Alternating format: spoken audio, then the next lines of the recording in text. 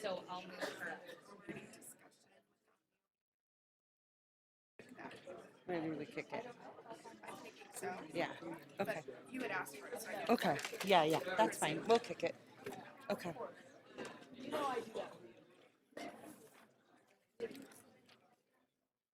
All right. Where's Madam Clerk? Am I waiting for her?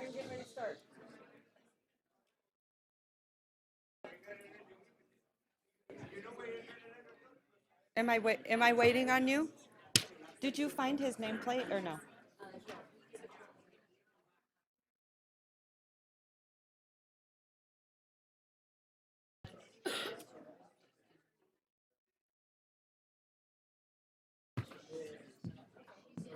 Okay, I'm waiting for you.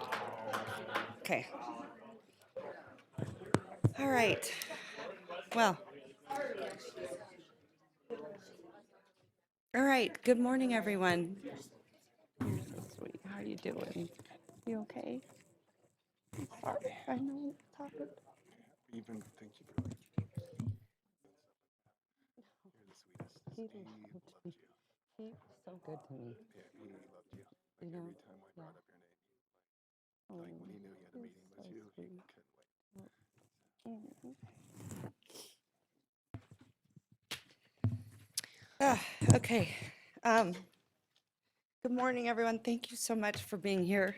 We really appreciate this morning. It's been, obviously a tough week and last 24 hours, and will continue to do so probably for a long time. But we're going to do things a little bit differently this morning. I know Bob, he liked to do things differently. So we're gonna fall right in line. And we're gonna start with the Pledge of Allegiance, and I would absolutely love for his son, Pat Cashel, to lead us in the pledge. I pledge allegiance to the flag of the United States of America and to the republic for which it stands, one nation, under God, indivisible, with liberty and justice for all. I'd also like to recognize his daughter who is here with us, and I would imagine this is your beautiful daughter sitting next to you. Your niece. Anyway, we want to thank you guys for being here this morning. We wanted to start out with a special public comment, sort of a tribute to Mayor Cashel, because he meant so much to so many of us. And we really wanted you to have that on the record so the family, had those memories. And we're going to start out with, I'm going to send it to you, Madam Clerk. I don't know, again, doing things a little bit differently to make it official. Do you have to call the roll? Do we have to do some We should call your roll formalities? just to Okay. begin, Madam Mayor, just from a formal standpoint, and then we will proceed with the public comment period. Okay. So at this time, I will call the roll for the Reno City Council. Breckus, Dewar, absent. Delgado, Weber, Jarden, Reese. Here. Sheevy. Here. Madam Mayor, you do have a quorum of the Reno City Council. All right. Thank you so much. Madam Mayor, our next item, as we mentioned, we are going to have our public comment period. The first public comment that we have today is slightly different, again, in honor of Mayor Bob Cashel. At this time, Mayor has asked me to read a statement into the record, and this is actually a statement from Governor Sisolak's office this morning regarding the passing of Mayor Bob Cashel. Bob Cashel honorably served the people of Nevada and the city of Reno over many decades with humility and integrity. Bob and I shared the fact that we both sat on the Nevada Board of Regents and led local government organizations in this state over long periods of time. With those shared experiences, I know and understand the dedication and tireless work that goes into serving a community like Reno. It was clear that Bob was a man who loved the city of Reno and its surrounding communities. The outpouring of love and respect toward Bob over the last 24 hours clearly shows he was regarded as a pillar of this great community. My deepest condolences go out to Bob's family and loved ones. To honor the legacy of Bob Cashel, and as a mark of respect and remembrance, I will be signing an executive order today ordering the flags of the United States and the state of Nevada will all be flown at half-staff at the Capitol and all state buildings and grounds until sunset on February 14th. Please rest in peace, Mayor Bob. Madam Mayor, with that, we will transition into our public comment period. As a, We have some special guests in the house, and I want to remind everyone, so nice of you to be here, Mayor Martini. You guys were so close. But it just reminds me that life is short, and having everyone here, I know we're all coming together to remember him, but remember, with that being said, life is short. So let's all come together a little more and more often. That's what he would have wanted. So it just reminds me seeing all these wonderful faces, here today that loved him so very much. So we're going to get started, and I would love it if Gino and Mayor Martini, if you would be so kind to say a few words on the record for Mayor Cashel.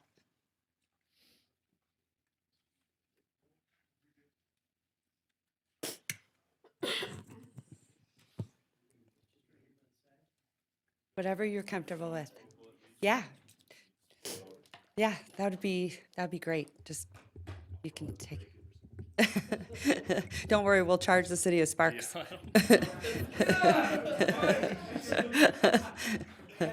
Yeah, it's okay, Hillary, just put it on my account, because on account of guys I can't afford it, so.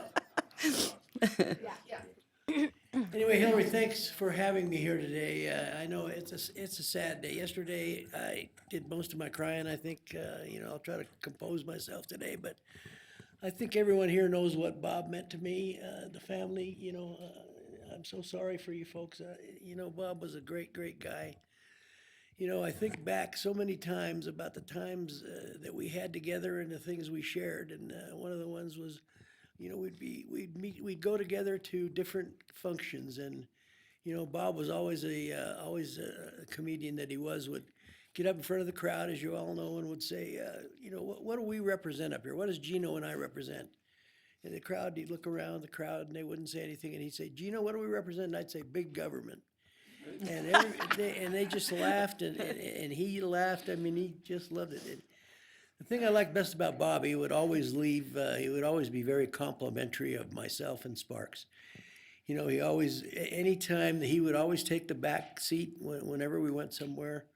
Speaking of the back seat, he used to like to brag all the time. We went together to the 9/11, remember? 9/11, never forget.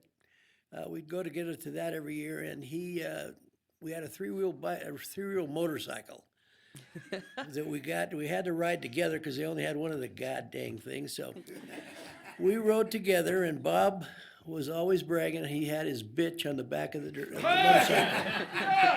So he always told everybody that I was his bitch. So that's my legacy, I'm sorry to say. Anyway, and Bob and I shared all kinds of funny things like that. I have a picture in my house that is in my living room, and whenever I come out of the bedroom every morning, I look right at it. It's the first thing I see when I come around the corner. And it's a picture of Bob and I on a magazine, the front cover of a magazine, and we have Santa Claus hats on. And we're both laughing really hard because the photographer said, why don't you guys I'd like to see you in a Santa hat. Why don't you take one? He said, we probably won't ever use it. He said, it won't be used on the cover. And I said to Bob, I looked over and said, yeah, right. And we started laughing. He took the picture. Sure enough, the magazine came out with us in a Santa Claus hat. So whenever I come around the corner from the bedroom, I go into the living room, and that's the first picture I see, and I just love it. It just brings back so many memories of the times we had and the times we spent. So anyway, it's a sad time for the family. I know it's a sad time for me. It's a sad time for a lot of people here that love Bob. And, the times we had together, I will cherish for the rest of my life. And, there's so many more stories I'd like to tell you that and probably shouldn't be shared in public, like the last one I told you about the motorcycle deal. But Are my 3 minutes up yet? Because I don't want to make No, you have Sam. another minute to tell one of those stories. Okay, well, I don't want to make Sam today angry because if I get more time than he does, he's going to bitch about it. So I don't want to say anything. So anyway, Bob Cashel, I used to call him Robert Allen, and he called me. Well, I won't tell you what he called me, but. He was just the best guy I've ever known. He was my good friend. He was my mentor. When I first became mayor, I was clueless about what was going on, and I'd call him a lot because I knew he knew how to help me. So he was my good friend. He was my good mentor, and he was a great mayor. And I will never forget him. And all I can say is, Robert Allen, rest in peace. Yeah. Thank you.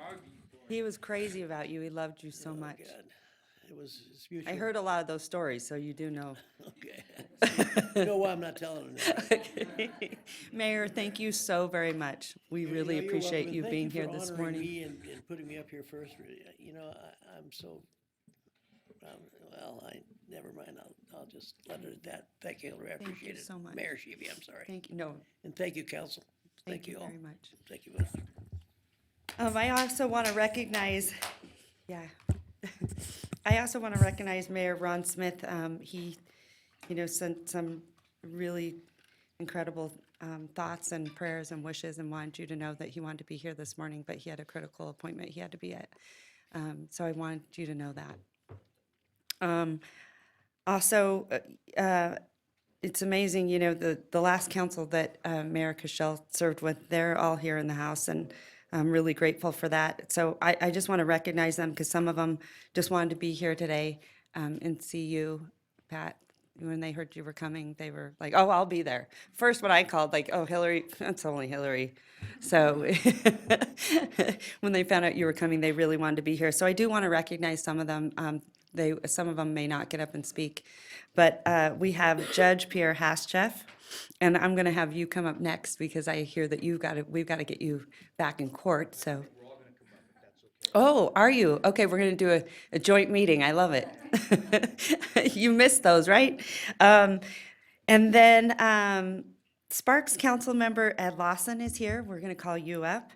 And Sparks Council Member Donald Abbott, I'm going to call you up. Sparks Council Member Christopher Dare, I'm going to call you up. Commissioner Von Hartung, he was going to try to make it. He sent me some beautiful, oh, are you here?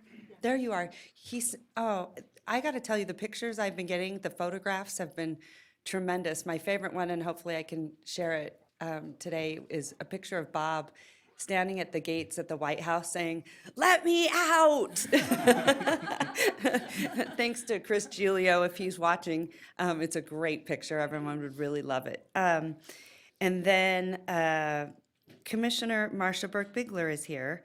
Commissioner Bob Lucy, former council member Jessica Sferrazza, former council member Sharon Zadra, former council member Dave Ayazi, some wonderful people. So I bet, how's that feel to be over on the public comment side? Is that a little? Much better. Anyway, I would love for you to say a few words, Judge. All right, well, thank you so much, Madam Mayor and City Council. Obviously a very sad day for the family as well as this community. Just to give you an idea of how important Bob was to everyone, my phone was ringing off the hook with people that loved him. Foremost, Michael Callahan Jr., his father, the great Michael Callahan, governor of Nevada, served with Bob, sends the condolences to the family. Dan Guston would love to be here, but he couldn't. The story he wanted me to tell was when his first day on the job, the mayor told him in no uncertain terms that there's no I in team, and we work together for this community. And last but not least, what I want to say to Bob, what you've done to this community will never be repeated. Your leadership and your friendship will be missed. You've touched so many hearts in this community, it's unbelievable. I know you're in heaven, and I also know you have made it clear up there that you're the boss. Thank you for the That's true. Thank you for having us. I really don't think I can say anything, and you can interpret from that what he meant to me and to our city.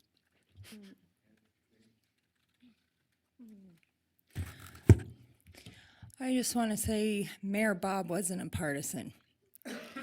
I got to tell you, just driving here today, all the things he is responsible for. The ballroom, the event center, the plaza outside, this building we're sitting in. His vision, but most importantly, I think what he would want to be known for is what he did for the homeless. And I want to tell you guys this story, especially since council is here.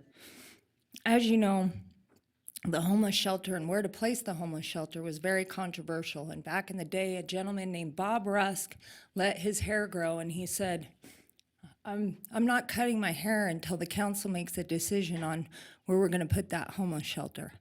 Let me tell you something, it was a hard decision because nobody wanted it in their area. And Bob said, are we going to be the council who gets this done? And I can tell you, he went to every single one of us on that facility. He cared so deeply about the homeless. He cared. He had his dog Chester, who would sleep with him at night. He would drive up to City Hall, and he was the mayor who did our Christmas here. And I got to tell you, there are so many memories, and the other one that comes to mind is when the city was going through and everyone was going through their financial difficulties, we had to lay off a lot of employees here at the city of Reno. And Bob called me at 2 o'clock in the morning and said, God, this is so hard. He said, I don't want to go to work tomorrow. It really hit him. And you know what? I went mano with Mayor Cashel. I think there's a few of those articles in the paper. But I got to tell you, he would turn around. He and I had a lot in common. We were always on a diet. So we go to lunch, and we go to Rapscallions, and it was everyday or soda. And he said he would order a cheeseburger, fries, ketchup, vanilla ice cream with chocolate syrup, and a Coke. And he'd say, I said, gosh, we're on a great diet, aren't we? And he'd say, don't tell Nancy. Do not tell Nancy. But there's so many memories. We're all friends at the end of the day. I got to tell you something lacking in national politics anymore. We would go head to head with each other. Councilman Ayazi and I and the rest of us, we'd used to draw on the windows upstairs. We'd go through numbers and we'd go at it. But at the end of the day, we all truly liked each other. And I'm just honored that I got the chance to serve with him, and he was my friend. And I'm just so thankful. Thank you, Bob. Rest in peace. And just condolences to the family. So. All right, thank you. I'd like to say that Mayor Bob proved the the Supreme Court wrong. Anybody can be a mayor of a city, but Bob was the mayor of a city. And I've got a lot of stories to tell about Bob, but he swore me to secrecy. So we did a lot of fun things together, sitting behind that dais and up on the 15th floor and out in the community. And I'll never forget him and the impact he's made on me and this community. And I'm happy to see that I think we have a mayor and a council that's continuing that. So thank you very much.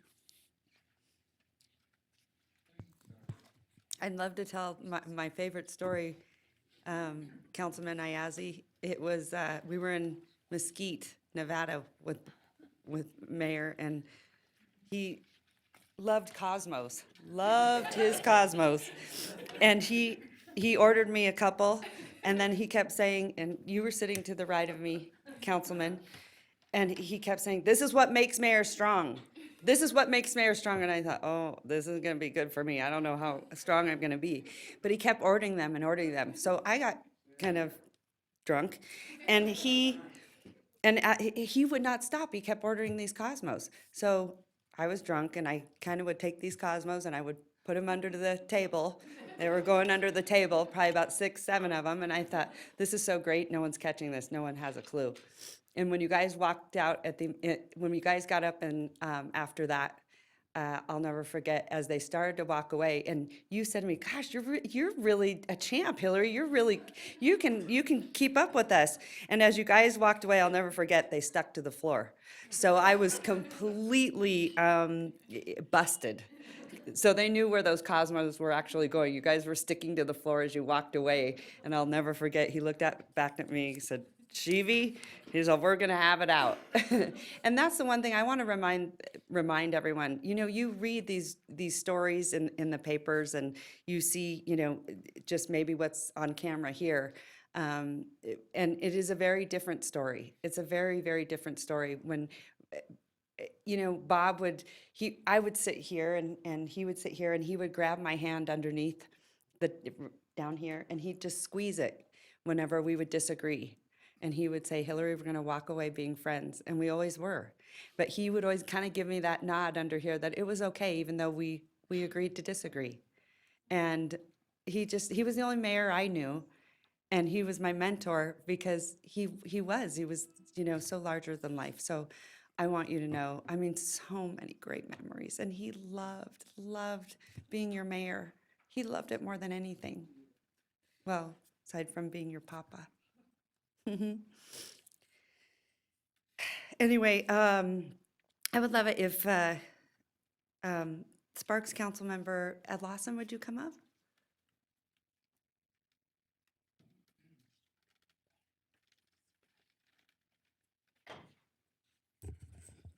I was lucky enough, I got elected in 2010 when Bob and Gino were in the big love fest there. And it was almost hard to be around them, and it's like, you guys get a room. There was such an admiration there, it was pretty funny. Yeah, I don't want to hear about it, no. But the thing that I remember best about Bob is I don't care who you were. If you walked up to him and you shook his hand, you were the most important person in that particular moment. And I haven't heard one person say that Bob was anything other than a gentleman and a kind person. He also had the ability, and especially in my case, to call me four-letter words. And afterwards, I felt good about it. And I'm not sure why that was, but he did. And so we're a regional planning governing board. Him and Gino both sat on that board. And he looks up and he goes, you know what, we should let the young fellow be the chair next time.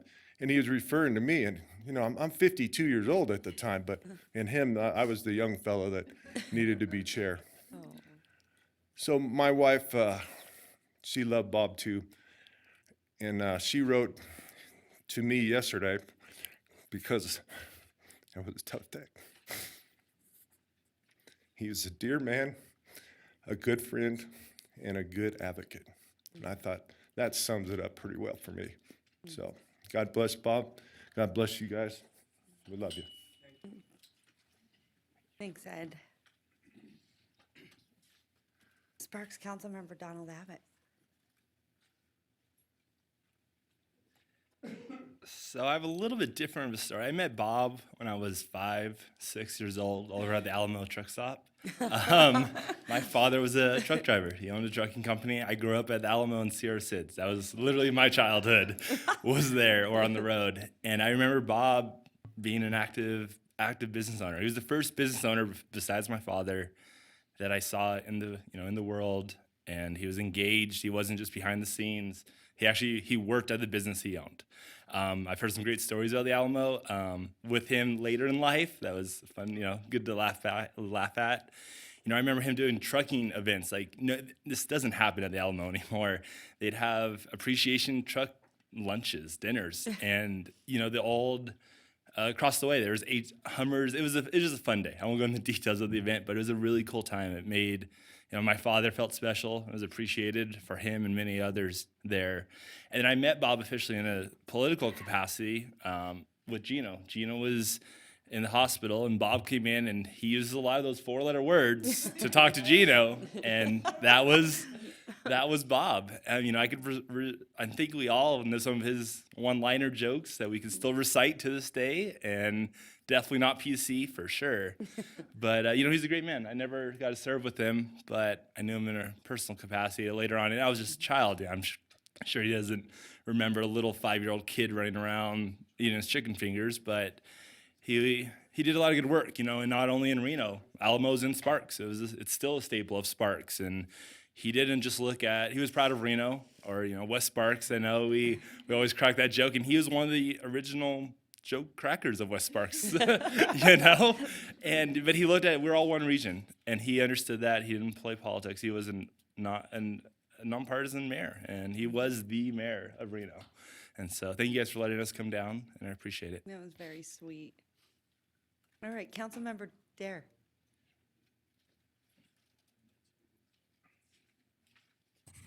Good morning, everybody. And my relationship with Bob is very different. I moved to the area about 10 years ago, and so I got to know him. Sadly, I was coming in office and he was leaving, because when I came in. But the one thing I actually get to be a part of is all the work that he's done.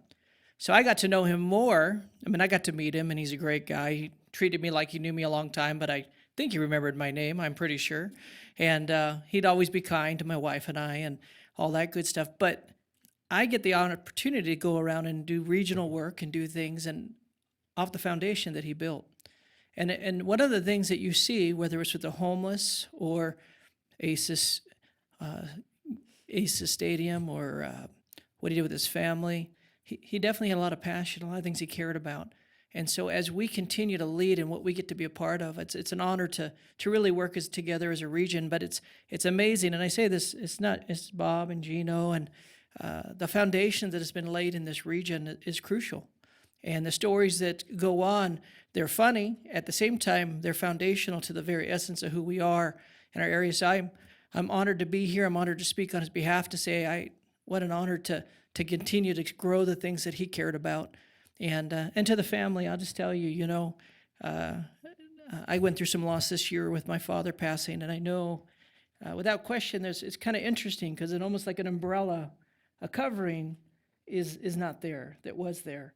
And it's one of those things that it's almost more important. I would encourage you that the community around you becomes even more valuable, because sometimes you're going to reach and it's just going to be interesting. You'll be like, whoa, And I can tell you have peace in your heart and all that stuff. I don't know you very well, but that peace is there. But just know when you have that, reach the community around you because they're there for you. So. And that goes for all you guys as well. I know a lot of you guys knew him well, but many blessings. God bless you. I know a lot of people are praying for you, and just an honor to share and say hi. Thank you. Thank you. Thank you very much. I'd love for Commissioner Von Hartung. Oh, sure. I would love it.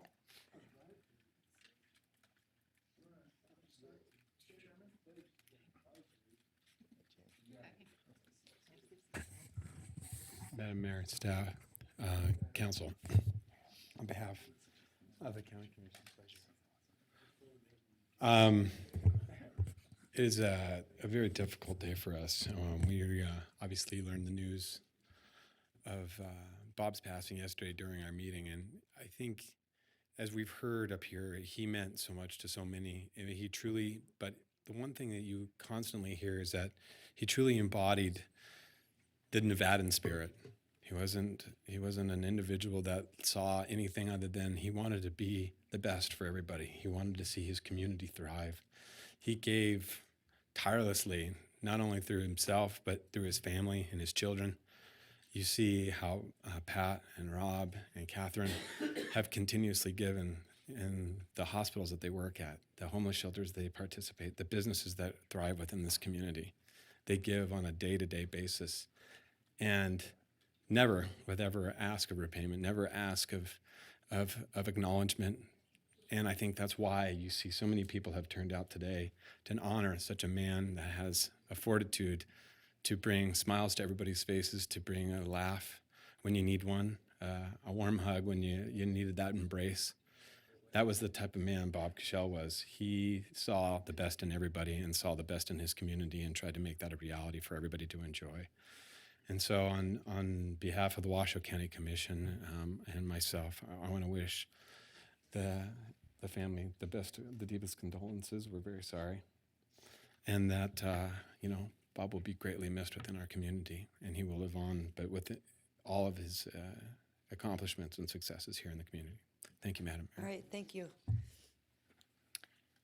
I don't know if I can do this or not, so I'll simply tell you that I was blessed to have met Bob when he was lieutenant governor. In fact, even before when he was running for lieutenant governor. So I've known him for a long, long time, which also tells you how old I am, I guess. But he was fabulous. He was a great lieutenant governor. He was a great man, and he was great for this community. And we will really miss him. Thank you, Commissioner. Madam Mayor, council members, family. For the record, Vaughn Hartung. I'll speak as a family friend first. I think our relationship probably goes back at least 30 years. I was blessed enough to do a lot of work for the family as a photographer, being at events and occasions that were just filled with joy. I'll tell a couple of fast stories because the one that really sticks in my mind is one that I'll carry for the rest of my life. And that is, I had done a wedding, and I'm not sure. I think it was Catherine's wedding, Jane, that I had done this. But Nancy came in with this huge list, and I asked her. I said, "Do you need a quote?" And she said, "Oh no, don't worry. Bob's paying for it."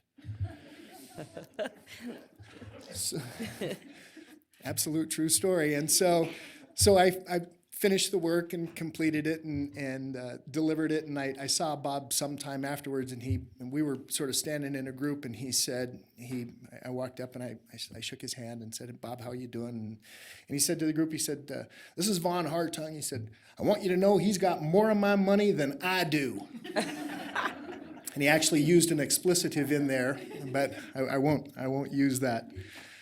One thing that was just so memorable for me about Bob was, and I watched this time and time and time again, when he saw a need, he didn't always try to just fix it as a political figure.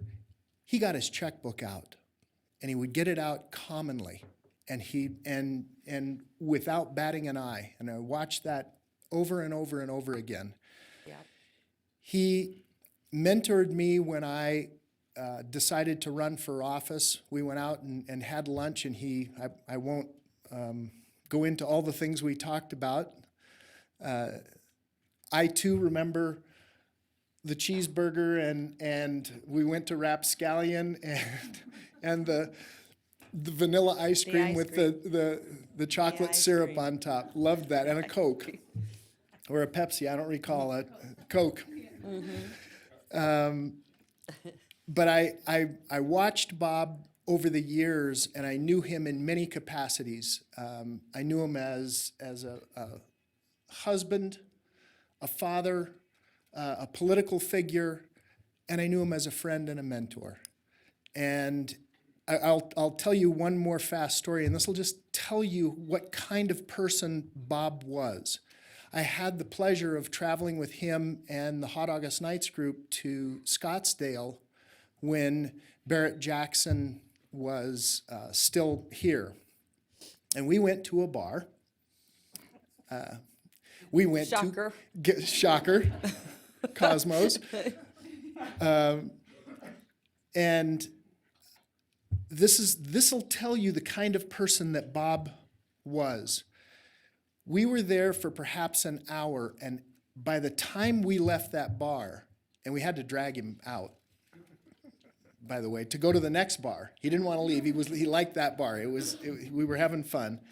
Every single person in that bar knew Bob, and they knew who he was. And again, this is the type of person that Bob was. Nobody was buying drinks but Bob. He was buying drinks for everybody in the bar. That was just how Bob was, and there was no expectation. It was just how generous he was, and generous of spirit. He will be missed dearly. I cannot begin to express my condolence to the family, but here's what I will say: you are beyond blessed to have had Bob as your father and your grandfather. Thank you so much. That was so true. He was so generous. Your father was so generous. And you were right. He would always get his checkbook out. wouldn't bat an eye. If anyone ever needed anything, that's what he would do. He'd get it out. He was so generous. So this, many of us up here also had the pleasure of serving with Mayor Cashel. And actually, Councilwoman Weber, you've known Mayor for a very long time. Is there something you would like to say? If I can do this.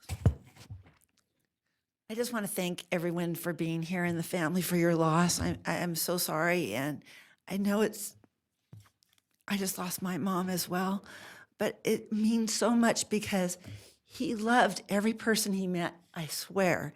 He might have been angry at many times with me, but I knew he did it as a dad and as a friend, and I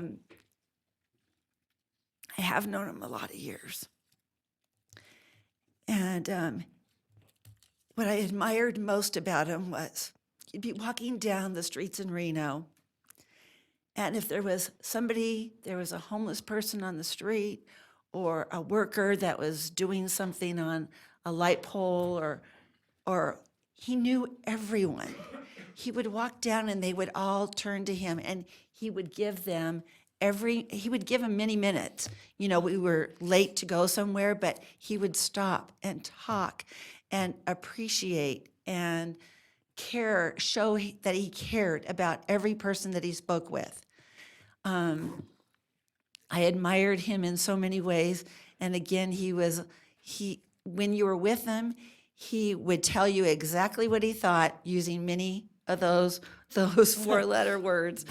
And yet it didn't mean anything angry or mad. He was just telling you, using those words to describe a particular reason why you needed to do something different, I believe.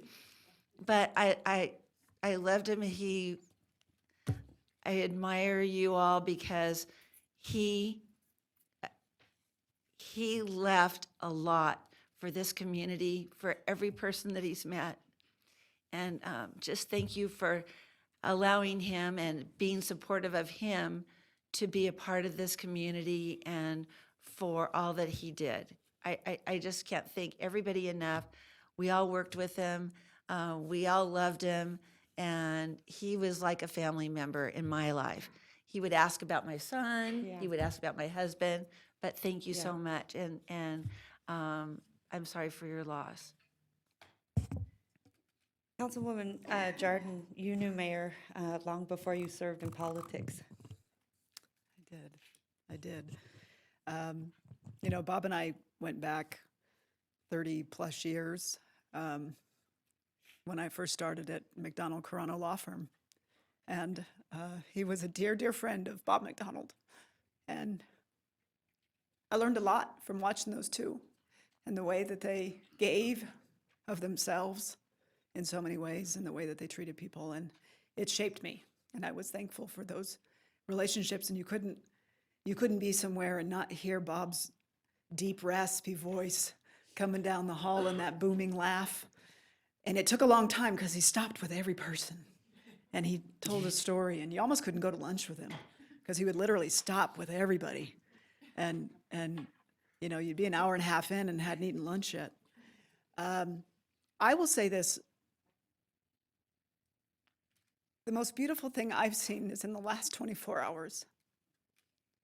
If you've not, social media can be a really nasty, ugly place. I have seen the most unbelievable outpouring from every corner of every person of the lives that he touched. It is incredible, like nothing I've ever seen. And it reminds me of a book.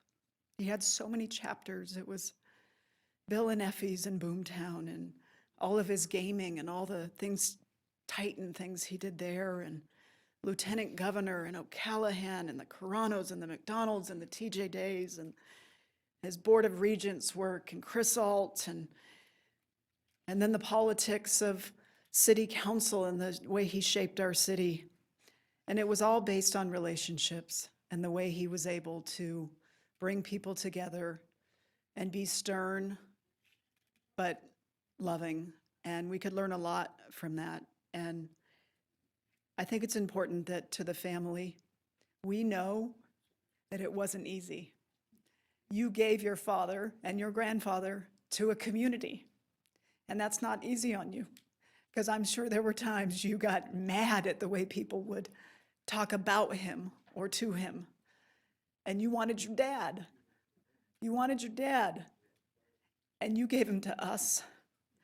But I want to thank you for giving this community a book that we were all so fortunate to read. Thank you.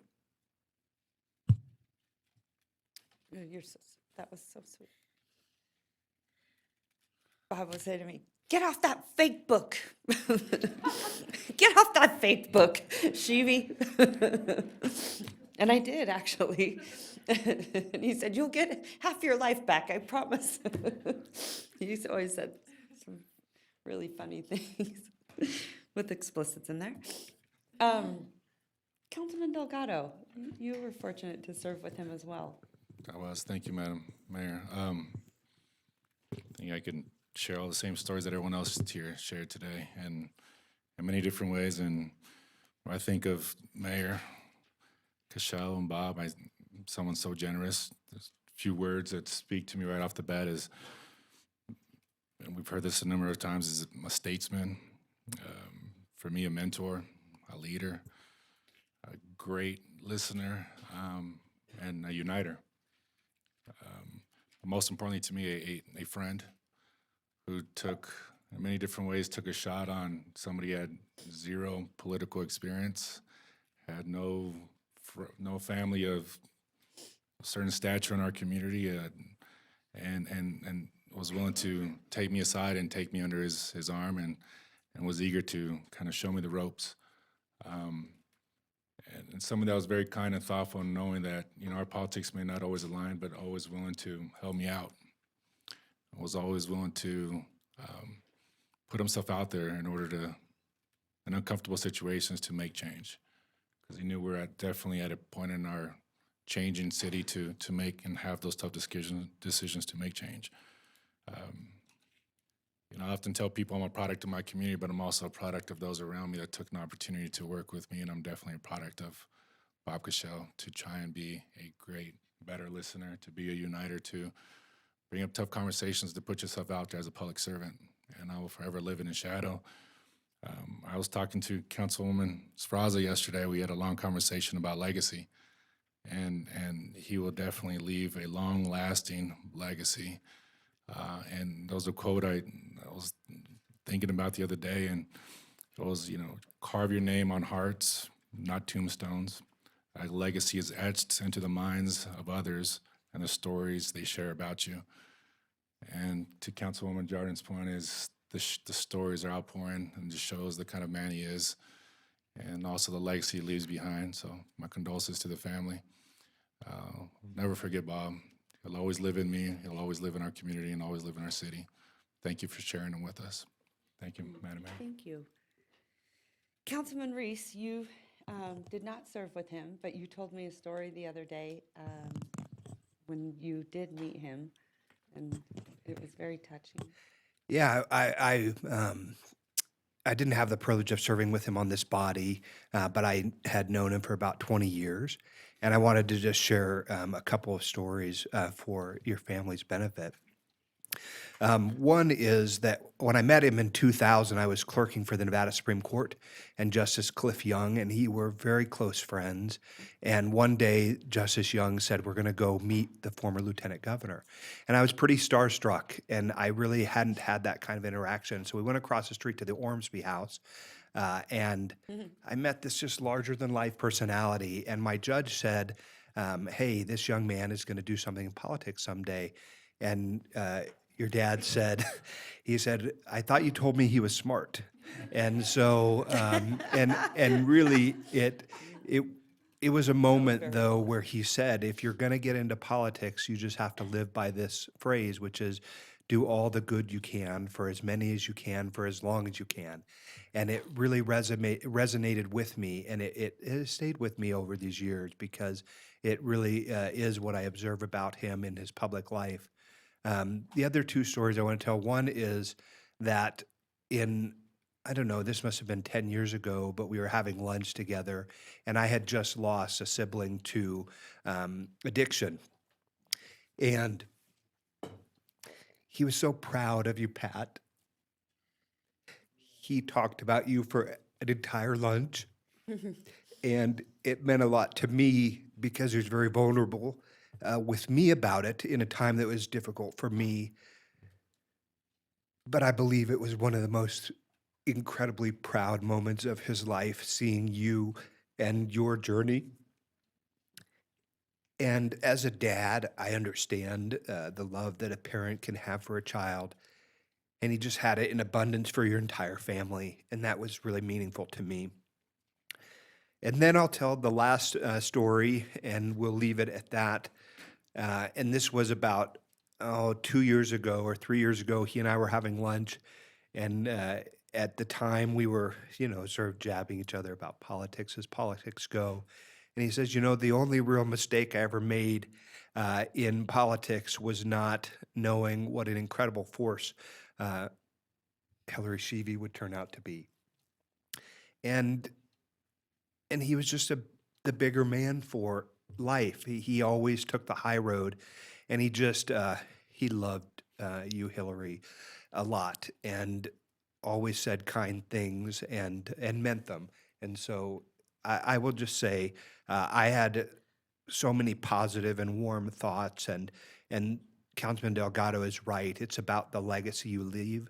And he's done that indelibly on not only his children and his extended family, but on our community and each of us. So Godspeed.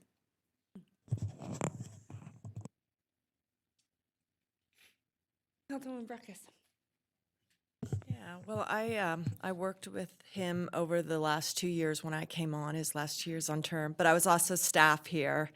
And when Mayor Griffin left and Mr. Cashel came in, it was, it's always a change dynamic. And what's this going to be like to the staff? And he really had that mayor persona from the get-go. And I think, and I learned this later when I came on to council, is he had just the most well-honed political skills, and it was that Texas mannerisms of friendliness that he never lost, and it was very remarkable, and it was. It really was, I just think, so imprinted upon him. And when you heard his story, you understood, where he came from and how he took that to want to do good for the community that he adopted. But I always thought him most as a family man, even though he was the mayor I served under and with, because I don't know, he reminds me of my father a lot. My father was a mayor, and they're about 6 months apart in age. And he was so proud of Pat that he was able to be your father, and that was so touching to me because I have an uncle we lost to addiction, and he wasn't able to be saved. But also with your sisters and your other brother, and I think in the retirement, I think his job was to really be the husband and go see Broadway shows and do whatever he was supposed to do, and I always was very touched by that too, because I think those last years probably were very nice for the family. And so I wish all you the best, and enjoy that little dog you have in your neighborhood. I saw it last week, and I know it brings you all a lot of happiness, and I'm sure there'll be a lot of loneliness, but a lot of joy because you're such a close, well-united family. So I wish the best to all of you. Thank you, Councilwoman. That was sweet. Speaking of dog, someone sent me the cutest picture of your father in Courage last night. You remember how much he loved that dog. One thing that I also need to really recognize, because this hasn't really been brought up, but your father he always said, there's no I in team. He always said that, right? And people really got it. But he loved our team at the city of Reno. He loved you guys. From Lisa to Claudia to Alexis. I mean, I can't name all of you, but he did. He that's what he loved to come to do when he would come into City Hall. He would love to visit each floor And especially at Christmas time, you know how generous he was, but he loved his team. He loved you guys. So I want you to know that. You were all very special to him, and I know some people are probably watching that are in the building. He really believed that, and he's right. No I in team, and he loved his team, and you guys are his team. And you know, everyone has a Bob story. I don't care who you are. Everyone has a Bob story. And why? Because he is the city of Reno. And honestly, I'm so honored to sit in his seat. I'm blessed. And it will forever be, just so you know. Anyway, I guess, Madam Clerk, do we go into general public comment? Madam Mayor, we will, Oh, I would Pat love for you to Cashel would like to speak first. I didn't want to put you on the spot because you know I'm good at that stuff, but I would love for you to. It's going to be short and sweet because I don't know how long I can hold this together. So,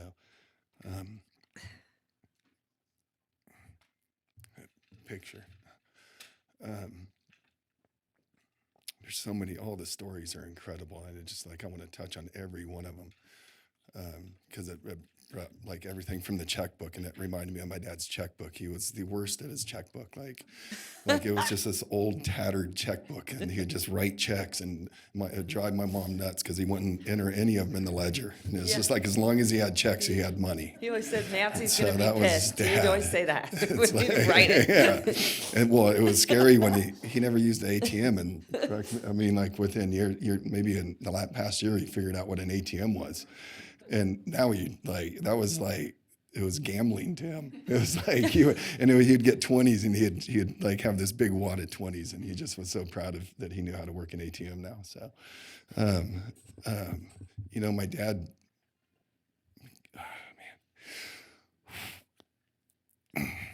my dad, Boomtown was his basis. That's what put food on the table. Yeah. That's what gave us a wonderful life and provided for his family. And that's what Boomtown, and that's what the gaming business was to him. But his passion was this. And my brother said it perfectly yesterday, that I don't even think my dad liked gaming. I didn't even think, but that was just work to him. And coming to City Hall every day, Yeah. this was his favorite. He would be mayor the rest of his life if he could have been. And this is what really fueled him. And I think it's important. I want to leave here, and I want everybody to know that works here at the city, and not just the city, but this community. I can tell you, like, he loves each and every one. He loves each and every one of you guys from the bottom of his heart. And he loves this community. I don't think we'll ever see anyone that gave and cared about this community like he did. And you talk about going through the financial times, the rough times that he experienced as mayor. He took that to heart.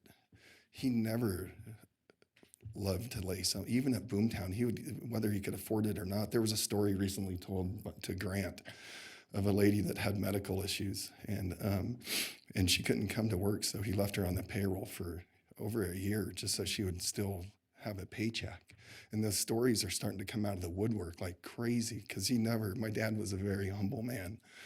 And I can tell you, when he built that homeless shelter, which to this day he identifies as his biggest accomplishment as being the mayor. And I remember they wanted to put his name on it at one time. And he actually said, as quickly as we build that, we can tear it back down if you put my name on that. Because he didn't want that recognition. And I get it.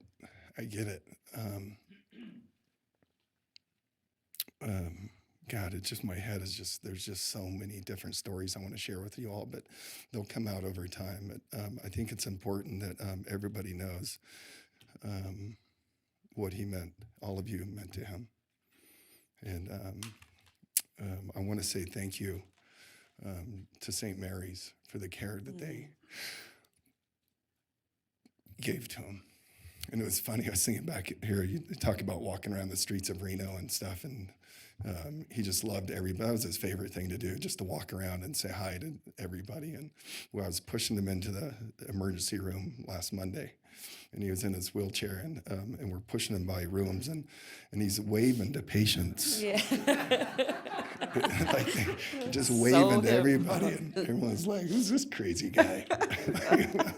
Like the mental health is down in the corner, but it made him feel good. Just and the nurses, they were all in tears yesterday, and he was so nice to them all. In fact, he felt like a burden on the nurses. I want to give a huge thank to Reno PD. When the minute they found out that he was there and probably wasn't going to make it, all of them showed up. And let me tell you, something about law enforcement. I remember it from the day I was born, when he had Boomtown and taking care of the highway patrol and the sheriff department. And when he became mayor, I can tell you one of the biggest honors that he had was telling everybody that he was part of law enforcement. I mean, he really felt like he was part of the biggest. I'm not sure if it was a good thing or a bad thing, but maybe, I don't know, I don't want to call it a mistake, but Chief Pitts gave him a badge. Oh, he loved that badge. And he told me, Hillary, you're never going to have one of these. Oh, no. And he kept that thing right next to his He's driver's right. license. He would pull it out at the dry cleaners. He loved that badge. Yeah, he got pulled over one time for passing the school bus coming home from Palm Springs, and he got pulled over, and he pulled that badge, and he's driving a Bentley. And after he got the ticket, the police officer walked back to the car, and my mom started laughing, and he said, "What are you laughing about?" He said, "Because he's heading back. He's turned in his final notice at where he works at, because he's going to Reno, Nevada, because police officers in Reno, Nevada drive Bentleys. They pay him really good." So, I want to say thank you. That was it was powerful, and they left an officer outside his door, and I know he would be so honored. And to see on the news, they've never left his body, and they gave him an escort to the funeral home.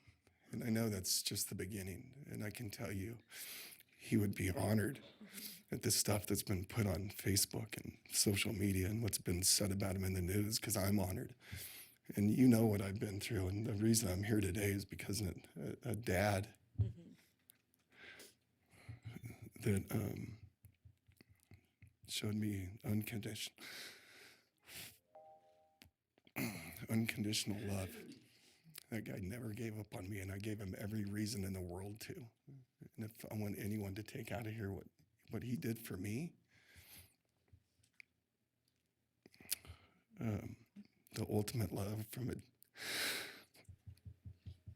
dad to a son, and Devin, you bring up addiction, and he saved my life.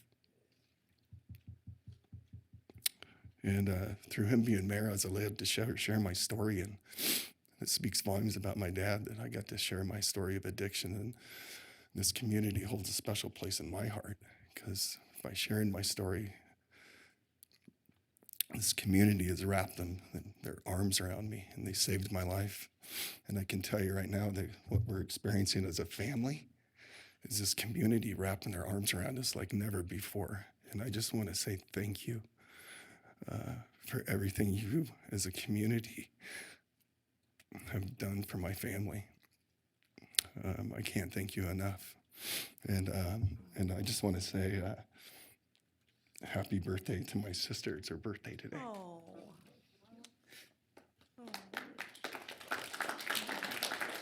So anyway, thank you for all of this. City staff, my dad loved you. This was his second home. And as you know, he would bring Courage in his Bentley on the weekends, and no one would ever be here, and they'd just roam the halls and eat ice cream. But he loved each and every one of you, and he loved each and every one of you in this community. And so anyway, thank you all very much.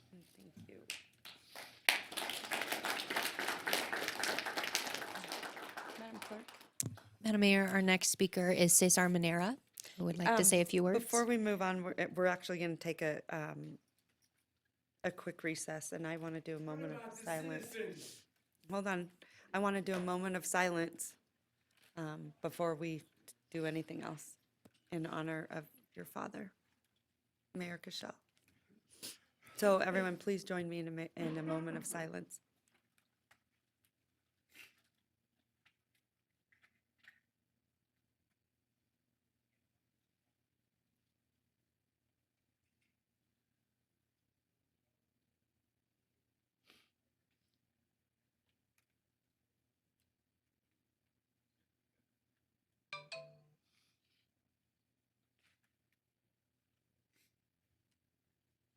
Thank you. I really want to share this picture with you guys. This is so great of Bob at the White House gates. Let me out. It's just one of my most favorites. I want to that thank Pastor everyone for Manera- being here this morning. Mayor Martini, it means a lot. It really does. Thank you. We're so grateful. Mwah. Send me that picture so we can put it. Absolutely. I'm blowing this one up big time. Madam Mayor, I know that we believe- had a, we wanted to take just a short recess. Some of us have to get up. Go I ahead. think Pastor Manera just wanted to do a prayer for Mayor Bob Oh, as we well would as his love family that. before we take a short recess. We would love that. And then we morning, will Mayor go back Sheedy. into public We'll comment. take a short recess and then come back for the rest of public comment, yes. Heavenly Father, when you want to bless someone, you bring great people into their lives. And obviously, our city and our region has been blessed through these great men that you brought into our lives. We pray for his family, and we pray for the community and for the void that will be with us. And again, thank you for every role that he played as a son, as a husband, as a father, as a mayor, whatever role he played. We thank you for his life and for bringing him to this community. Again, we pray for his family in the precious name of Jesus. Amen. Amen. Thank you, Pastor. That was very, very thoughtful. Madam Mayor, at this time, we Okay. will take a short recess, Okay, 5 minutes. 5 minutes, and then we will come back. Then we'll be back.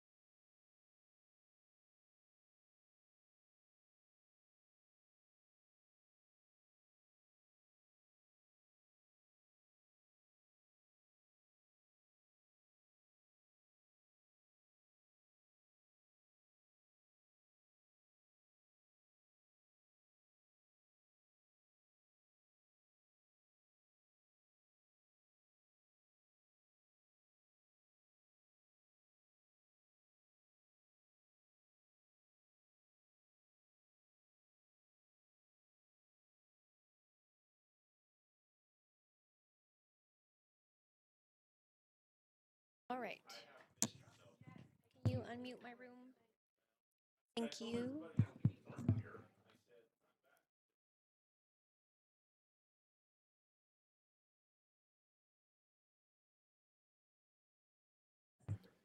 All right, Madam Mayor, if you would like to call your meeting back to order, we can continue through our public comment period. As a reminder right, to all Madam those Clerk. present in the audience, your public comment is afforded at 3 minutes. We ask that you please address the council as a whole and do not single out members. Additionally, be respectful while in these chambers. Any clapping, applauding, stomping, yelling, or otherwise agitated behavior, you may be asked to leave. You will be given a warning. Continued behavior of this like, you will be asked to leave the room. Please be respectful while you're in these chambers. First to speak is Mark Markell, followed by Tammy Holt Still, followed by Chuck Slavin and Mike Windmer.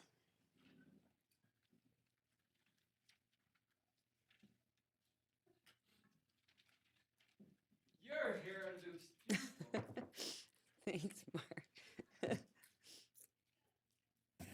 Hello, people. Okay, City Council, Mrs. Mayor, City Council members, and City Mayor, good morning. My name is Mark Markell. I'm a Commissioner Reno resident, and I feel for Bob's family. I used to call him Bobby Boy, but I feel for my parents, his wife, his family, and his grandchildren. But anyways, I'm here to warn people and show people what can happen when you get in the car with the drunk driver. Back in '89, I was in a serious motor vehicle crash, and now I don't drive anymore or walk anymore. Oh, I broke my neck. That's why I had to walk. But I can't drive anymore. My life sucks, and I don't know. Everybody here, just don't get in the car with a drunk driver. And if you need to drink and drive, what you don't need to. But if you do, don't do it with another person in the car, because they can end up like me. Thank you. Thank you, Mark. Bob Tammy would Holt always say, Still, good message. Remember? followed by Chuck Bob would always Slavin say, and Mike Windmer. good message, Mark. Do you remember that? No, He did. He did. Every time. he's a good guy. Thank you. Good morning, Tammy Holt Still, Lemon Valley Swan Lake Recovery Committee for the record. One of the things I noticed in what the clerk had stated was about disruptions. And I have not received an apology from your senior staff or your attorneys from disrupting me from my public comment a couple weeks back. Instead, I was chastised because I brought it to their attention that they got my attention 3 times making noise over in the corner. It's do as I say, not as I do. Is it fair? Is it right to expect one thing out of us citizens, but it's okay for your staff to do something different? It goes back to being kind. That wasn't kind. I felt ashamed and embarrassed to be chastised while I was speaking because I had to address it because it wasn't being addressed. It goes back to things not being done for 3 years now for the citizens up in the North Valleys. That lake is still out of its bounds. It is still out of its natural rim. And we only had 70% of our average right now in precipitation. Why is that? Because of the development, because of the effluent, because of the 8,000 acre feet that is being pumped into that valley in that hydrological basin every year. But yet there's still meetings with developers behind closed doors. Big ones. It's not right. You're supposed to represent the citizens that voted you in, not the people that paid for you to be there. The ethics of the city of Reno has got to change. It's got to be more open, more honest. Maybe like Mr. Cashel was. I knew him. I worked for the state of Nevada Motor Carrier. I met him at Trucker Fest. He made sure us girls, when we were doing that, to help the truckers make sure that they had all of their licensing in the proper order, made sure us girls had everything we needed. Why don't you guys make sure that the citizens have everything that they need? The people you've damaged, they're fighting now, still. Senior citizens out of their home, living in a fifth wheel, paying rent when they have a home that they can't live in. Why? Your staff had a chance to help us fix the citizens who were damaged, and they voted against it in the consortium. It's time to change. Maybe people need to leave and get good people on the dais that really want to help. Thank you. Thanks, Tammy. Madam Mayor, next comment is from Chuck Slavin and Mike Windmer, followed by Terry Brooks.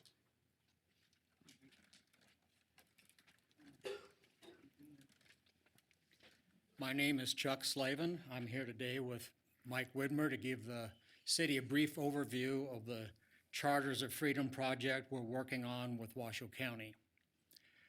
Our nation's founding documents, the Declaration of Independence, the Constitution, and the Bill of Rights, are collectively known as the Charters of Freedom. The originals of these documents are housed at the National Archives in Washington, D.C. Mike and I are associated with a nonprofit educational organization whose sole purpose is to build replicas of that National Archive display in as many communities as we can. 2 years ago, we dedicated the first display west of the Mississippi. That was at the site of the courthouse on Musser Street in Carson City. I think you may have a photo of that. I don't know if those were handed out or not. Yes. Subsequent to that dedication, we received authority from Washoe County to build an identical display at the site of the old courthouse across from the pepper mill downtown. Or not the pepper mill, excuse me, the Pioneer Theater. Hi. You'd think after living here 70 years I'd know that. We do it. Yeah. In the process of designing the landscaping, we worked with TMCC landscape architecture students. And during that process, we learned of the need to also get approval from the City of Reno's Historic Resource Commission. Mike has put together that information and has kind of led that effort, and I'll let him explain where we are with that part of it. Well, good morning. All right, welcome. I have a Bob story too, but we went before the Resources Commission last August, and we were quite hopeful, but we were unanimously denied this certificate of appropriateness, which somewhat dumbfounded us. But we went back to Washoe County, to the commissioners. They gave us encouragement, said press on, they're behind us. So currently we are working with Kate Thomas, the assistant county manager, and Claudia Hansen from your staff. We've redone the setting, calmed it down a little bit, if you will, and we will be before them, this commission in April, their April meeting. We look forward to community support. So far, we've raised about 20% of the funds necessary, funds including people that have, artisans that are donating time, labor, and materials. So we're very hopeful that we could go through all the processes, the City of Reno and the Commission and building permits, et cetera, and have this constructed for this community at large. Thank you for your time. All right, thank you. Terry Brooks, followed by Chris Askin, followed by Gordon Gossage.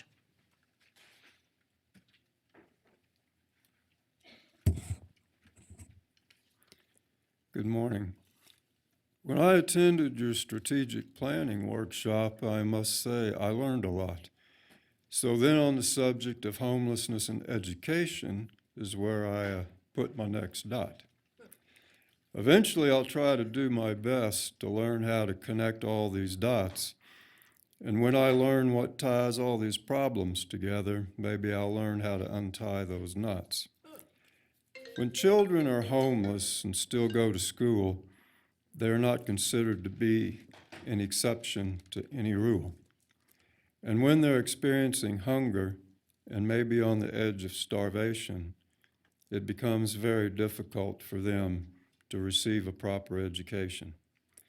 And if these children have become physically ill, it's hard for them to properly learn when lacking such needed skill.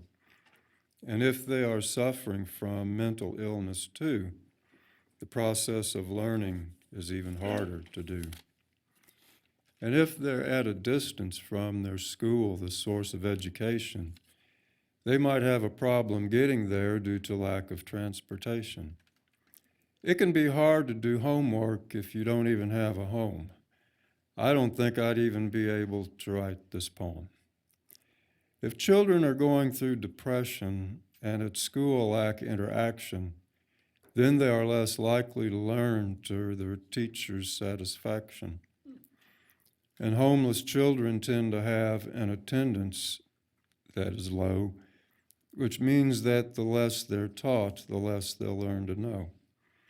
And the less they learn or know, the lower will be their self-esteem, which will lead to a lower chance of them achieving any dream. And when they find themselves lacking fundamental knowledge, the less chance they'll ever have getting into college. And then the less they achieve in receiving education, the less likely they will be to enter an occupation. I really appreciate all of you listening to what I say, and your workshop that I attended, I think, is helping to show me the way. I'd like to add that I'm kind of new around here, and I didn't know Bob Cashell, but after hearing everyone speaking of him, I feel like I knew him quite well. Thank you. Thank you. We always love your poems. Chris Askin, followed by Gordon Gossage, followed by Heather Matthews. Mayor Sheevy, council members, I had planned to come today to give you a little update on the village now that we were hitting 70% occupancy. And I think the timing is terrific because clearly this is a project that Bob loved and is very connected to VOA and Pat as well. So just a quick reminder, it was 22 months ago that somebody had the idea. It was 19 months ago that we started working on the cleanup of the property. And it was 17 months ago that we broke ground. So just to share where we're at today, we have total occupancy max at 216 rooms. We have, as of today, 150 residents in rooms. We have another 26 individuals who've reserved rooms, so those are essentially taken. 8 of those are scheduled to move in this week, and 18 more have selected their rooms to move in the next few weeks. That means that as of today, we only have 40 rooms available. So if somebody comes looking, they're shown just those 40 rooms. We expect that based on the occupancy rate, that by the end of April, we won't have any rooms available. So we're getting there. I did want to share that when people apply to the village, they're asked for their personal and professional goals. Bank of America, Nevada Legal Services, and CMG all now provide on-site financial literacy classes because many lodgers stated they wanted to save more of their income and improve their credit scores. We also continue to add classes at the lodgers' request. In January, we saw the introduction of self-help support groups, which are led by our lodgers. 12-step programs meeting now occur twice weekly. We're also in talks with Crossroads and Washoe County to create classes on maintaining employment and affordable health insurance. We also know that 39 lodgers who stated they're returning or continuing school was their primary goal. More importantly, there's 4 lodgers who can now afford post-secondary school because of the village. More than 2/3 of the lodgers earn income through employment. 17% of the lodgers are veterans. Lodgers earn a gross income of approximately $1,800 per month on average. That's 42% of the median income. And the housing cost for those individuals is only 22% of their income. As the project finishes up, we'll continue to monitor the outcomes and achievements of our largers and share that information with you. There's some additional information on awards. BBC is also doing a story on the project now. Really, I want to make sure that you all know this project, of course, could not have happened without the city of Reno. And lastly, I wanted to mention something that Bob and Nancy Cashel were helping the Community Foundation with. Starting 2 years ago, they've been helping us work on building our first ever community endowment. They've been very active in that. That endowment is now $4.6 million. And our goal is to be over 20 million, which would provide $1 million of support for this city in the future. So thank you. Thank you so much. We appreciate it. Gordon Gossage, followed by Heather Matthews, followed by Sam Dene. Good morning. I'm Gordon Gossage of Regenesis, Reno.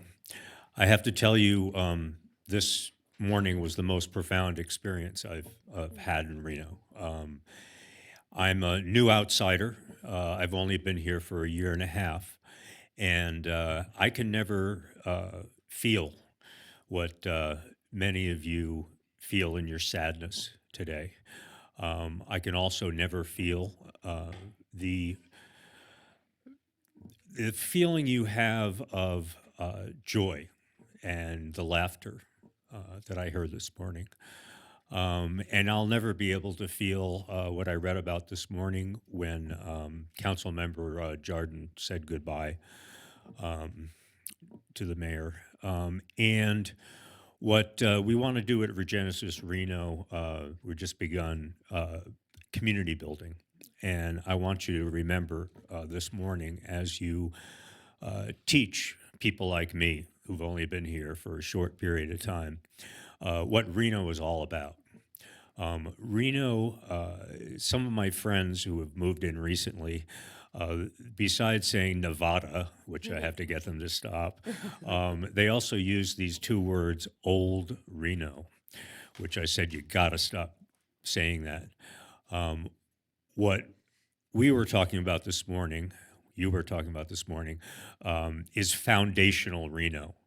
So as the 20s unfold, as we work together to co-create the Reno that we all want, we all will remember the foundational Reno.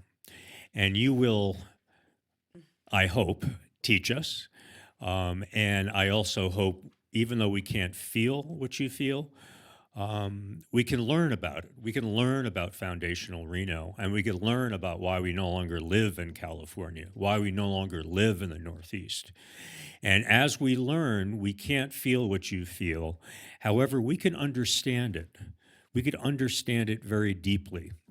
And so as we do this community building together, where we get all the different stakeholders in our region, in our city together, please remember this morning and teach us and have us understand what Reno is all about. Thank you. Thank you, Gordon. Madam Mayor, our next public comment is from Heather Matthews, followed by Sam Dene, followed by Amir Herrera. Hello, my name is Heather Matthews, and I'm a graduate of California State University with a Master of Science degree in counseling summa cum laude. I'm also the recipient of the William Randolph Hearst Award for Outstanding Achievement. For over 3 years, I've been trying to publish my book, Walking Between the Shadow and the Light, and I have had interference from California State University. It reminds me of the parable of the widow who was very persistent. She kept trying to get justice from the judge, and he didn't fear men or God. But she persisted like I am, and the judge finally felt that she would wear him out, so he gave her justice. And I feel that justice is coming. My case has now gone into the district court, and I'm moving to Carson City, so I'll be available for legislative work and legal work to get my books published.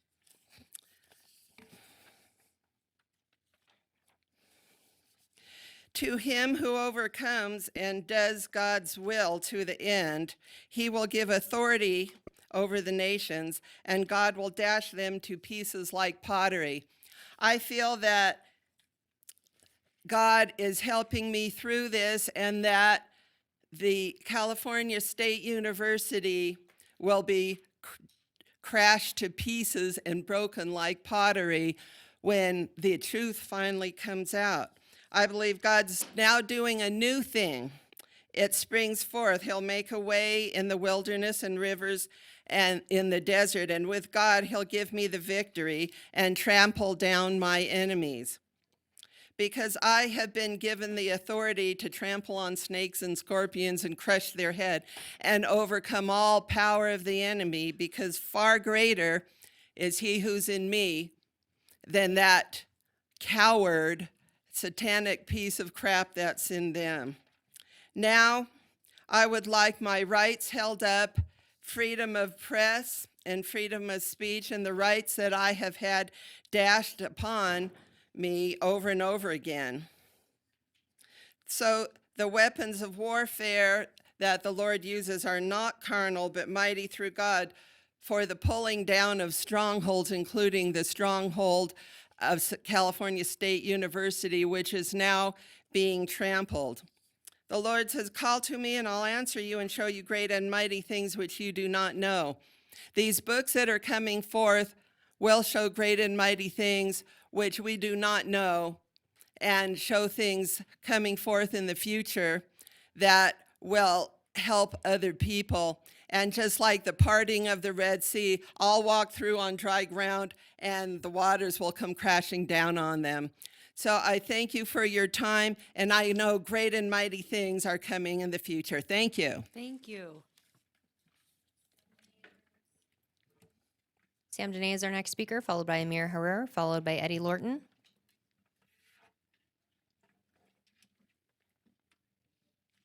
Sam, wasn't a council meeting without you and Bob, right? Duh. Officially. Sam Dene, the 10-ton elephant who was in 1,255 of the beloved Bob Cashell's meetings.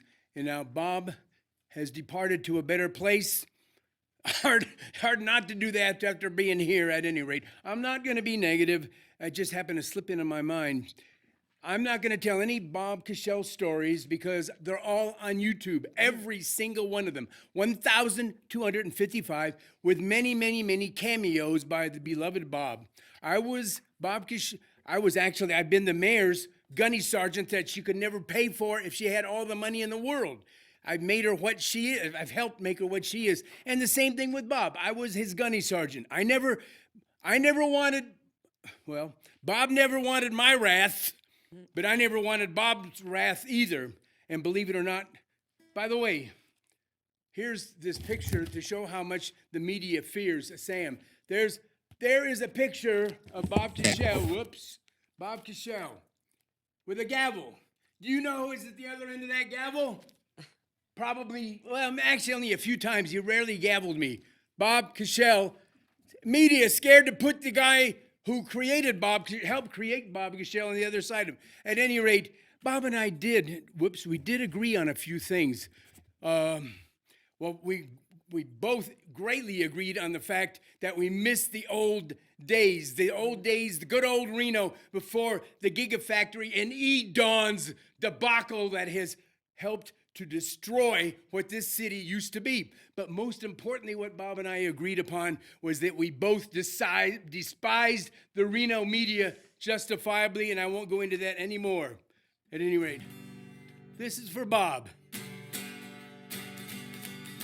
There are loved ones in the glory whose dear forms you often miss. When you close your earthly story, will you join them in their bliss? Will a circle be unbroken by and by, Lord, by and by? In a better home awaiting in the sky, Lord, in the sky. In the sky, Lord, in the sky. Goodbye, Bob. Sam, that was very sweet. He would have loved that. You think? He would have. Hey, Sam, what commercial, just for some of you that that may not know, you and Bob appeared in a TV commercial together. What was that for? Do you remember? Oh, thank you for asking me. It's on YouTube if you want to go look at it. It's on YouTube. It was only about 1 minute. Quick background. One day the police pulled me out over right as I was coming to the city council meeting right there. Had guns on me, the whole thing. It wasn't pleasant. So it was public comment time. I came in to the public. I was coming here to public comment, and I said, Bob says, Sam, why are you late? And I said, well, the police pulled me over, and they put the guns on me. They had the guns on me. They had the guns on me. Bob took a pause, got a really nasty look on his face, and said, right there, it's on YouTube. Go look it up. Bob Cashel, Sam Dene. It's on YouTube. And he said, Sam, did you get the message? Check it out. Thanks for asking.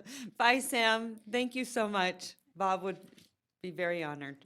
Thank you for thanking me. Madam Mayor, And the bureaucrats missed all of that. Good our job. next comment is from Amir Harer, followed by Eddie Lorton, followed by Michael Bombach. Amir appears to not be with us. Moving to Eddie Lorton.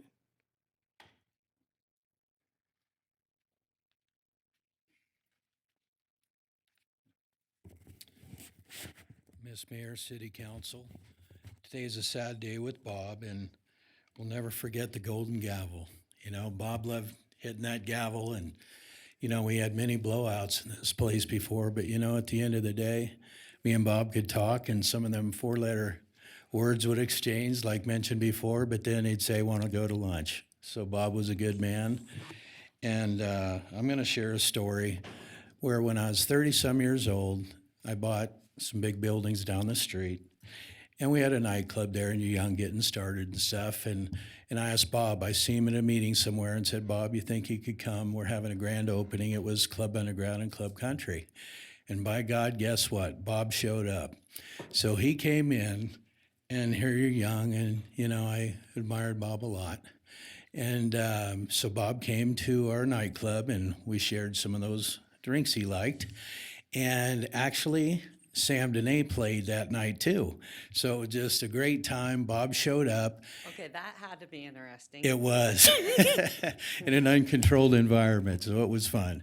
And then afterward, Bob and us went for a walk down 4th Street, and we went to Donnie's that had that little bar down the street there. And so we're walking down 4th Street. Things are starting to improve, you know, and we found a gentleman sitting in a doorway. And we flagged down a cab, you know, and Bob said, hey, take this guy home. And so they go, okay. So we gave the guy some money, poured him in the cab, and the cabbie took him home. So that was really sweet.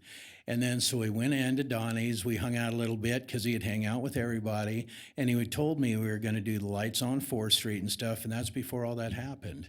And then later on, you know, we got the lights on 4th Street. That was great, a step in the good direction, and that was a good time. And then there's another story where we had, he'd mentioned he was working at Boomtown. He had his boots on. He was out mucking mud or something out there back in the old days. And he gets a phone call, and they tell him the president's on the phone. It was Ronald Reagan. And then he told me about an event to where he went to it, and he told some guy to hang a big flag. He'd give him $100. He got the big flag hung. And so later on, the president called Bob, and he said, I need you to come see me. So he said all of a sudden he was on a flight, and he went to visit with the president. It was Ronald Reagan at the time. And he ended up, when he was there visiting with Reagan, he put his hand around his shoulder and said, wouldn't you want to be a Republican someday? And that's when he switched. And then it reminded me of another time when I'm out during the legislation time out there in Carson. I seen a picture of Bob, you know, and it showed him as a president when he worked with Bill Raggio, and he was a Democrat. And then the one on the next year, he was a Republican. So that just showed the nonpartisanship of Bob, where yes, we'd all have blowouts and stuff like that, but then it is true. All of us have had blowouts, but at the end of the day, what is important and what isn't? Sure, it's good to be passionate about your beliefs, but sometimes, you know, when you lose people, you know, you got to look around. But thank you. Thank you, Eddie. That was nice. Michael Bombach, followed by Maury Kabaz.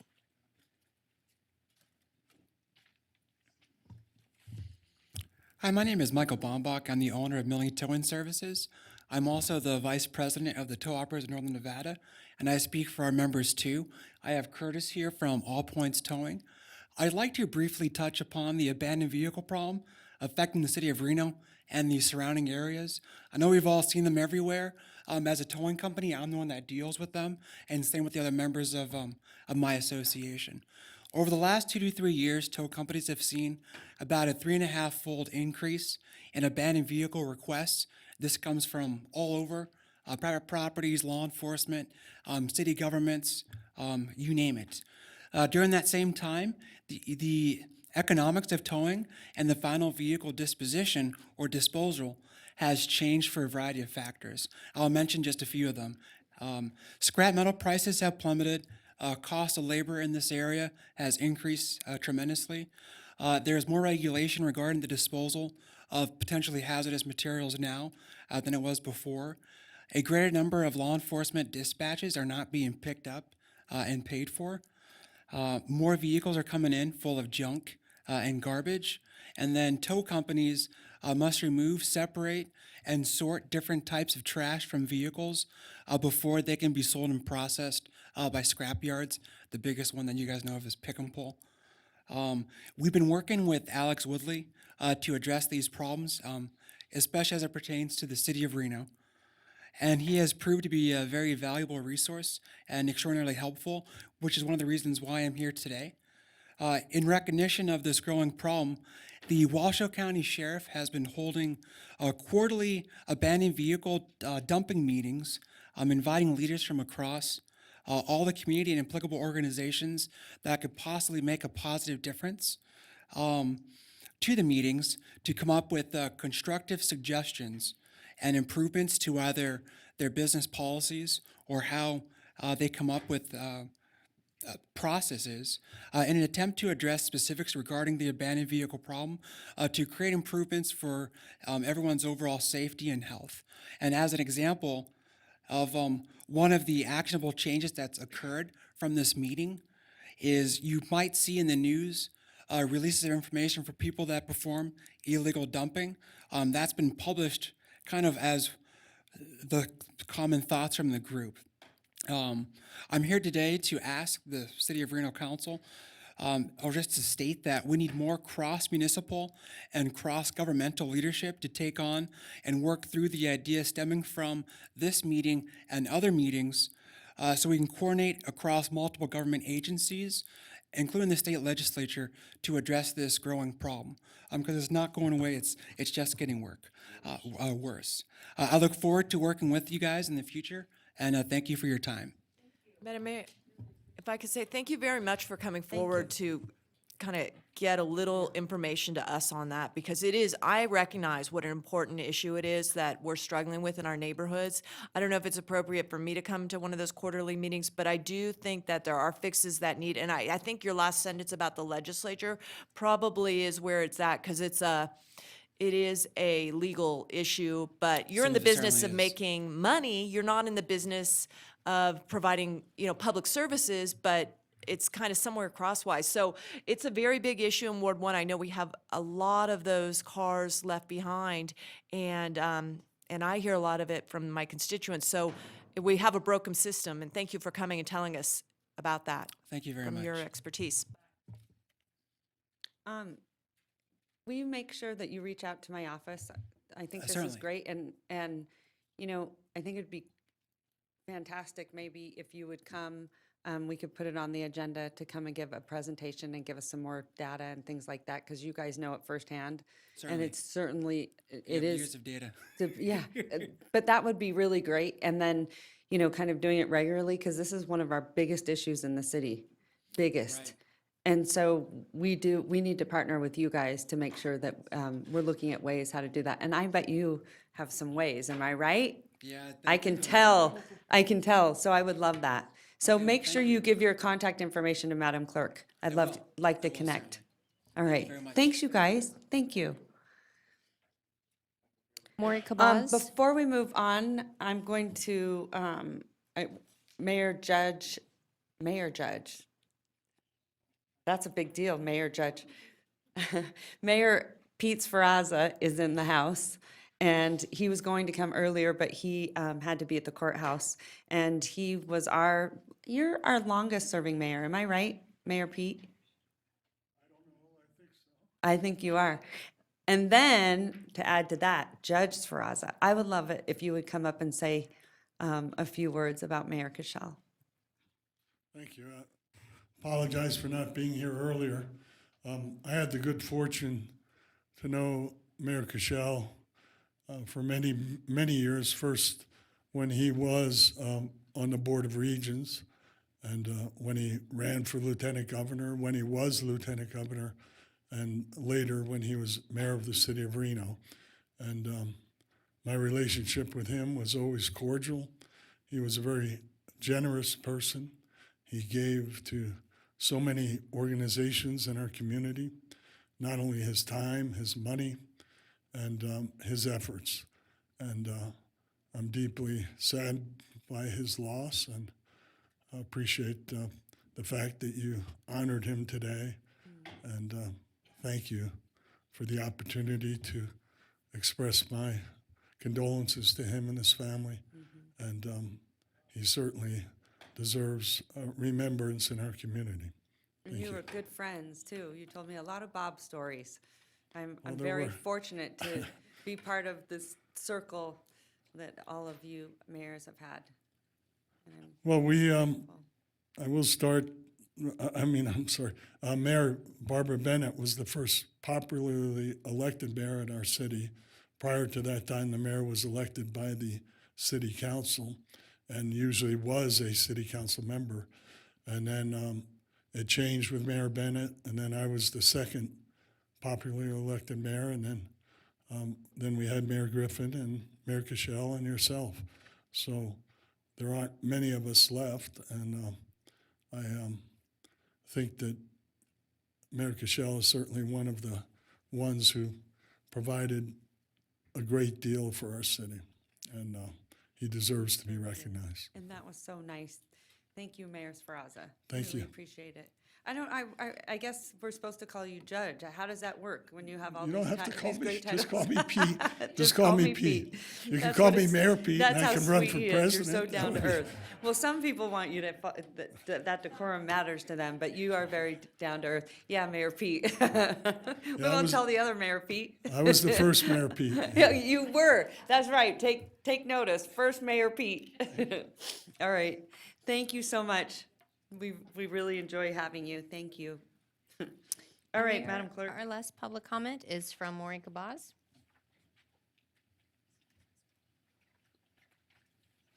Oh, wait a minute. I got to clarify something. I'm told that Mayor Cashel served 2 years longer than Mayor Pete. And Mayor Pete. I just found out that Condolence. information. Yeah. Condolences. Turbulence went in, so that's why, right? Yeah. Condolences. Hello. Good morning. Thank you for being here. Condolences, Mayor Shivi and the council. We play soccer on Sundays at Plymouth Park, and behind the park there is a church. A number of times I saw the mayor coming down the street, and there was always people, Yeah. even children, walking down with him. It was obvious they were a happy bunch, and it was obvious people were happy being around him. That's all I know about him. About my follow-up on my complaint, you're familiar with it. I've been coming here to get my property back and get an overarching case resolved. It involved the occult, and it was probed by robbery homicide. As I have reported to you, before the holiday, I was instructed not to contact any investigative reporter, but contact certain law enforcement, which I did. But this time I had to, well, I didn't have to, but I enclosed a new victim of this occultist, the perpetrator Reza, who was Aziz Shirazi, who is quietly been complaining about abuse. I also had to, didn't have to, but enclose a relative of Reza Mashur being his enabler and his partner. So by early January, I got message from local law enforcement to contact Attorney General. And if Reza sabotage one more effort to settle this in court, I will do that. I will contact Attorney General, and I will not include those Ozzy or his relatives, just focus on him to keep it simple. Now, at the same time, I was also instructed to contact certain person for financial backing to go to court, but this person, Sonny, is also controlled by Reza, and Reza sabotages the effort by making a nonsense demand that the property, his accomplice, the lender, to pay me and me to pay her, because the money pay her she had originally put up for refinancing. In other words, Reza himself wants to accept no responsibility and not pay a single dollar.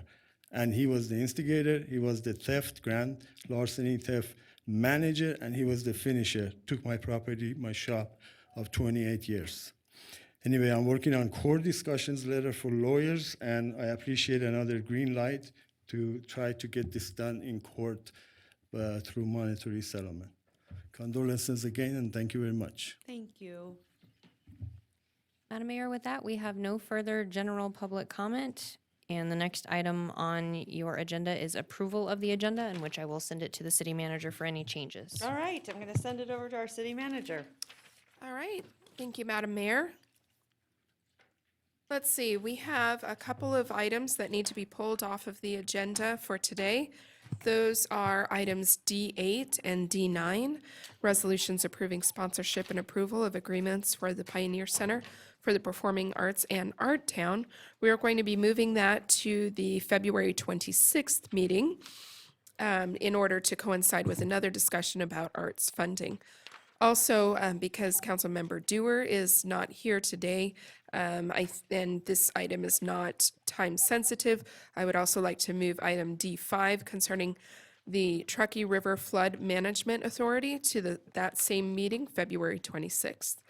And then we do have a couple of items that need to be heard together. You have item C1, Majestic Liberty Zone Change, which is in your 10 a.m. public hearing section. We'd like to move that to the 6 p.m.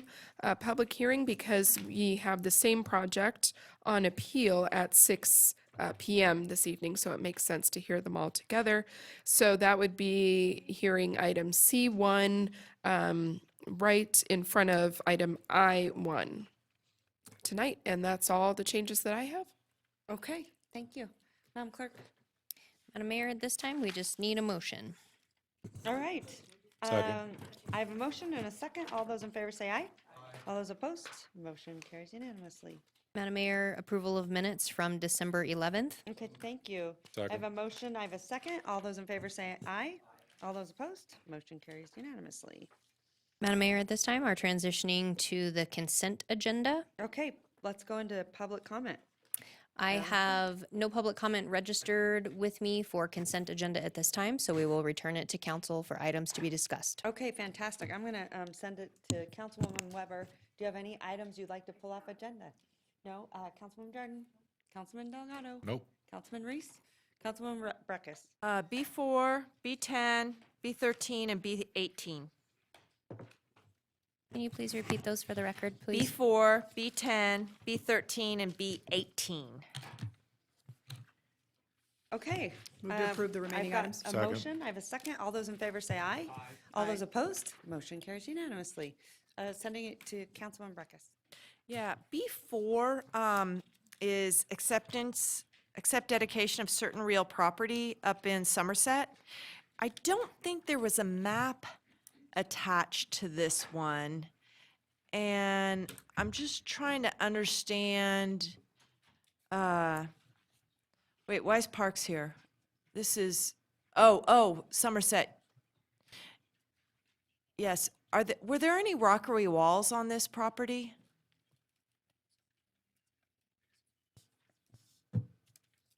Because anyway, it's an enlarged property, and it's expanding the park. Do we get any rockery walls? For the record, Jeff Mann, Parks and Recreation, there is one small rockery wall on the lower portion of this property, kind of below where the new park is being built. But it's not on one of these two parcels that we've accepted, or that we're accepting today. So we will own both sides of this rockery wall? Well, the wall is actually on the property that we already own. Oh, And we're okay, so accepting we've already properties on either accepted side that. of that, yes. Have we checked that rockery wall? Is it We've been inspecting it through the construction process. Okay, and did we have to make any changes to it or anything? Not at this time. Okay. Do we have a warranty on that, or? It's been in place for well over 10 years. Okay. Thank you for the clarification. All right, Councilman Reese, give me a motion. Move to accept. I have a motion. I have a second. All those in favor say aye. Aye. All those opposed? Motion carries unanimously. All right, back at you, Councilwoman Breckus. B10, this is the, the long-going work of the solvent cleanup up on the Reno Tahoe Airport Authority land. And I thought last year when you came forward, you said that was going to be our last year of having to go through this solvent analysis and monitoring, and then we'd be clear. Phil Tuzinga, Environmental Services Supervisor, for the record. There was optimism potentially that we could be moving towards case closure. Some of the trend analysis and the monitoring that's been ongoing since has revealed, continued to show still some obstacles to case closure. Basically, some of the wells are still above the established thresholds. We're hoping that in the next year or two, we can have more clarity on what the remaining options are for case closure, but per the record of decision from the original 2000 consent decree, per NEC, Nevada Administrative Code, we still haven't met all of the closure requirements. It's not like it's trending in a way that we'd have to do more remediation. I mean, did it really spike? I wouldn't say that it's spiked. There's been some slight rebound of some of the contaminants. Ugh. But we also can't show a continuing decreasing trend, that would be occurring with natural attenuation. So we're hoping that potentially we'd have some pathways to close part of the plume or part of the wells and focus in and maybe re-optimize the system if we can, just focus on the hot spots. But there's other possibilities that are still being negotiated with NDEP. Okay, well, thank you for elaborating upon, this kind of caught my eye, so thank you. I have an additional question. I did not understand with regard to the amount of money that still remains in the original insurance settlement. It's approximately, $435,000. Our share in this thing, which we're approving today, is $23,000. You're saying there is some end point in the future, and my question has to do with not the share that we pay, but what will happen to the remaining balance in the fund? Does it get allocated or swept into general funds? And where is the balance in a budgetary speak? It's in a couple of different funds. I want to say part of it is in the risk fund. The other, I believe, is in the sewer fund. My understanding, and this may be a question for legal, but my understanding is that the city would, if we obtain case closure with funds remaining, we wouldn't have to pay those back to anybody. We would keep them. I wouldn't start counting much of that money yet, because once case closure is reached, roughly 100,000 of that is going to have to be used up to abandon wells, decommission the system. There's going to be some cost associated with that, and it's, although we're hopeful that it won't be that long, it could still be another 10 years before case closure is reached. So I wouldn't count on those funds yet. Yeah, I wasn't counting on the funds. I'm just concerned because it's a long history lesson to get through in the staff report. So it's understanding the source of the funds relative to what remains.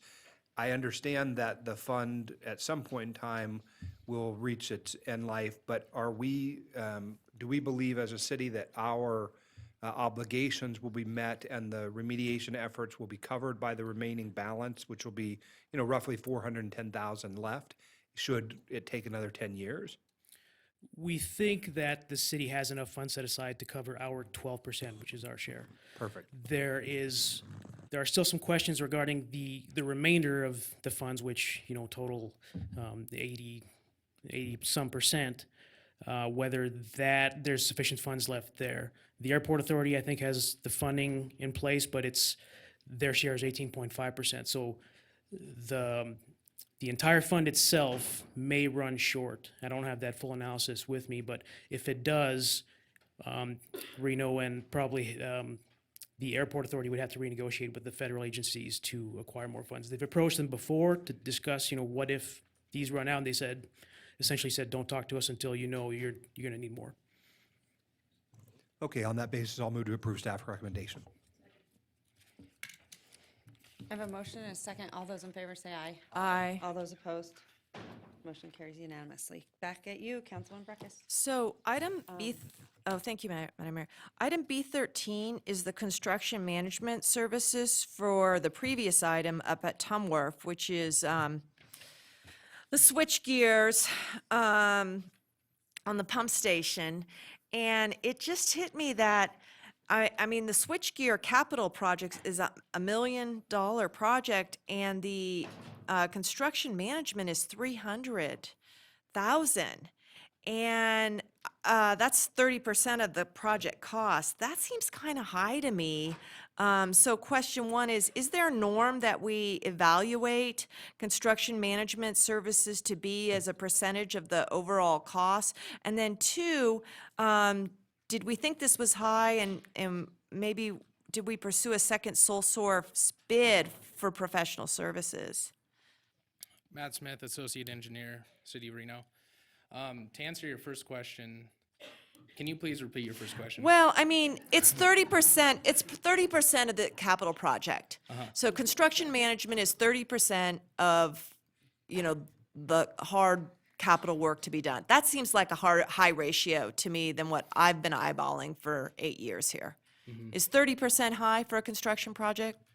For this particular construction project, it's very complex, and it has the potential to have temporary power installed.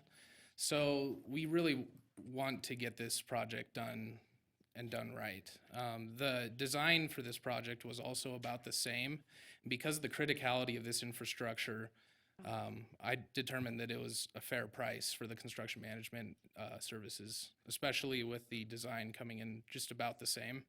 Yeah, I mean, that's 600 in design and construction managed services for $1 million project. Did you think about getting another bid? Because AECOM, I guess, is the group. Did you go down to the professional service list and think about asking someone else? So AECOM was the design engineer, and the design engineer actually did the substation project, which is directly related to this project. Another note is there's $53,000 in contingency for this project, and we don't expect to use most or any of that. Okay. But Okay. it is helpful to have the designer on board for the CM, just because we can figure out field changes a lot quicker. Okay. I mean, I just, it's a big fund, Yeah. but it has a lot of work and a lot of demands on it. And just, I think, okay. I'm going to ask these questions because the sewer fund and the sewer rates hit every single household. For the record, John Flansford, Director of Public Works. Councilmember Rekus, you are absolutely correct in looking at this, and that was a very good observation. It is due to the complexity, and because of that complexity is why we have a higher contingency with this one as well. But you are your percentages. You're looking at these things and doing what needs to be done. So Okay. thank you. Okay. Thank you. I appreciate that, and I'll motion to approve this agreement for construction management services. All right, I have a motion and a second. All those in favor say aye. Aye. All those opposed? Motion carries unanimously. I think back at you. This is a very unusual, B18 is a very unusual acceptance of streets, and it's a street I have a little bit of familiarity with. Is anyone here related to accepting this street? I think it's you, right, Mr. Mitchell? B18? There's some weird quiet title thing that we're taking this property in. It looks to me like a driveway. It functions as a driveway. you know, when we take in streets, that's one street on the list that competes with the old streets in the neighborhoods that I get calls from Ward 1 residents about. So I want to be pretty sensitive that we're not taking in a street that functions as someone's driveway and should be their project, particularly when it comes through this odd way of some sort of quiet title activity. So what, can you put up a map and explain what's going on here? And unfortunately, it's Miss Stewart's ward.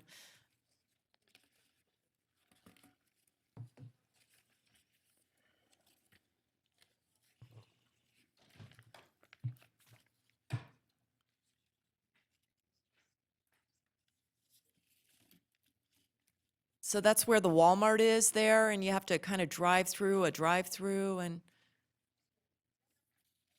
do you have the aerial?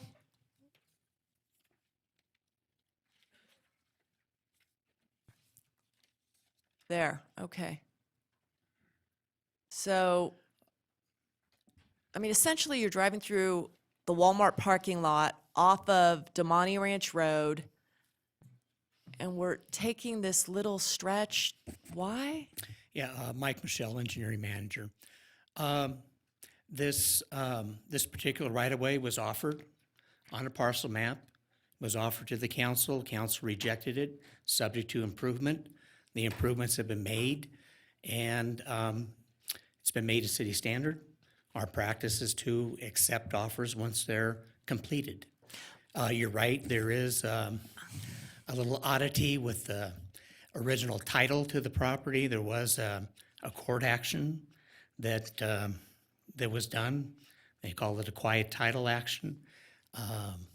That was done prior to the map being done, but you know, all the standard processing applications were done for the dedication track map. Project's complete, improvements done. We ordinarily accept it. But the city, you said the city council accepted and refused dedication. The city council did not, because if it went through the subdivision process, it had a planning commission approval, but you're saying it was a parcel map. I mean, is it just, what is it serving? Some apartments back there, or? It's serving an apartment complex, yes. An apartment building. Okay, so that didn't go through subdivision activity. It was a dedication track map, so it was a planning commission action. Maybe, unless it went straight through administrative review. I just cannot get there on this. I think this is a parking lot. You go through a drive-through. I get that they're landlocked back there, but if they've got easements, take those privately. Don't put another roadway that is basically serving as a driveway through a shopping center. Don't put that onto our city street maintenance responsibilities. Let that go with them. That's where I'm at. And unfortunately, Ms. Stewart's not here to, she might have some other information.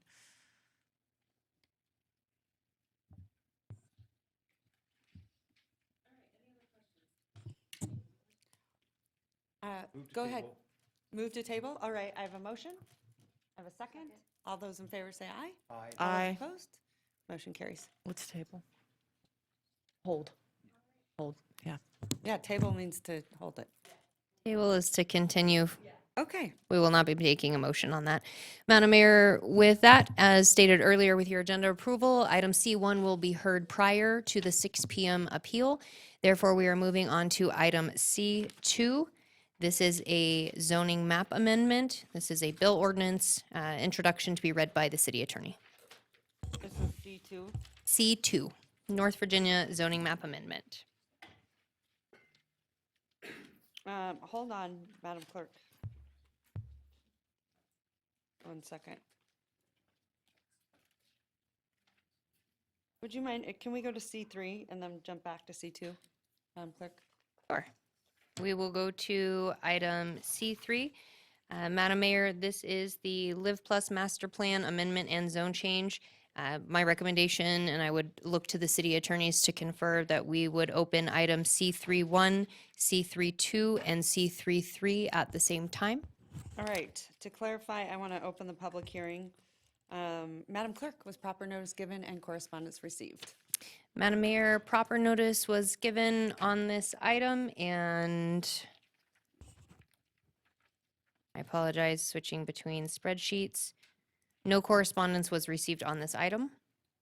All right, and I'm going to ask any council members if they need to make any disclosures. If they'll feel free to do so. All right, seeing there's none, staff presentation. Madam Mayor, just to note in the record, after staff presentation and council questions, we do have public comment that we will take prior to a motion being put on the table. Perfect. Good afternoon, council members, Madam Mayor. Arlo Stockham, Community Development Director. I just wanted to do a brief introduction to this project. It's somewhat unusual. It's a 7-acre site along Valley Road, or actually along Wells Boulevard, that is redesignating from parks and open space to some residential uses. It's unusual because we don't usually have open space designations on private land of this nature.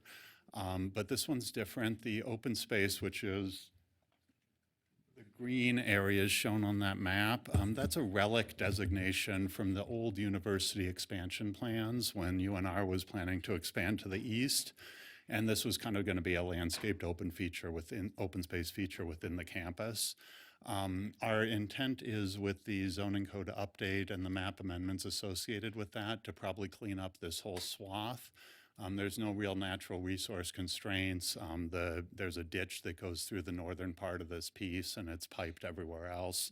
So that's really the reason why staff supported this project. It's not your normal open space area. It probably shouldn't be designated open space in the first place. There have also been some discussions. There's an existing non-conforming rendering facility adjacent to this site. Some concerns were raised at the Planning Commission by that operator. The bottom line is that operator is a tenant, not a property owner. Their use is non-conforming, and this really is an area that's developing and will continue to develop residentially. So we did support that when development comes in the future. Mitigations related to odor will be needed and will be applied if the rendering facility is still there at that time. So staff did support this. The Planning Commission reviewed it, had a significant discussion, and unanimously recommended approval here for your consideration. I believe the applicant has a more detailed presentation, but I just kind of wanted to set that context of a little bit unusual here.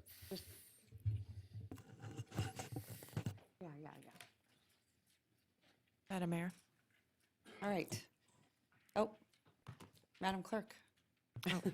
You're missing. Go ahead, Councilwoman Breckus. You know, I think this is rendering plans are like a textbook use discussed in zoning classes. And I don't think it's material if it's a tenant or owner. You know, it's an established use.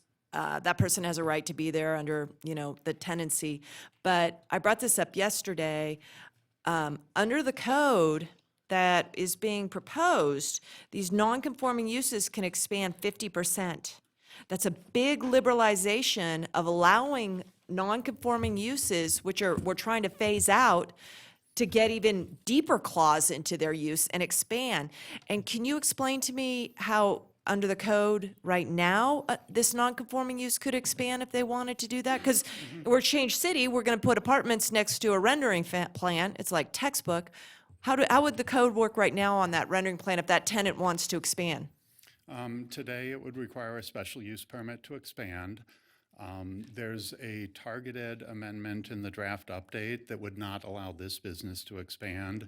It allows expansions up to 20% within an existing building to be approved, but there's an approval criteria that expansion, it's not an automatic right to expand. The expansion would need to be determined to not be impactful to the surrounding area, and this obviously would be a case where it would be impactful to the surrounding area. So the amendment you reference in the draft code would not affect this business's ability to expand. They couldn't expand their building. It's only for within the same building. Well, can we just tickle that a little bit further? So the non-conforming use special use permit right now is one issued by the Planning Commission? Not City Council? It would be City Council upon appeal, just like any No, other use permit. okay, maybe I'm little outdated in my understanding, but I thought that non-conforming expansion special use permits are the only one that rises to the level of city council issuance. That's how critical the code now views. Do you have a clarification? Am I? Yeah, just to jump in, Sienna Reed, Senior Planner for the record. So with regards to special use permits for non-conforming uses, what is seen by the Planning Commission and versus what is seen by the council, the Planning Commission sees a special use permit to expand an existing non-conforming use, which is what Reno rendering would be today. And then council sees a special use permit to establish a non-conforming use that is lapsed. Okay, And so if there's- one's lapsed. it's Okay, a- so if the it's a tenant went difference away, that's- okay. And then the new procedure is it's all administrative review to expand it? It's unchanged to expand a building or a normal expansion. There's a very limited exception for expansions within an existing building with the finding that it's not impactful to the surrounding area. So it's a pretty targeted amendment focused on non-impactful businesses and a smoother process, but Okay. it wouldn't be applicable to this site. Okay, maybe we talk about that more in the code. I just wanted to bring that up because the rendering plan, and I think there's another one we have, is, the theory is to phase it out and, how we go through that, because we are putting residents next to a rendering plan, and the first thing you get are residents complaining about the rendering plan. Yes, and this was addressed in a prior apartment building in the area where there were disclosures for residents moving in, knowing it's there, and there was some odor mitigation as part of the project required. Assuming a development comes in, we would do something similar.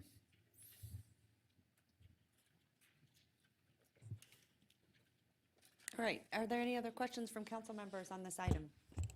Seeing that there are none, I'm going to send it back to you, Madam Clerk. Madam Mayor, Tammy Holt still would like to speak on item C3. And then after she has done this, we will send it back to the city attorney to read the bill number into the record. All right, thank you. Tammy Holt, still Lemon Valley Swan Lake Recovery Committee for the record. Right now, this parcel is not in the floodplain, but however, it is a contributor to Silver Lake, which then contributes to Swan Lake.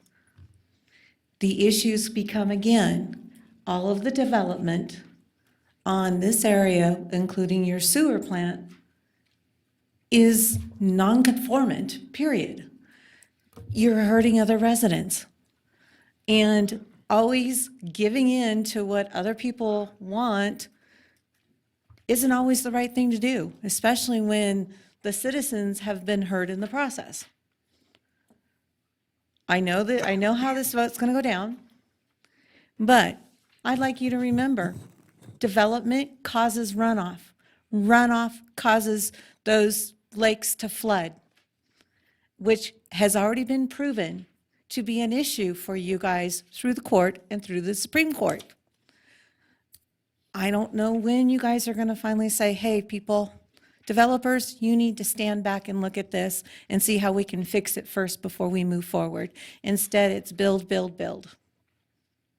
Madam Mayor, point of order. This property is approximately 5 or 7 miles from the Swan Lake area. This is adjacent to the university up near the old Minogue High School. And if we need to look at a map, I just want to make sure. We moved the agenda items. I think originally we thought we were on C1, but now we moved to C3. And so I just want to make sure that I address Ms. Holtstill's concerns because they're just not related issues. Okay, thank you very much. Madam Mayor, All I right, do have Madam a brief presentation from the applicant's representative, if council would like to see that at this time. All right, any council members like to see a presentation? Seeing that there are none, I'm going to send it back to Mr. Carl Hall. Thank you, Madam Mayor. This is ordinance introduction, bill number 7121, case number LDC 20-00025, Live Plus Master Plan and Zoning Map Amendments.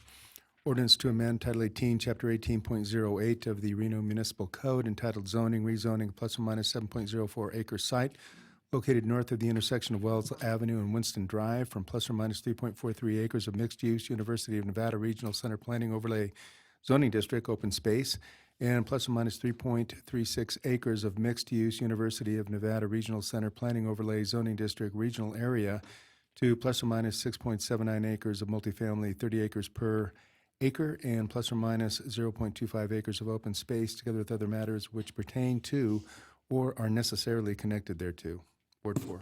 Okay, thank you so much. I'm going to send it to you, Councilwoman Weber. Thank you, Madam Mayor. I move to uphold the recommendation of the Planning Commission and refer bill number 7121. 7121 for a second reading and adoption. All right, thank you. I have a motion and a second. All those in favor say aye. Aye. All those opposed? Motion carries unanimously. Madam Mayor, with that, we are transitioning back to item C2. This is the North Virginia zoning map amendment. I just wanted to put a disclosure on the record for you, Madam Clerk. Thank In the you. interest of full transparency, of disclosing the fact that I have a personal and non-business relationship with Jessica Sferraza. I understand she has been retained by the applicant as a consultant on the project.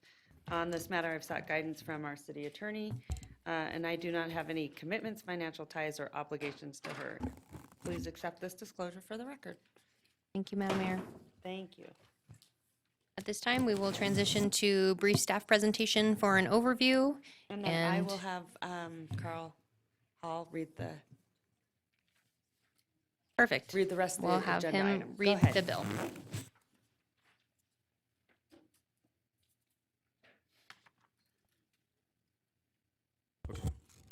Ordinance introduction, bill number 7122, case number LDC 20-00022, Majestic Liberty Zone Change, ordinance to amend Title 18, Chapter 18.08 of the Reno Municipal Code, entitled zoning, rezoning, a plus or minus 34.98 acre site consisting of 3 parcels located on the North Virginia Street, plus or minus 1,100 feet northwest of Lemon Drive, North Virginia Street intersection, from mixed use North Virginia Street Transit Corridor Overlay District to industrial, together with other matters relating thereto. All right. Thank you. Good afternoon. For the record, Angela Foos, Planning Manager. This is a request to change the zoning from mixed use to IC. This does conform to the master plan, which is industrial. As part of the zoning code update process, we are looking at changing this to IC as part of that process. So this does match what's in line with what is to happen with the zoning code update. In terms of types of uses, mixed use does allow for broader uses outside of industrial, which would include residential and more retail type of uses. So this actually reduces the types of uses. The other thing I wanted to mention is within mixed use, we do not have a limit on how tall buildings can be or the number of stories. In the IC, we do cap the number of stories to 3 and the height limitations to 55 feet. So just to give you a broader perspective of the difference between mixed use and IC, again, this is more of an industrial area. It's transitioning to more of an industrial area than a mixed-use area. And so this is in line with where we are going as part of the master plan and through the zoning code update. Okay, thank you so much. Questions from council? Seeing that there are none. Madam Clerk, do you have any public comment on this item? Madam Mayor, I have no public comment on item C2. All right, thank you so much. Councilwoman Weber. I do have public comment on C2. Did you fill out a form, Tammy? Okay. why Tammy, don't I have come you up? for C1 and C3, but if you'd like to speak on C2. It's okay, I have C1, I have you under C3 too, but if you'd like to Tammy, come why on don't you C2, come now's up? your time. You can come on up and then just do another one.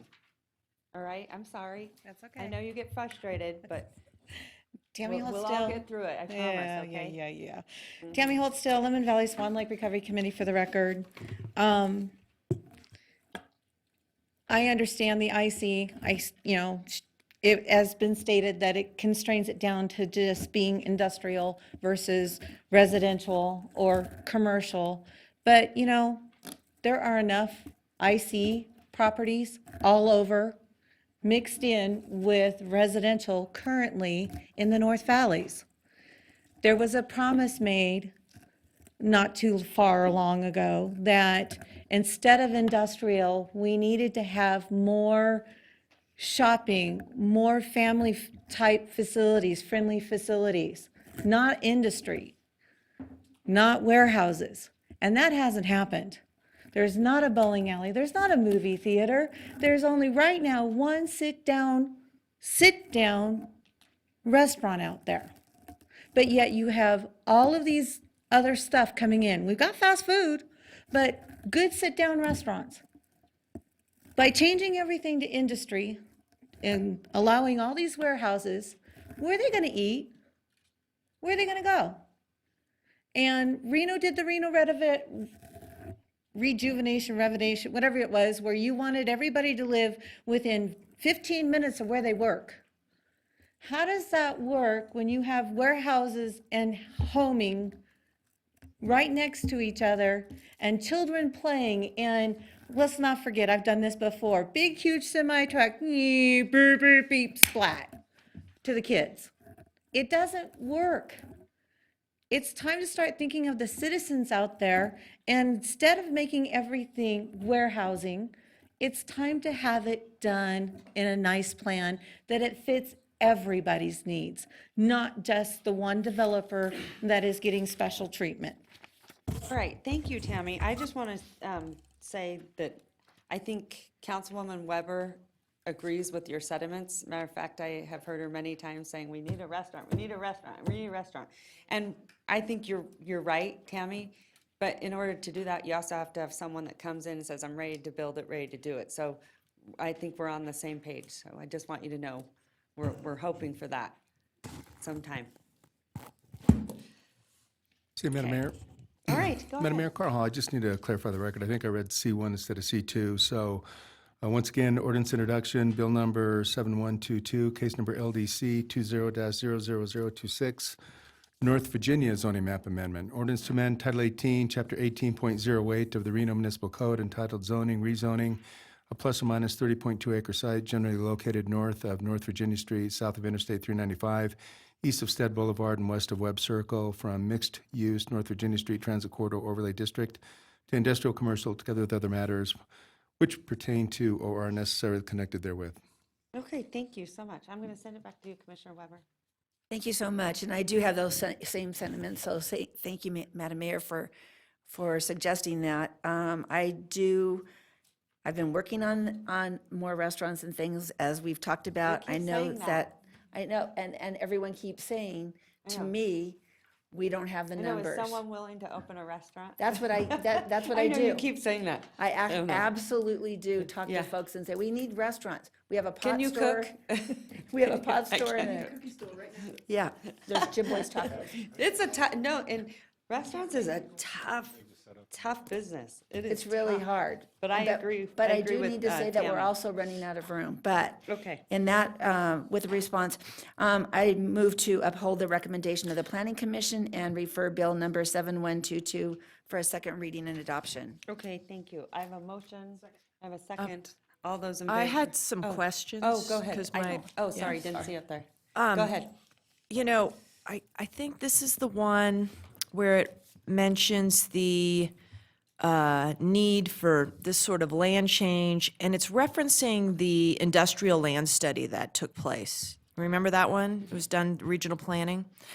That one, as I recall, pertained to 50-acre sites for industrial buildings, industrial and logistic uses. And when Stonegate, which, you know, sorry to bring it up because I know you were working for the Stonegate developer and now you're here, but I don't, you know, so you're familiar, but I'll just disclose that. Okay. I opposed that because I knew that was some of the large last industrial land around. But now we're bringing on industrial lands that's much smaller, which to me doesn't seem to be where the policy said we needed to go. Of course, the industrial zoning district allows a suite of other uses. And that's why I've supported these zoning changes, knowing the other uses can come in.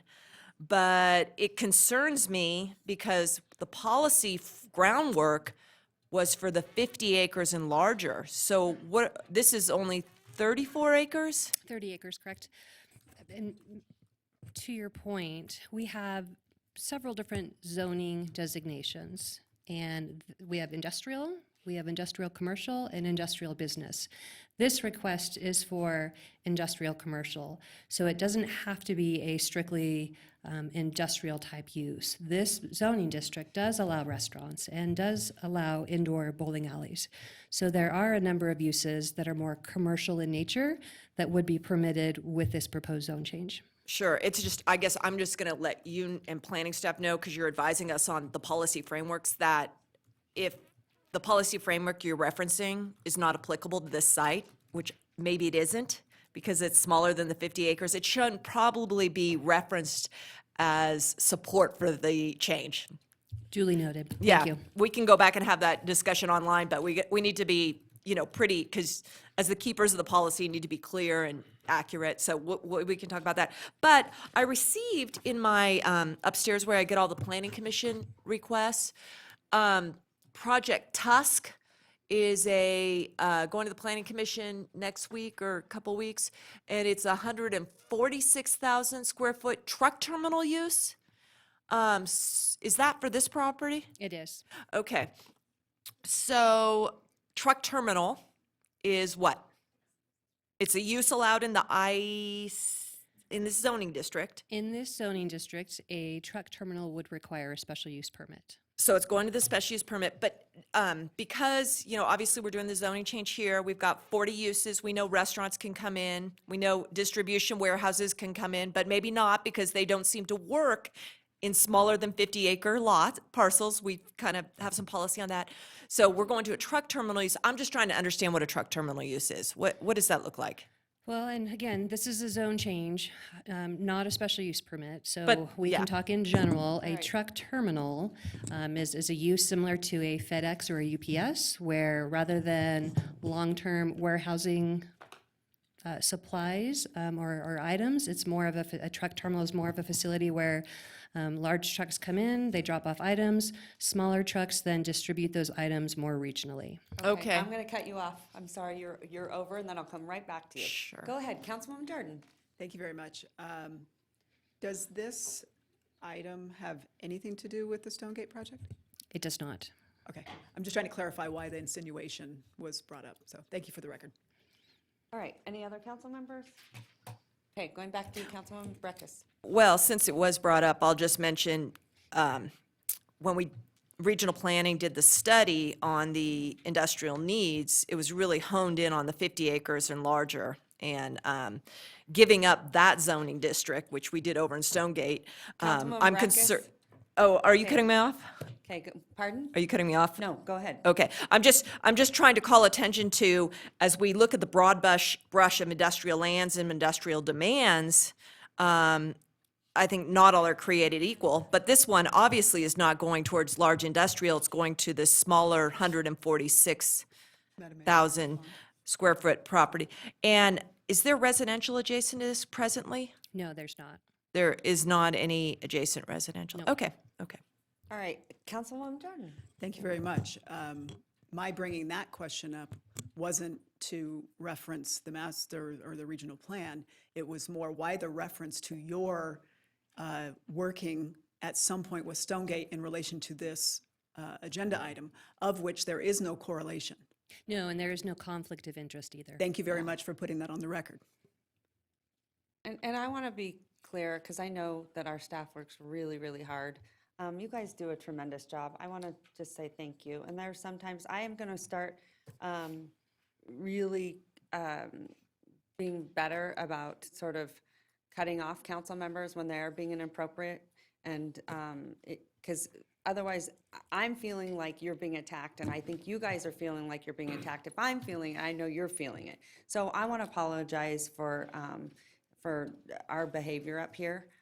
Sometimes I think that it's not warranted in the slightest bit. So I want you guys to know that I'm acknowledging that.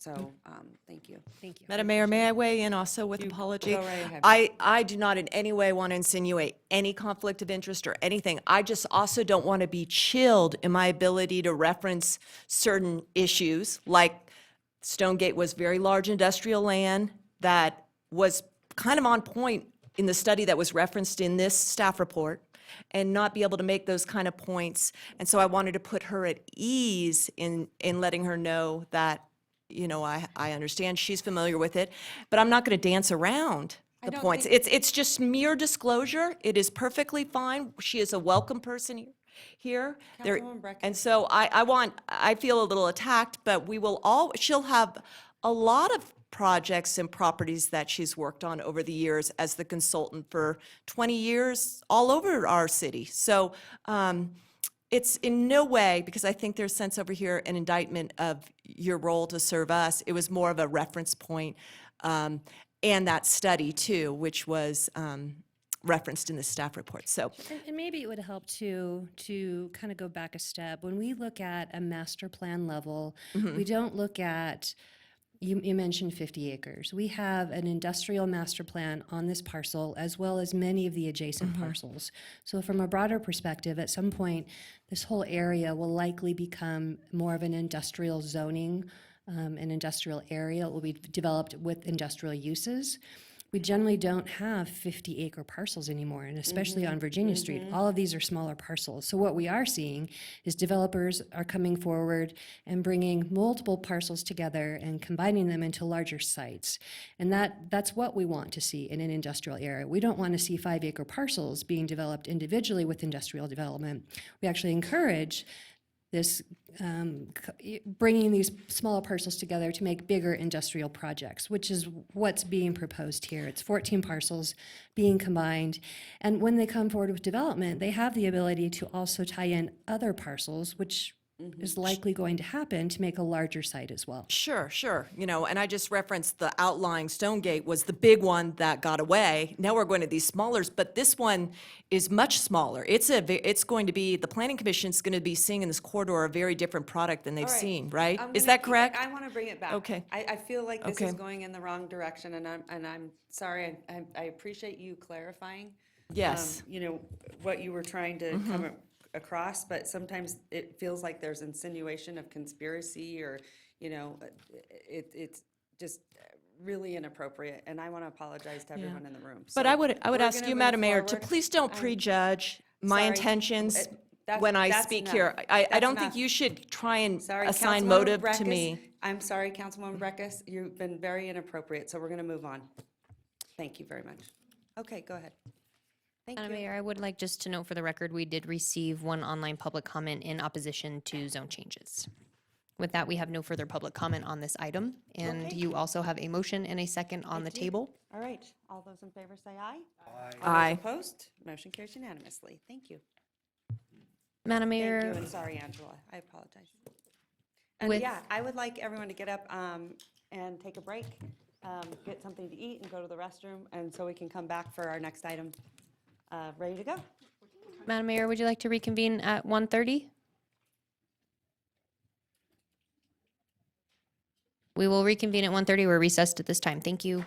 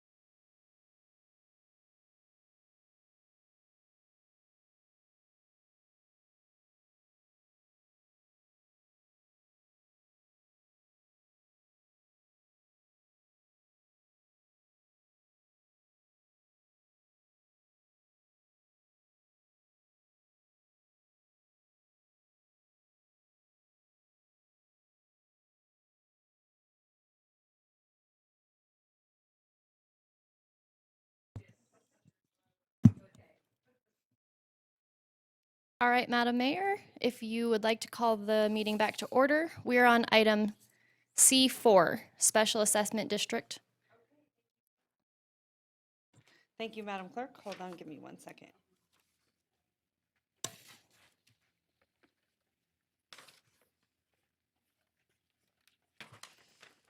Okay.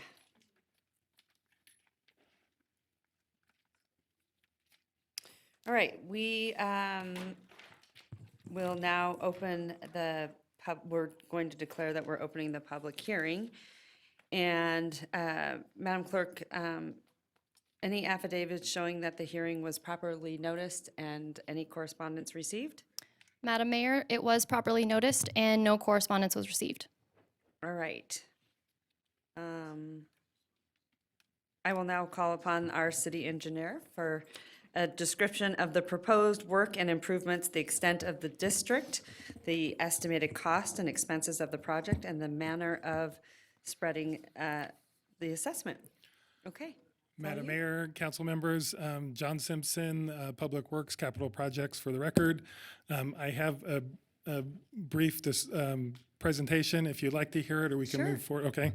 The 2020 Special Assessment District is for our street rehabilitation units. It's primarily the assessment of sidewalk and our driveway approaches. We assess these based on the criteria and the city policy that has been established by City Council. The Special Assessment District has 4 units this year. The first 3 units are City of Reno projects, and the last one is a RTC reconstruction project. A little bit more detail on the location. Ambassador Drive is up in the northwest near Mayan Drive. It includes Ambassador, Fieldstone, Ashbury, and Villa Verde.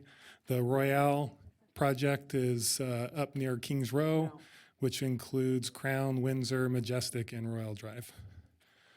The 11th Street project is located down near the university on 11th Street, Gear and Vine, and the RTC project is located out in the North Valleys on Golden Valley Drive between Virginia and Yorkshire Drive. The special assessment, the maximum benefit, estimated benefit that we have, and the assessment cost on this is approximately $461,000. However, if you look, we are investing about $12 million in these neighborhoods for these projects that we're doing in these locations.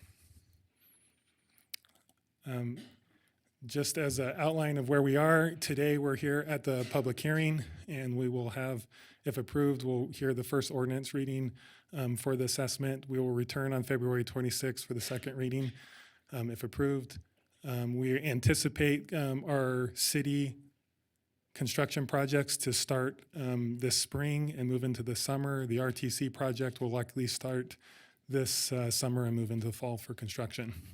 March of next year, we'll return to close out the district, and our property owners will expect to see bills and payment payment information likely May of 2021.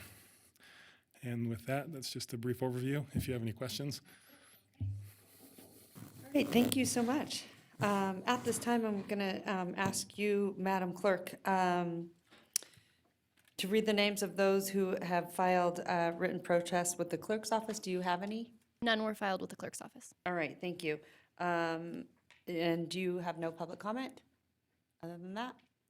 We have none registered. None? Okay. Any person wish to speak in favor or against or the proposed assessments on the City of Reno, Nevada 2020 Special Assessment District Number 1? I just want to keep clarifying that, Madam Clerk. None No? registered. Okay. That being said, I'm going to bring it back to our board. Councilman Breckus. Yeah, can I ask you, is this the first year that we upped our amounts because the bond got all paid? So this is the first year that we are doing more street units because the bond has been paid. So we have 3 street units this year. Yeah, that's really a good feeling to get this many. Yes. So the second question is about Ambassador. Did you all look to see if we have any speeding complaints and if there could be an option to put some traffic calming on that? Because it is somewhat of a residential collector, and I do think that I hear some complaints about that street sometime. We can investigate that and see if there's opportunities to do some improvements with this Okay, project. okay. But we do not have anything currently in Okay, the we're- design to put any traffic calming or those type of devices in on this project. At this Is there time. anything, there wasn't anything existing on that one? I do not believe so. Okay, okay. Well, if we could look into that between now and the next time, that'd be great. Okay, excited. Super excited. Okay, any other questions from council members? Seeing that there are none, I'm now, let's see, at this time, I'm going to close the public hearing, Madam Clerk. Okay? And we will now have the city attorney read the resolution. I'm going to send it to you. Great. Thank you, Madam Mayor. This is ordinance introduction, bill number 7123, item number C43. Ordinance creating the City of Reno, Nevada 2020 Special Assessment District Number 1, ordering the acquisition and improvement of 4 street projects consisting of 16 street segments within the City of Reno, Nevada, providing for the levy and collection of special assessments therefore, ratifying and approving and confirming all action previously taken by the City Council, the City of Reno, and the officers of said city directed towards the acquisition and improvements of said projects in the district, prescribing details in connection therewith, together with matters which pertain to or are necessarily connected thereto. Thank you. All right, thank you so much. At this time, I'm going to send it over to our vice mayor to give me a motion. Okay, thank you. I have a motion. I have a second. All those in favor say aye. All those opposed? Motion carries unanimously. Okay. Madam Clerk, I'm going to send it back to you. All right, with that, Madam Mayor, we're on item D1 for massage establishments. Okay, thank you. D1. Okay, here we go. Madam Clerk, do you have any public comment on this item? I do have public comment. You do? Okay, great. All right, our first public commenter is Sandy Anderson, followed by Dominique Brewer, followed Hi, by Sandy. Andy Durling. I know. I'm short. I know. There we go. It's all good. Madam Mayor, members of the council, my name is Sandy Anderson. I'm the executive director for the Nevada State Board of Massage Therapy. I'd like to thank the council for hearing these proposed documents today. I really appreciate it, you guys. I am responsible for the entire state for licensure of massage therapy and certification of massage therapy establishments statewide. And in that capacity, I am responsible also for the human trafficking, sex trafficking, and labor trafficking that's going on in our industry. These documents that are before you today are to help us deal with this issue. The documents contain a lot of information that is very similar to the City of Henderson. City of Henderson has reduced their number of illicit locations down to 3. They are still aware of 3, but they have gotten it down to 3. City of Reno, when I started my job, we had 4 illicit locations. 4. I went to Washington, D.C. in October. I was in Washington, D.C. at a Polaris convening on human trafficking in illicit massage establishments. And now, as far as they're concerned, Presidian Partners does their numerics for them, and we are sitting at 26 confirmed illicit locations that have been identified because they've had phone calls for human trafficking, or there have been ads placed on the internet. We're working with Reno PD. I'd like to thank those guys if they're here. No? Okay. The Human Trafficking Task Force with Reno PD is amazing. Thank you very much. And code enforcement, Joe, is phenomenal when we come across these establishments. Frequently, they will have showers installed that aren't to code. They'll have bathing facilities. They'll have laundry facilities. They'll have all kinds of stuff like that. They'll have people living in residence at the business establishment, and we don't have jurisdiction over that, so we call Joe, and he works with us. And then Michael, of course, for drafting all of these documents. the legal department. We're very grateful to the city. If anybody has any questions for me about our industry, I'd be happy to answer them.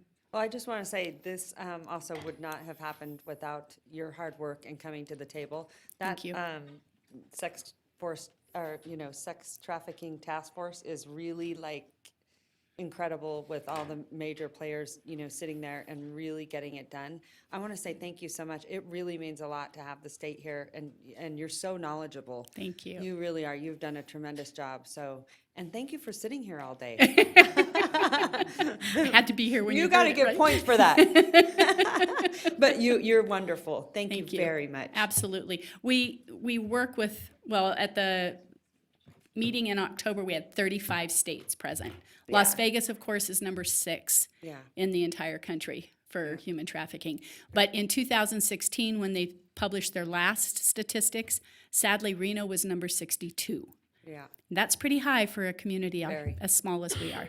Very. And I think that task force is going to get a lot done. And I would just encourage any council members or anyone sitting here, if they want to attend, it's, I mean, just in the short period of time we've been doing it, Yeah. there's a lot that's getting done. So we couldn't do it without you and Code and Joe and, where is Alex? Right? Where's Alex? Alex, where are you? And we He's on the couldn't have done phone. it without you. I spoke to him earlier this morning, and he was just really excited to have it on the agenda. So thank you. Absolutely. And as far as I know, we really don't have any licensees opposed. And that's That's huge. great, 'cause Even, that's- yes, even some yeah. of our single licensees, code enforcement has made it so that they're okay within this. And some of our larger properties that are going to be affected by this, they're on board because they want to see the illicit activity stopped. Yeah. It adversely affects their businesses too. Yeah. So it's a good thing. And I'm so glad we're doing it in our city, because I worry about all the other ones that aren't. Because Right. you guys, this is an eye opener. I had no idea about, some of the things that can happen Yeah. in this industry. So Yeah, thank there's a you. lot of indentured servitude. They don't come over here because they're smuggled into the country. They come over here willingly, and then they become indentured servants, and they're That's the stuck. problem with it. Then they get stuck. Right, Mhm. exactly. Anyway, you're doing great. Thank you you. so much. Okay, Madam Clerk.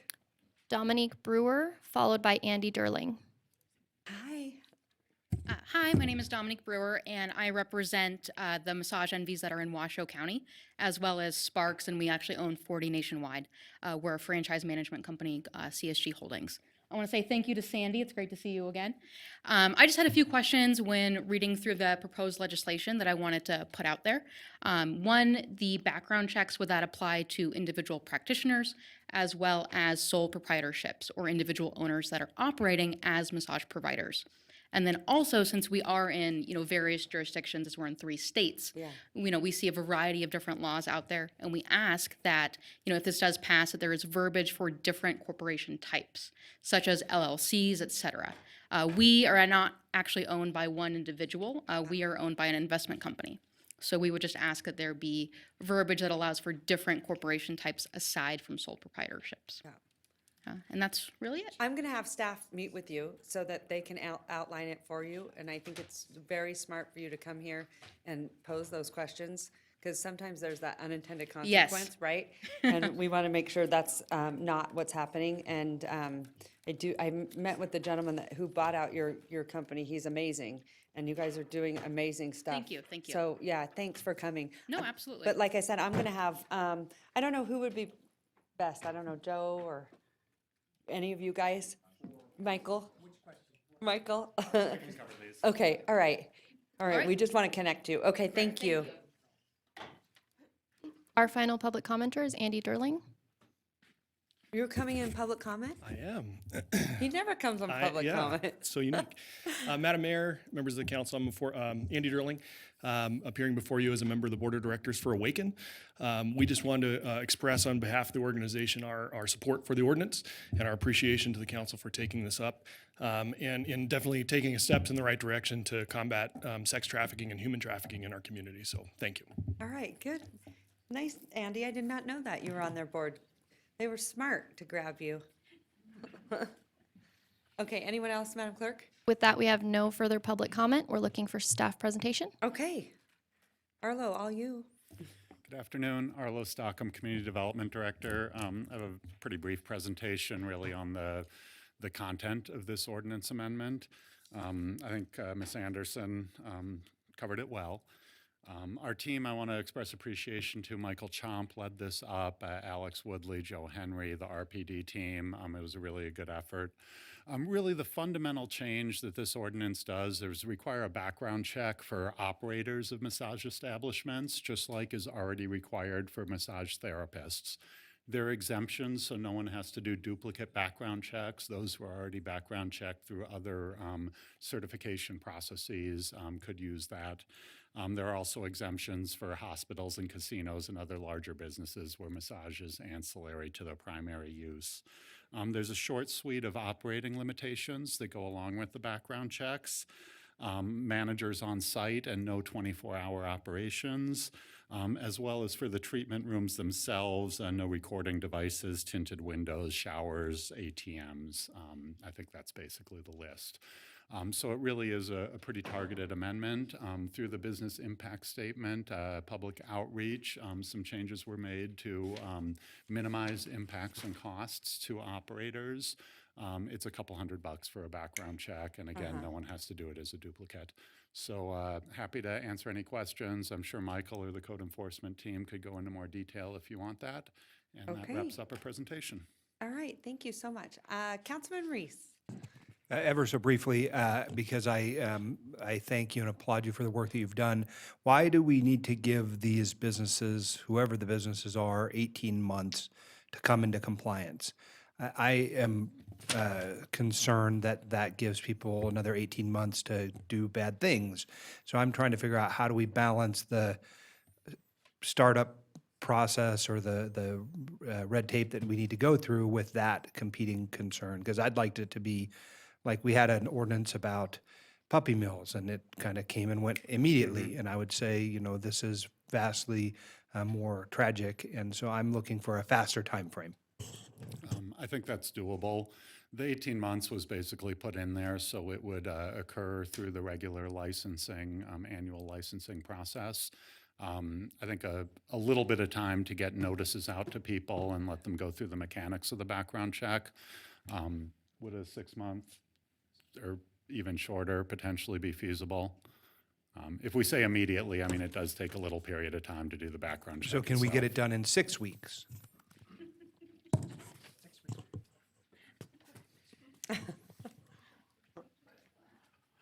Michael Chomp for the record, Business Relations Manager. So 6 weeks might be a little tight. So the reason for the 18 months, really, we have a 12-month cycle for annual license renewal. They have a 60-day grace period on top of that. So essentially, you're looking at 14 months for someone to come in. If we started today, well, the second reading maybe gets approved the end of February. So let's say, you know, March 1st, we go through a 14-month cycle. So that's kind of, I think we could primarily, we could shorten it to some degree, maybe to 12 months, but we're trying to capture all of those that are going through the cycle without more disruption to the business. But we do understand that it's critical, and as you heard, there are some serious issues with some of the establishments. So I still didn't get a firm commitment, so 12 months. I'd like to push it a little shorter than that. I think upon adoption, we could send out notices pretty much immediately. Maybe how long the background check actually takes and give them an extra month or something. So, you know, they get on it, get it scheduled, get it done. Sure, yeah. I'm pretty sure we could do that in 6 at the most. Yep. Okay, great. Okay, any other questions from council members? Seeing that there are none, I'm going to send it to Vice Mayor. Madam Mayor, just because of the nature of our meeting today, I'm a little bit lost in the sauce. Did we open all of the D1 items together? And I guess I'm looking to the clerk and legal. Sure, so you can motion on all of them. Yes. Perfect. Okay, so I move to approve staff. Well, if we're motioning to approve them, the city attorney needs to read the bills into the record first. Okay. Thanks. All right, so you motioned, and I'm going to send it back to you, Mr. Carl Hall. Thank you, Madam Mayor. This is item D.1.3. Ordinance introduction, bill number 7124, ordinance to amend Title V of the Reno Municipal Code entitled Privileged Licenses, Permits, and Franchises by amending Chapter 5.05 entitled Licenses Generally, Section 5.05.008 entitled General Requirements to add massage establishments to the list of businesses business licenses required to obtain a Federal Bureau of Investigation nationwide background check together with other matters which pertain to or are necessarily connected thereto. This is item D.1.4, ordinance introduction, bill number 7125. Ordinance to amend Title V of the Reno Municipal Code entitled Privilege Licenses, Permits, and Franchises by adding a new chapter, 5.23, entitled Massage Establishments in its entirety, to create a massage establishment privilege license, new definitions, license application, and issuance process, and minimum operational regulations for massage establishments together with other matters which pertain to or are necessarily connected thereto. All right, thank you so much. So I have a motion. Do I have a second? Want a second? I do you wanna- just wanted go to ahead. clarify that we do need to approve sub-item 1, the business impact statement, as the Okay. initial action. I wasn't clear on what the Right. motion was for. Yeah, my Vice motion was Mayor? to accept the business impact statement, refer for second readings, the ones that we're doing, and to accept the staff recommendations. Okay, thank you. So I have a motion from Vice Mayor. Do I have a second? Second? All those in favor say aye. Aye. All those opposed? Madam Mayor, if I may, I'm Oh, sorry. Alex go Woolley for the right record. Where have you been? I was sitting back. Well, we just need the motion to include the amendment to the 6 months from 18 months. Because that's okay, in the yeah. code. Yeah, sounds good. Okay, I'm going to send it back to you, Vice Mayor. I apologize because I had thought my motion included that 6-month, and I think it was understood that it did, but my motion did include that. Okay, so I have a motion, I have a second. All those in favor say aye. Aye. All those opposed? Motion carries unanimously. Good job. Thank you so much. Congratulations.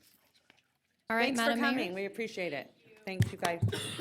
We're on item Okay. D2, which is Park Development Agreement for Carmela Ranch Estates. All right, Madam Clerk, do we have any public comment on this item? We do have public comment from Michael Pagni. Okay. Come on up. Just in time, so you didn't have to wait for hours and Yes, hours. exactly. Good afternoon, Michael Pani on behalf of De Loretto, South Truckee Meadows, and Nevada Tri Partners, the master developer. Really here more just to answer questions that you might have. Short story, this is kind of a legacy condition, predates this council. Frankly, wasn't a condition that we asked for, but it is what's in the PUD. We've complied with the requirements, and I'm happy to answer any questions you may have after you hear the staff presentation. All right, thanks so much. Okay, no other public comment, Madam Clerk, correct? Correct, we have none registered. Okay, how about staff presentation? Perfect. Good afternoon. For the record, Jeff Mann, Parks, Recreation, and Community Services. My presentation will be fairly brief. So this is a park development agreement for the Carmela Ranch Estates Plan Unit Development. It's a 935-unit development in southeast Reno between Damani Ranch and the Virginia foothills of Washoe County.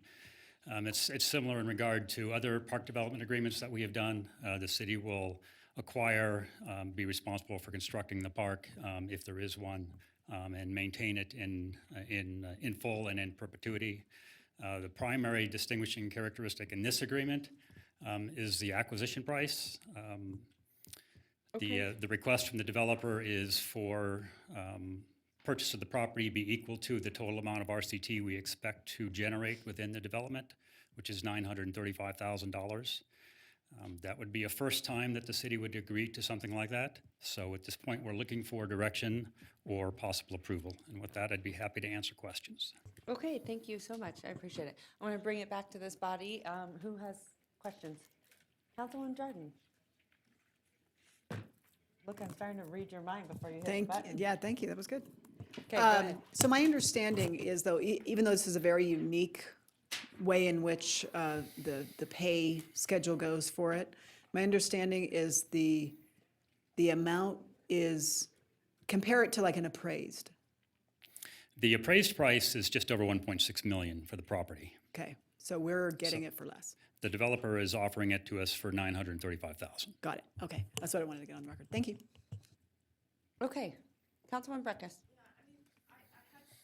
Reach out to me on this. I guess, and I understand where the Parks Commission was coming from, but I do agree the legacy nature of it because I think this one was approved like maybe 2005, 2006. It was 2010. no the first go around of The original Caramella? handbook I have is dated 2009 and approved in 2010. There might have been an earlier version when it was Yeah. through Washoe County. Maybe. I don't know. I don't know. I mean, I think as a city planner, I did the original subdivision or PUD, maybe just the annexation, but I think it's cause for pause on getting into Title 18 some very specific language, and we're not really messing around too much with the park stuff in Title 18 that, this is how it's going to be. And so where are we at on that in terms of, because this has been going on forever, these negotiated process, and then how do we do uniformity on that? We have some proposed language in the Title 18 update. It just hasn't come to the council yet. Oh, okay, because we just had a workshop yesterday. Yes. Can we Yes, get a but- side memo on that then? Because I want to see, how that language, I don't recall it being highlighted. So I accept I always like to go with what went before, but my concern on the build out, and this is not my ward, it's Miss Stewart's and she's not here, is I've heard a lot of concern and maybe air quality complaints in that area because there's so much construction going on. Can we time the construction of this park to a period when there's not a lot of construction going on so that the air quality is just going to be, if you have 5 going on in one area, that's a lot of air quality. Can we, what's the timing going to be? Can we do it at a later date when, all the lots are graded out or the pit goes away or something? At this point, if council accepts the park development agreement, we don't have a timeline to build the park because there's no funding available to do that. Okay. We would take the property as open space, and it would remain open space until funding becomes available to build the park. That could be 10 years down the road. Okay, so we won't disturb it in any way then? No. Okay. The developer has already made the improvements to the land that we had requested. Okay. Which included revegetation and a temporary irrigation system. So it's not going to be giving off any particulate matter. It's in a shape that we won't get called on for air quality problems. It is currently, yes. Okay. Can we maintain it that way if it's 10 years to build a park then? Well, that will be up to the city to be responsible for, so. Up to yes. us? Okay, okay. Okay, Councilman, or Vice Mayor Reese. Move to approve. I have a motion and a second. All those in favor say aye. Aye. All those opposed? Motion carries unanimously. Madam Clerk, back to you. All right, Madam Mayor, we are on item D3, traffic engineering service requests. Madam Mayor, if I may, before right ahead. Mr. Flansburgh starts, I just wanted to give a little bit of an introduction to this. I know that we've gotten a lot of traffic engineering requests, both from council members and from the public. And I had requested that Public Works provide this presentation to you because I think sometimes there's frustration about the timeliness with which some of these studies are done. And it's really not...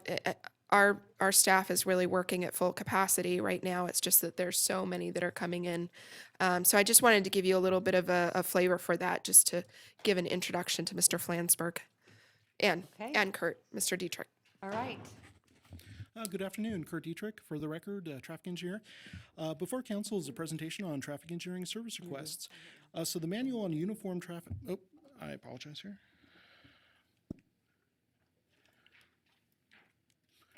There we go. The Manual on Uniform Traffic Control Devices is the national standard for all public roads for traffic control. It ensures uniformity and consistency, as well as designed to meet road user expectations. For instance, the stop sign is red, octagon across the country, and that is for essentially consistency across the nation. And it is formally adopted under NRS and RMC. It's interesting.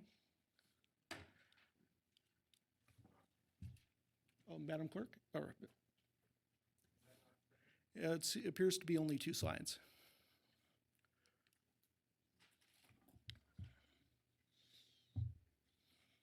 That's it.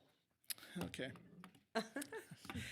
Traffic requests can be complex, but That's okay. typically it involves these 5 major components: traffic signals, signage, pavement markings, parking, and traffic calming.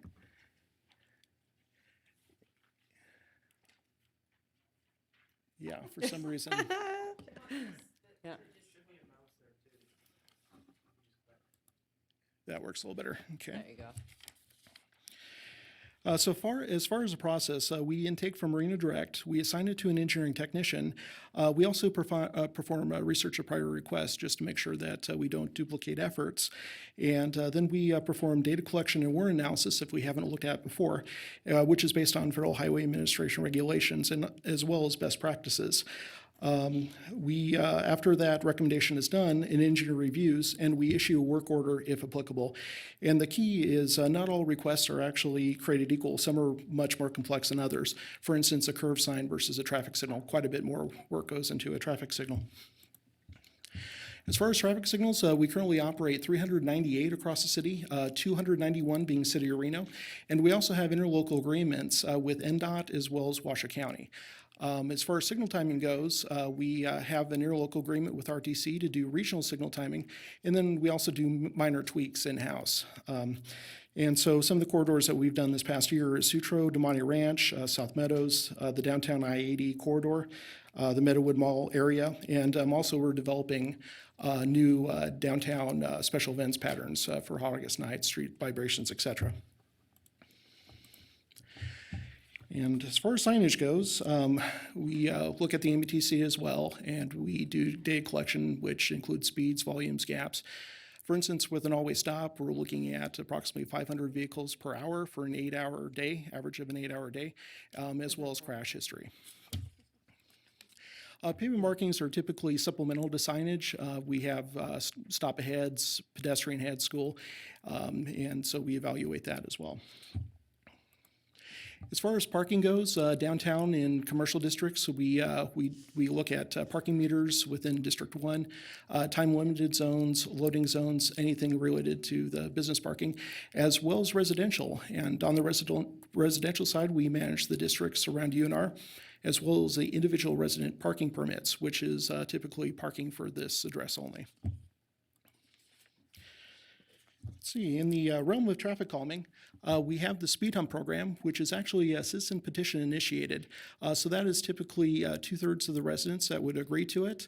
And that's available when we have the 85th percentile speeds exceeding 7 miles an hour over the posted speed. Per Reno Fire, it's not available to primary emergency vehicle routes.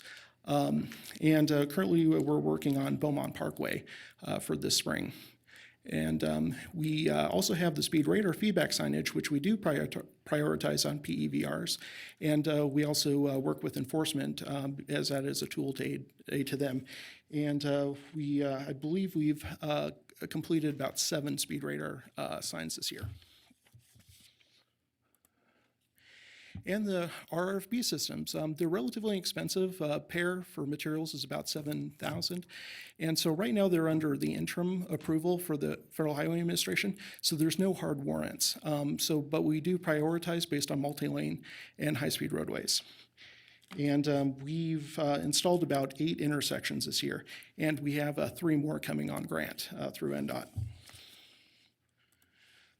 Another thing that we've done fairly recently is a 3E committee, and that's engineering, enforcement, and education between all 3 departments, Public Works, Police, and Neighborhood Services. And that's to tackle some of the more difficult requests. Is sometimes we'll take a look at a request and determine it's an enforcement issue, it goes to RPD, and sometimes it will come back around. So the 3 departments kind of sit and put our heads together and try to find the best approach, considering all 3 disciplines.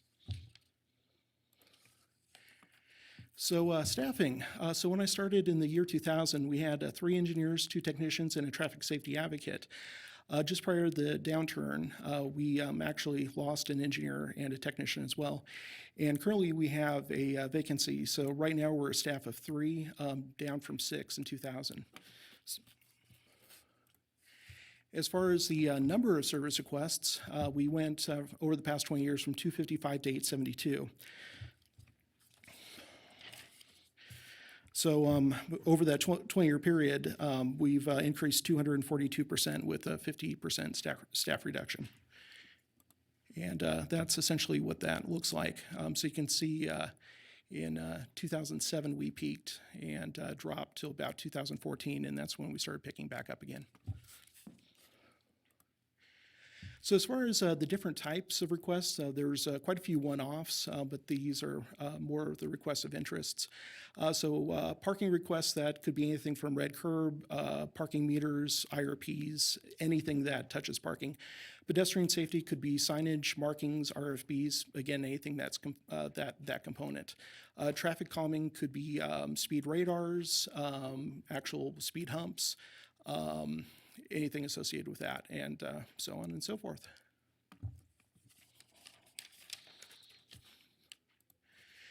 So the request by ward, as you can see, Ward 1, 2, and 3 represents approximately a quarter, and Ward 4 and 5, 11% and 17% respectively. And so the previous slide was based on citizen request, a council member request. We pulled this from Reich and also Reno Direct. So this is council member and council member liaison. Ward 1 leads, followed by 4, 3 at large, 2, and 5. And with that, any questions? All right, thank you so much. I appreciate it. I think that was incredibly helpful. I'm sure all of us up here are looking at those numbers and just sort of in shock that you had more staff in, what was it, 2000? Correct.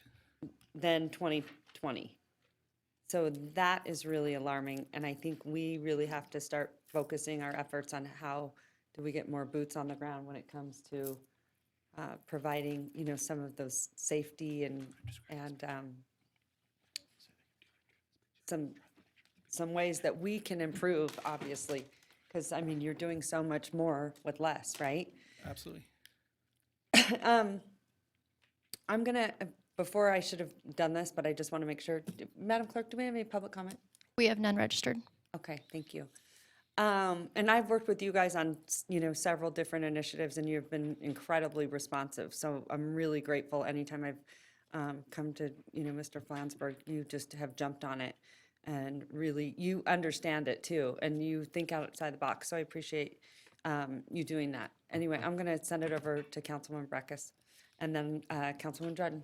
Yeah, I definitely agree with the mayor that we need to, you know, if it is a priority, which I think it is, we need to figure out how to do the job. And obviously the slide from Ward 1 where, you know, my constituents keep me hopping and I'm hopping on this because their safety and their ability to enjoy their neighborhood safely is such a priority for them.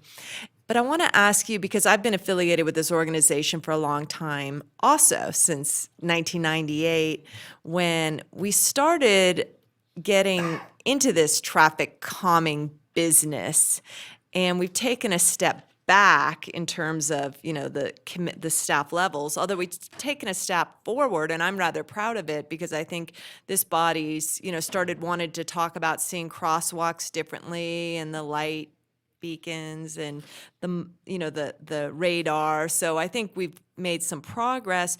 But as a traffic engineer expert out there in the world, do you see that other communities, particularly in the bit more built-out environment, like where we are, where I represent, versus the growing suburban, where, you know, maybe levels of service and looking at those things are different?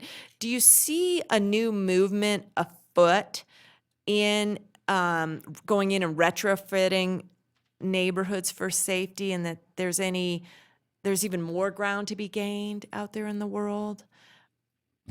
Gotcha. As far as pedestrian safety, so two approaches. One is just because the amount of lane miles that we have out there versus staff, there's quite a bit of ground to cover. So we do rely a little bit on the customer inquiries coming in. Secondly, when we do reconstruction projects, we review plans and try to update that as well. We do have quite a few tools in the toolbox now. Back then it was just paint and signage, but now we have the RFBs. We have some opportunities for the in-roadway signage. So there's a few enhancements that we Okay, use. so you go to conferences and you learn what other communities are doing. Yeah. For the record, John Flansburgh, Director of Public Works. To a large degree, we are having to rely on the public and things that come in. So it makes us hyper-reactive, and it's due to staffing, of course, in regards to that. However, there are some proactive things we do with our street department in general who's going out and replacing signs. One of the things I've been very proud of that we've done is going out to different schools areas, especially prior to school opening. So Dodson Elementary comes to mind. We went out and did a full sign replacement.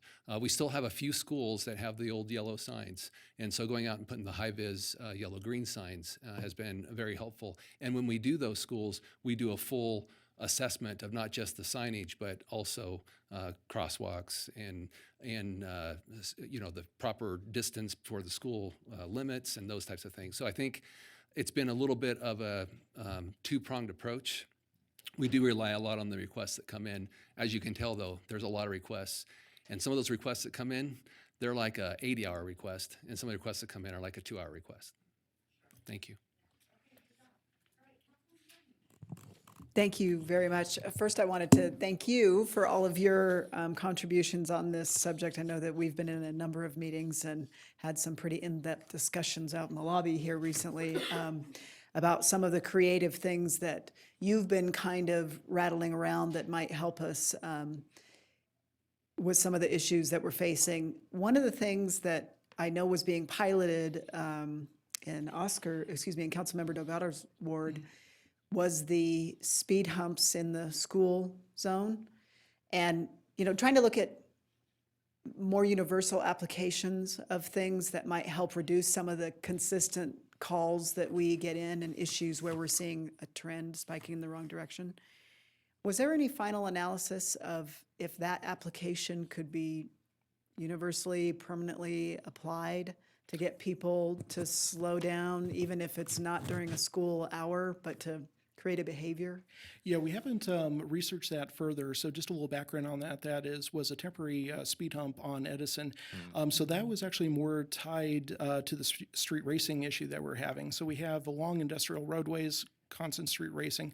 And so we would invest in permanent speed humps, and then they would just move to a different location.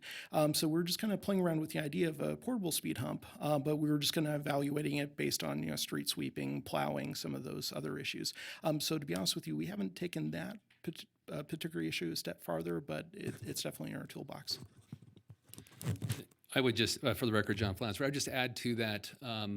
I have experience with putting them into like park settings, and when I say a park setting, I mean it's like it's a 2-lane road, and people are like we're traveling very fast, but it certainly wasn't on a public emergency vehicle route, public safety emergency vehicle route. So those kind of things would play into it. Some of our schools are also not on those routes, but some of our schools are on those routes. Well, and I understand that, and I think the issue that we're running into, whether it's here or at RTC, at the school district, as we beat our heads to try to figure out how we can change behaviors, particularly where there's children present, is at what point do we start evaluating the analysis of the incidence of children's pedestrian injury and death versus our emergency vehicle speed and ability on an emergency route? At some point, I just wondered if the conversation has been had about when are we going to start making that decision? If we understand it's not ideal for the fire trucks to be on those emergency routes, but it's also not ideal to have children in school zones get hit. So how are we getting those two things to?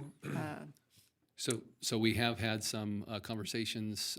The Enforcement Education Engineering Committee group that meets is fabulous.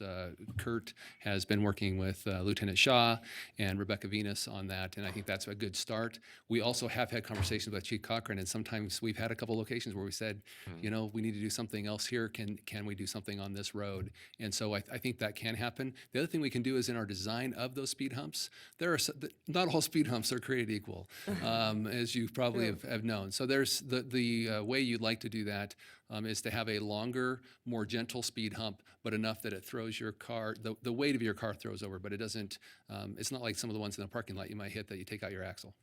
Well, and I'm just going to say, I'm sorry to be beating a dead horse here, but getting away from the one-off approach in certain areas that meet a certain criteria, i.e. school zones, I don't want to be reactive. I'm trying to find a universal way which would not only help improve safety, and you only have to drive in certain parking lots with those big speed humps, and you slow down and you remember them and you know where they are, and guess what? You changed your behavior. Where can we maybe apply that sort of approach in school zones on an all-school sort of application to change a behavior when our kids are involved? And I appreciate the question. I think what you would end up doing is going through and looking at the classification of the road, how many cars are on that road. Really, school zones are not great to have on your main collector arterial roadways. Right. So that's not your, Yeah. you know, we have to kind of look at that too. So we have all kinds of roads that our schools are on. But I think to your point, I think rather than being reactive, I think there is some ability for us to look through at where it would be appropriate and start out with that subset. And then prioritize maybe how we want to do. And that might be something we want to add into our traffic calming program overall. I think that would be great. Thank you. All right, Councilman Delgado. Thank you, Madam Mayor. Just want to give a thank you to these two gentlemen. Thank you so much. You guys have been such a huge help for so many of our families and our students and our kids. Being, as much as you are reactive, very proactive and very responsive in terms of getting in front of our community members to better understand safety and also to understand the opportunities on how to voice their concerns through Reno Direct or through indirect outreach and et cetera. So appreciate that very, very much. One of the things that I always share, I was looking at my calls for service requests, it's the highest of all the other wards. And one of the things, and I think Councilwoman Breck is probably, and I think all of us do this, is one of the reasons I tell many of my community members is to call all the time, Reno Direct. And I go and speak to students all over town, different high schools, universities, and one of the first things I tell them is pull out your phones and take down this number. And really, for me, is just to highlight again the need in our communities to be engaged and to make sure that they're a voice for change taking place. I know that you guys are also hamstrung in terms of staff, and I totally respect and understand that. My hope is that some of these data points are going to lead to conversations in our budget, conversation as to where are the needs taking place, where do you guys need support. I know you can't do it all alone, but it's one of the ways to really pinpoint where the need is, versus sometimes to the mayor's point is sometimes we see things that are trending or other things that are hot at the moment, but and things fall off at times. But data and calls for service is something that we can always point to in terms of efficiencies in the long-term place. I just wanted to thank you very much for being so responsive to the community and being creative too. We worked on a few different projects on just the creativity and being innovative, and you guys are not ever against it. You always want to sit down and figure out what can we do different, and which I always appreciate. Appreciate that. So Thank you. Thanks. Okay, that being said, one more question I did have. What would be the likelihood, because I honestly am a big believer that 25 is way too fast in some of these heavily populated neighborhoods, these high-density neighborhoods. I mean, I would like nothing more than to see them go down to 15.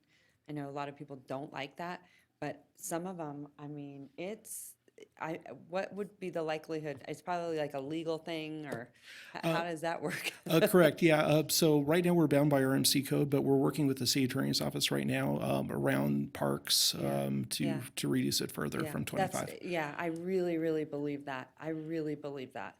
You know, I mean, we all know, when we drive in our neighborhoods, I can't believe some people are just racing through there, and you have children and animals running out in the middle of the street, and a certain, by the schools, those are some of the most vulnerable. So I really appreciate you looking at it. And then I want to remind Flansburgh, you have that splash of arts and culture in you. Once Midtown gets done, we'll see some, I think, some cool piano keys or something like that. Anyway, thank you so much. Okay. Thank you. Can I have a motion from, I don't know if we have to accept this report, but motion, no, we don't have to. Okay. Madam Clerk, sending it back to you. All right, with that, Madam Mayor, we're on item D4, which is a presentation from for the RTC Regional Transportation Plan. Okay. Sounds good. Do you have any public comment on this, Madam Clerk? I did have a public commenter in the audience earlier, but did not wish to stay. Okay. However, the comment was in concerns of bicycle safety and urging RTC to be more focused and cognizant of that. Okay. And with that, we have no further public comment on this item. Okay, thank you so much. Amy, go ahead. Amy Cummings, take it away. Thank you so much, Amy Cummings with RTC. Thank you for finding time on your agenda today to talk to us about the Regional Transportation Plan. And first, on behalf of RTC, I want to add our voice to all of those you've already heard and expressing our sadness with the City of Reno for the passing of Mayor Cashel, who was such a champion for transportation Thank you. infrastructure. Yeah. As all of you know, the Regional Transportation Plan identifies the priorities for the region for our regional roads through the year 2050 for this next update. We do want to have a community-based process, and we're going to be doing a lot of work over the coming months and having a draft ready for community input this fall. This is one of our first efforts, is to come visit with you. So before we get very far along with anything, we have perspective from the Reno City Council on the priorities that you want us to look for and include and study in the Regional Transportation Plan. So that's why we're here, is to get that input. We are going to be going to the public. We have a community planning workshop on February 27th at the Discovery Museum. We also really appreciate your staff participating in our agency working group. That group is meeting every other month and is doing a lot of the legwork on putting this plan together. We'll also be convening a group of our partners outside of Washoe County in northwestern Nevada and California. We have identified several focus issues that we really want to laser in on, and those are identified here. We can certainly add to this list. The first couple were identified in partnership with your staff, and that's looking at our downtown Reno circulation plan, as we're seeing a lot more development and higher densities going into the downtown. Looking at the North Valleys area and potential new connections in that area. We want to reach out on transportation safety with Vision Zero. To our youth, that means our middle schoolers and our high schoolers and college students, to get their perspective here, see how transportation can support economic development, refocus our transit vision and revisit that as well. So that brings us to being here to hear from you. We seek input on what your goals are, your priorities, and we do appreciate the staff report that was put together that identifies some specifics for us to work from. That is just very helpful for us, and we welcome any other input you have today as well. Thank you. All right, thank you so much. Okay, at this time, I'm going to give council members each 3 minutes. I'm going to start with you, Councilman Breckus. Thank you for coming and having us be your first stop in this process. Here's some of my thinking, and I just, because it's such a big plan, I have kind of big high-level thoughts. And the high-level thought, and it's not new, is that our region has really come to the table to tax ourselves for transportation. We all know that. You have a J curve that shows how the fuel tax, although I think it's started to slow down in its ascent, is ascending, right? So we have I always like to say, an enviable funding source, because we're up to maybe, 38 cents on the gallon or so? Okay, that's huge. You won't find another mid-sized region in the western part of this country that has that. For those who remember, is Southern Nevada, under our governor, got a 10-year increase, so it's not gonna go on forever like ours, and it's capped at 16 cents, right? So we've been at it for over 10 years, and we're at 38 cents. So we really have created a big, strong local funding source. Unfortunately, at that time, I believe that we are starting to accept and understand that we're not getting from our transportation network what we all desire. And that is, first and foremost, the safety for all users, a transit system that is doing the job, and thirdly, place building. All the complaints about the speedings in the neighborhoods or this, it's just not making, us happy. So I think we need to, in this plan, figure out a way to tie those together. And I think what we do to tie them together is to really think deeply about changes. And a few of the changes that I've been advocating for a long time are, one, that the fuel tax devolve down to the local jurisdictions at a formula so that Mr. Kurt here can have a lot of money to do all the things that are generating all the calls that come in our inboxes. The local road network that he's responsible for is about 65, 70% of the road network, but he doesn't really get much, maybe a smidgen of that 38 cents on the gallon. And that's where most of our people spend their lives. You know, they're walking around, wanting to recreate, the kids to school. So we need to get some of that fuel tax to come down into our local road network to give our local departments some of the resources to do the job. Like the mayor just said, we need to get them. So that's kind of number one for me, is some formula funding. I'd also like to see that money come down to us to do some of the road maintenance, so that that $12 million that we just showed about doing road maintenance, we can use that to fund public safety, because we're really hurting. We're putting about $2.5 million a year of money into roads that we could put into public safety or parks if it's backfilled with RTC. There'll never be enough money, you know, on these transportation issues. You know, some of the visions people have about North Valley Network and big roads, you know, are small compared to the Southeast Connector. You're looking at big, big dollars. But it's all about priorities. And unfortunately, I feel the old, most of the network is being ignored. So that's where I'd like to see us start, because I think we'll have the outcomes that we want if we do that. Thanks, Mayor. Councilman Reese. All right, Councilman Delgado. Councilwoman Jordan. Thank you very much. Thank you, Amy, for your presentation and for being here today to ask questions. Just some clarification for the record.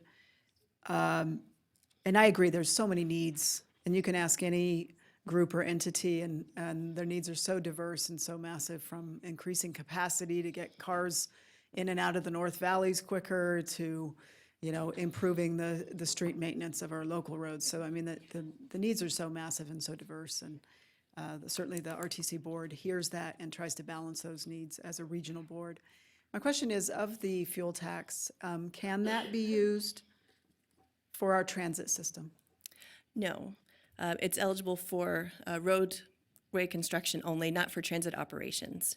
We are able to use it in combination with sales tax for projects like Virginia Street for some elements of the capital costs. Okay, so to do what Councilmember Breckus has suggested and has brought up multiple times over many years, we would, need to go back to the legislature and probably put another question out to the public to modify that? Because it was very formed on what the question was defined as, correct? The limitations on the fuel tax are part of the Nevada State Constitution, so it would require a change to that to make those funds eligible for transit operations. We could look for alternate sources of funding beyond the sales tax and the fuel tax that we currently receive. Okay, so again, for the record, the fuel tax cannot be used for the transit system. Thank you very much. And also the road maintenance, always an issue, always more needs than there are money to fix those or address those needs. But RTC's, as I recall, RTC's contributions and funding towards the local road maintenance has increased over the last few years. Can you tell me what that amount has been? Right now, we have about $18 million on the Regional Pavement Preservation Program, and that includes the reconstructs and the rehabilitation projects and the slurry seal type of projects. And that's an increase over what we had in the past, as I recall. Correct. That was by about $1 million. More than that, actually. During the recession, that it was quite a bit lower when we had some other major projects like 4th Street and Prater Way, where some of those funds that had previously been used for pavement preservation were used as our local match for the 4th Street Prater Way project. I appreciate that. From a Reno perspective, for the record, John Flansburgh, it was higher, and then it went lower because of the recession and also because of the number of projects that were being built. And now we're back up to probably that same kind of level it was before. Okay, thank you. And I appreciate all the staff's work. I thought the letter that everybody has been working on that outlined kind of some priorities was very comprehensive. I know we've had many, many, many meetings on those priorities. So I just wanted to thank staff and City Manager Newby and Mr. Flansburgh for all their work on that. So thank you. All right, Councilwoman Weber, anything? No? Okay. That being said, I'm going to send it to you, Vice Mayor. I don't think we have to take any action on this either. You're getting off easy today. Okay, thank you so much. Thank you. Okay, sending it back to you, Madam Clerk. All right, Madam Mayor, we're on item D6, Utility Services Director. Madam Mayor, if I may give another introduction to this one. Is that all right? Of course, please. Okay. This item is on your agenda because I've heard from many of you just how important the utility services or our current sewer project planning and function is. And there's also been the desire to set up a stormwater utility, which would be kind of a new functionality for us. And so I've heard from some of you that there's an interest in potentially splitting off that functionality into another department out of Public Works that would give more emphasis on those issues specifically. Currently in Public Works, and I think you received a little org chart in your backup. You can see all of the different functions that are currently within Public Works, so there's quite a bit. So I wanted to put this before you. If you decide that you want to create this department head, it would be something that would be in your ordinances that would need to be changed, but I just wanted to bring it before the board for your discussion and direction to us. Okay, thank you, really appreciate it. I would think no presentation, Mark, or do you I don't wanna- know if Mr. Gregerson has a presentation related to it or Short and anything to sweet? add.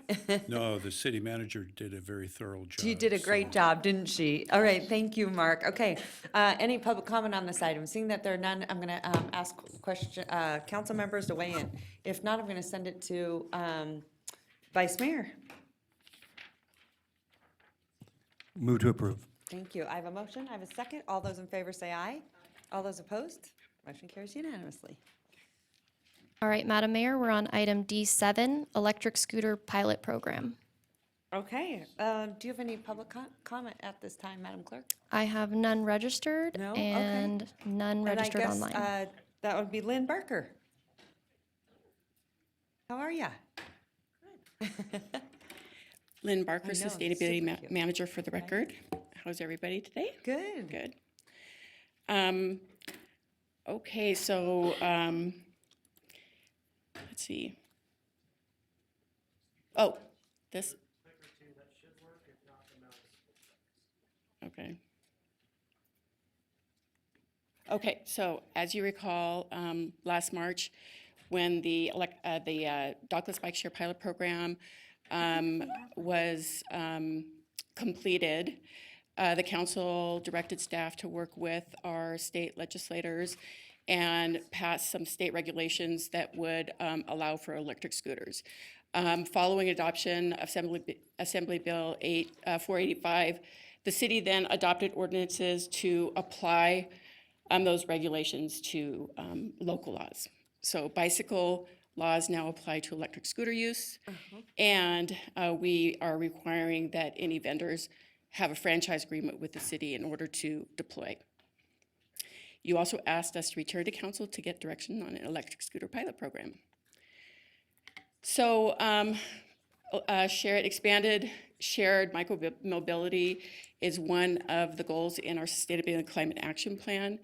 It's also a goal in our master plan, in that our master plan is really trying to reduce single occupant vehicle use and measures alternative modes of transportation for commuting as one of our performance metrics.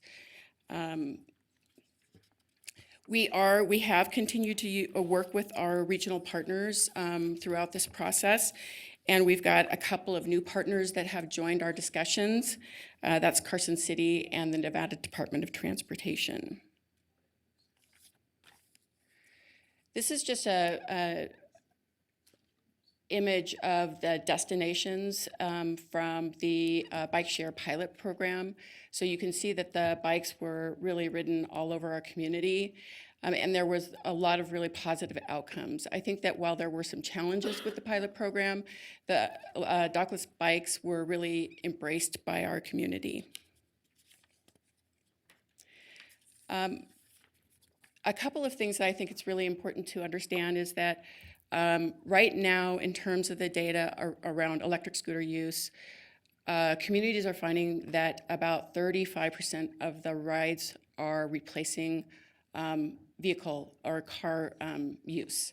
And so those communities are seeing a reduction and the benefits of reduced car use related to emissions, actually economic activity when people are riding e-scooters to neighborhoods like Midtown, and then also reduced congestion. So in our community, about 48% of all trips, car trips, are less than 3 miles. So that's a very easy trip to take on an electric scooter, even with high heels on. So there's a lot of things to consider. There's a lot of really good work happening that we can learn from other communities. There are about 120 communities in the United States that have electric scooter share programs. There are, how are we going to regulate the operations, the fleet size for a community of our size? It's recommended that about 1,000 to 1,200 electric scooters would provide the density that would make the utility of electric scooter use feasible. Fees, cities of our size are generating about $100,000 a year in fees. There are all sorts of different methodologies for assessing those fees. So we would have to identify what is really working for communities. Parking hubs is something that the mayor has brought up over and over again. The need to make sure that we don't have litter around electric scooters or the dockless bikes, and that is a strategy that many communities are using. Safety has been a very big concern expressed by this council. There is some data, some studies that are starting to come out in communities around the incidence of accidents with electric scooter use. I think what they're finding is that the accident level is about the same for pedestrian and bicycle accidents. And so we do know that there are accidents happening, people are getting injured. We know some things, like 35% of some accidents are being identified as the first-time users. So in Spokane, they had a first-time user university where they had events and people could come and learn how to use the electric scooters safely. Other communities are partnering with their vendors and developing very robust education programs to really help people understand how to use the scooters safely and where they can use the scooters. And then the other issue is equity and access. I think Portland actually did a year-long pilot project, and they surveyed their community, and they found that low-income residents actually approved of electric scooters at a higher rate than the average public because it provided them with first and last mile options in terms of transportation, mobility, access to opportunities. And most cities are negotiating in their agreements with the vendors to really expand access to our low-income residents, and that's something that we can do. Around safety, I did talk about the injury rate. There was a recent study that was published that really starts to prove that separated and protected bicycle lanes do create safer streets. And we see in those communities that have that type of infrastructure a much lower incidence of accidents. We are, of course, with Center Street and then Audi, we are planning to have the protected bike lanes, and so that's a really important step for our community is embracing this new infrastructure design. So I've been working with some of the data from the bike share pilot program and our really talented GIS analysts on staff. This was actually a new analyst, Eric. He helped me identify the circles are the densities in terms of destinations. So we can see where people were coming and leaving the bikes. And that can influence where we put bike corrals for parking. The other thing is I had actually one of my interns is here, right here, Corey. I had two of my interns go out and actually do an inventory of all of the bike racks in the downtown area. And so we also have that information so we can start really identifying where we want to direct people to park using that type of data. And then lastly, I think I've talked about this before, the UNR has a community-based research award program where UNR underwrites the cost of 120 hours of undergraduate research. Agencies can submit proposals. I've probably submitted about 15 proposals to date.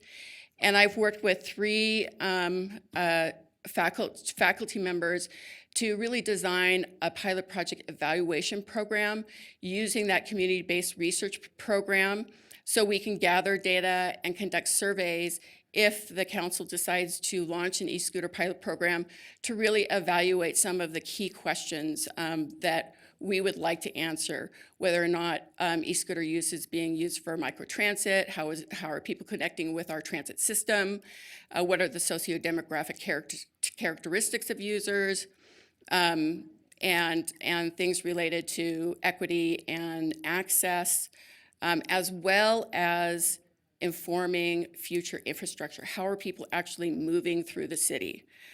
As an example, University professor Scott Kelly and one of his students took a look at the destination data and using a network model that maximizes the safety and minimizes the travel time, they projected the routes that people were actually using to move through our community. And so with that data then inform future decisions around infrastructure investment. The good thing about the electric scooters is the app that the vendors have actually track the whole route that people take using GPS. So we will actually be able to see how people move through the city. So with that, I would just leave it up to the council to decide. Thank you so much, Lynn. You know I'm a big fan of the sharing economy, I guess. It's kind of what we call it, and the ride shares and all that stuff, right? And, you know, it was really unfortunate, sort of, the experience that we had with Lime Bike, because there's some cities that love them, and they're doing great.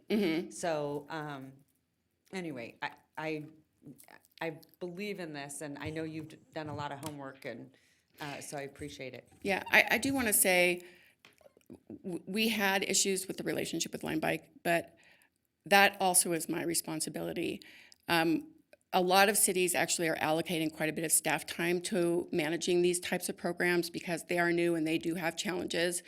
And we didn't have that amount of my time to really. Yeah, that's not your fault, just so you know. Okay, just. I have to tell you that I spoke to them a lot after the experience that we had, and I mean a lot. There was a lot of conversation because I really believe in what they do, and I didn't want them going into other cities and having sort of that same experience, and that was not on our end. They, I think, promised a lot and never delivered, and they never communicated, and those bikes never should have ended up where they ended up, and had they have been good partners and communicated, they just had a lot of issues on our end, so don't apologize. But I really felt like we could give them a lot of feedback from our end, what not to do when you go into a city. So anyway, and I think actually at the end of the day, it makes us better because we have experience in this now and we'll ask the questions. So, all right, Madam Mayor, Jordan. Oh, go I ahead. apologize. We do have a public commenter in the audience, if it's Perfect. okay for her to get her 3 minutes before we ask our Love it. questions. Sure. Christina Kleisch. Okay.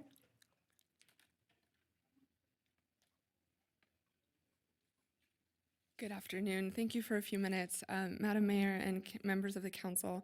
For the record, my name is Christina Kleist, here from Brownstein Hyatt Farber Schreck on behalf of Bird Rides. Okay, wait, you're not Lime Bike, thank God. No. Okay. No, I no. almost thought she was getting, I'm here on behalf of Lime Bike. No, I probably wouldn't be Not here. like they don't know, I mean, this is all public record, but I thought, oh, no. No, I'm here for No, I'm Bird just Rides. kidding, I'm just kidding, go ahead. And we would just like to voice our support for staff's recommendation. And we're looking forward to continuing the conversation and continuing working with staff through this process. We did work with industry stakeholders, including Dylan Shaver, during the 2019 legislature for the bill that kind of helped this along. And then we've worked with Dylan since then. And we do understand that safety is a concern. And Bird is committed to continuing their research and updating features on their system to ensure the safety for all of their operators and the communities.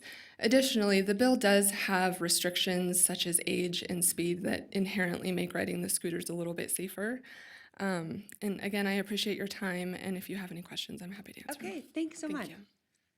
All right, Councilwoman Jordan. Thank you very much, and I do also appreciate that she's not from Lyme. Appreciate that.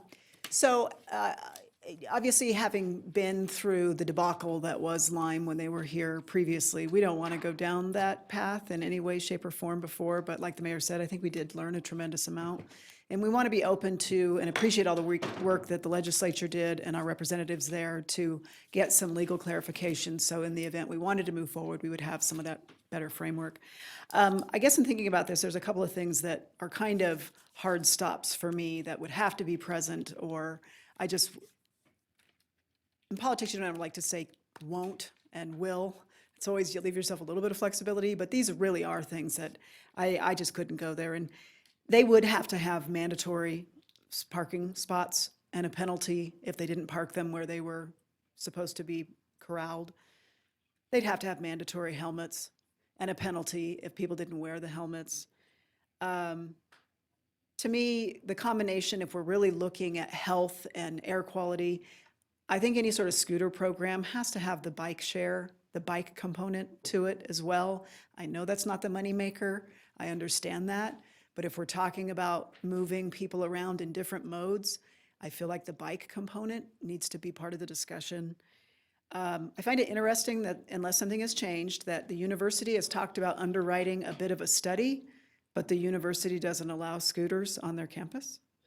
And am I wrong? Because that was my understanding, that there was a hard stop at the university that said absolutely not. Well, the university has been at the table, and I think they acknowledge that if the city does launch an electric scooter share program, that they are going to be on the campus. So they're just preparing for how to manage them on the campus. Okay, then something did change, because I understand they were kind of a hard no before.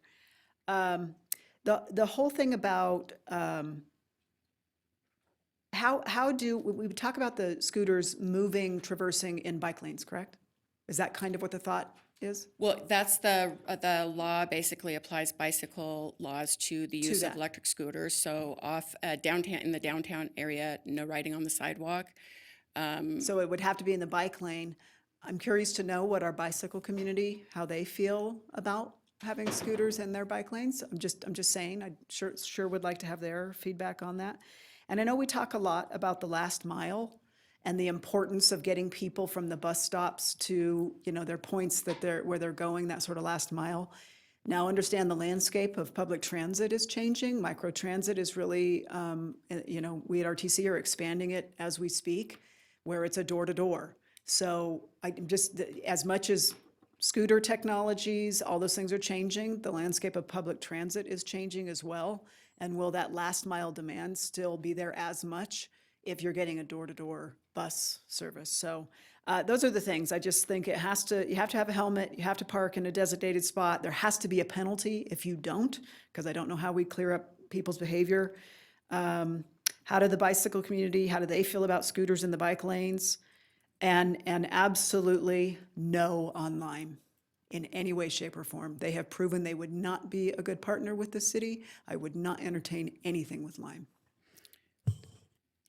May I make one comment about the helmets? I believe in, Dylan, correct me if I'm wrong, that we cannot apply laws that on the electric scooter use that aren't actually applied to bicycles right now, and we don't require helmets for bicycles. That would have to go through the state legislature. Is that correct? No? Oh, I thought Brian said that was correct. Thank you so much for the opportunity. Just to clarify the record for everyone, Dylan Shaver, Chief of Staff, Assembly Bill 485, I believe it was, that we worked on in the last legislature, did allow for more restrictive rules to be applied to electric scooter share programs if those rules were done to enhance the health, safety, and welfare of the general public. So helmets is part of that. We would read it that way. Okay, thank you. Excuse me, sorry about that. Okay. Councilwoman Breckus. Yeah, I mean, I also want to talk about concern about this. And just like Ms. Barker said, you know, the Lyme, she didn't have the resources to put into it. They needed a lot of hand-holding. I think if we take this step, it's going to take up a lot of oxygen. And I am really not so sure that these scooters are where we want the public to think our transportation biggest efforts are. I think our biggest transportation efforts right now need to be about safety in our neighborhoods and getting the transit system back on track. We had a little go-between, and I want to circle back to it on funding eligibility, but we just can't wash our hands that we don't have money for transit. We need to get there. I'd love your time to come completely off the scooters and help us figure out any avenues to get public transit more in the mix than it is here. I think you have the expertise to do it and so on. So, and I gotta also share with all of you that I live very urban, okay? I am walking around the urban core pretty much every day.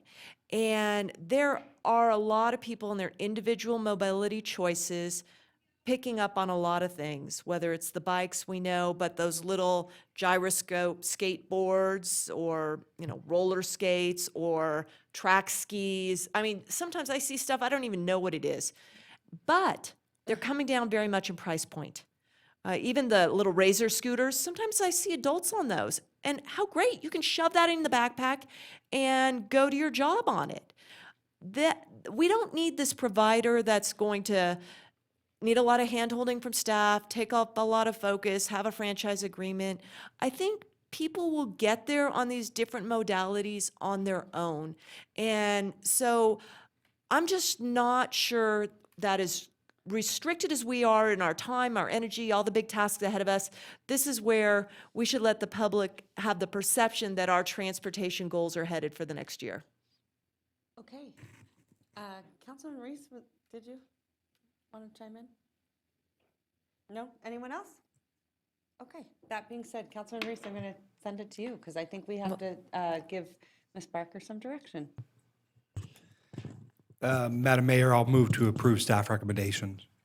Okay, so I have a motion. Do I have a second? All those in favor? Motion. Do we have a second? No. Okay, I can make another motion. Okay, then. why don't you make another motion? And the motion is to take no action. Okay, you know what? Okay, I really believe, I believe in this kind of program. And I think you make some very valid points that maybe not right at this time, whenever we can be utilizing, you know, you in a different capacity and this might not be the priority. Now, however, I think you make a good point that there are a lot of people, and especially because we have such a great outdoor quality of life here, but there are a lot of people that are jumping on those unicycles and whatever they're called, like you mentioned. And so I think that people are gravitating to the e-scooters and they're seeing those around. There's the e-bikes. Carl, you have one. Right? Do you like it? See? And so, I mean, I kind of think, you know what? We should explore it again. And I know you've done a lot of hard work. I know Dylan's done a lot of hard work on this. I would like to see it come back. And so maybe in like 3 months. Sound good? So could you give me a motion to that? Yeah, I will, and I'd just capacity? like to add, because you brought up, is I've long wanted to see a Sunday closure of an area so people can come out with whatever they come out with, strollers, the Costco wagon, and so I've been working with my liaison and some of my discretionary. It's unfortunately Open street. open streets in Virginia Lake, maybe one Sunday this summer. So we'll see what comes out. So I will make a motion that staff bring this back to us in 3 months' time. Okay, all right, so I've got a motion, Councilwoman Breckus, a second from Vice Mayor. All those, go ahead. Sorry, Madam Mayor. Discussion, back to you. Thank you very much. I think something maybe that, and I too, I mean, as much as I despised what happened with Lyme, I don't want to be closed off to the potential for this. I guess where I'm a little tentative is, you know, we talked about the kind of the more ideal scenario where the scooters would operate would be in a protected bike lane, of which right now we have none. Now I know we've got one approved or in the works on Center Street and one on Audie, but those aren't constructed yet. So I'm just trying to understand where we would be piloting something when we don't have the infrastructure to support it. I know we got to start somewhere, and I understand that, and I get that. I'm just trying to be cautious with this because I read a lot about what's happened in other cities and the litter and the accidents and the problems that have been caused. And Right, well, I think what cities are finding is that having these devices on the streets are actually changing the investments, and multimodal transportation infrastructure is being put in place at a much more rapid pace. But that's the cart before the horse, right? I know, and how do you do that? right. I will say this in full disclosure, I rode the scooter up at Tahoe on a vacation up there. It was awesome.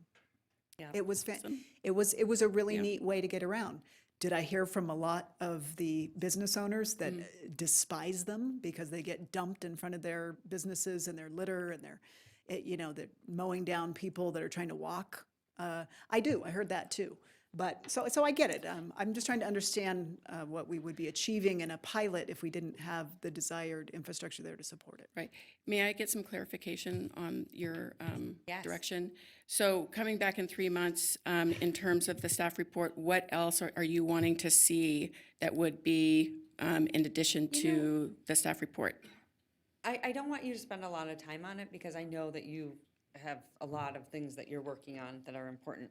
But you know what? Maybe what would be kind of cool, and I would think, why don't you bring in some of those scooter companies and they can show us a presentation and they can kind of show us how they do it in other cities and, whether it comes to, the ordinances. And I think to Councilwoman Jordan's point about, the helmets and because they deal with this all the time. So they might be able to show us, hey, here's how we deal with this, here's what we provide, this is how this works, probably a little bit more clarity. So I think you reach out to, the ones out there that are doing it and have them come in and bring in a presentation.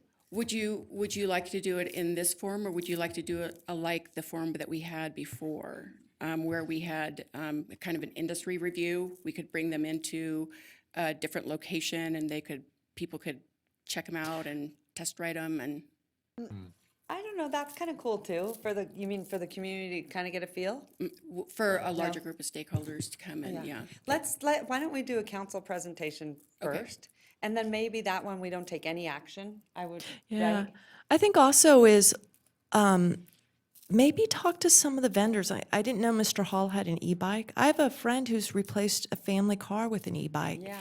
And I think, maybe it's Earth Day, they'll have some demonstration, but I'd like to know the information of how many people are just going to other modes for their own use and are we served in that marketplace? So any data you have on that, who's buying what, where are they getting it? I see some of these things and I don't even know what people are using, but they seem to be pretty happy with them and their own possessions. They're in their garage or their backpacks. So I'd like to also, when you come back or if you have a demonstration out there, maybe go to wherever Mr. Hall bought his e-bike and ask them if they'd be part of that mix too, in addition to the franchise companies that are seeking our franchise. Okay, sound good? Does that make sense? Yes. So come back with a couple of vendors, and then, we'll take no action that day. Let's get that, for information. And then what I think would be kind of cool is go out there and get, after that presentation, some feedback from the stakeholders, or, some of the users or people in the community. I'd like to see sort of, hey, would you support e-scooters? I'd like to see, a little bit of some collection of data. Okay. Sound good? Okay. Madam Mayor? Yes. Can I just suggest that when we were in San Antonio, I know that some of us went on the scooters. Yeah. But the thing is you also want to hear what other cities or the other communities think about it. Because when we were riding, you couldn't be on a sidewalk, you couldn't cross a sidewalk, you had to be in the street. And the police officers were telling us, you're going to get cited if you do it. were Yeah. even walking the scooter down a sidewalk. So And those vendors would know that. They know exactly what's happening. Well, hopefully they would with be their- truthful, yes. Right, and Right. yeah, and I've talked to a lot of cities, so. Yeah. Madam Mayor, just, and then what I would, similar to your point, you said you talked to a lot of cities, similar cities to our size that are doing a good job are, who would you be able to just state really quick? Boise, Salt Lake City. Salt Lake City is actually revamping their franchise right now. Those two cities are about the same Boise is, size. yeah. Boise and Spokane. Spokane. So that'd be great to get references from those city members that it's that. I mean, because to your point too, Madam Mayor, and to Councilwoman Jordan, it's that we didn't have the best kind of first kind of rush into it. I don't want to be closed-minded to. I also saw a lot of huge opportunity for a lot of my community members.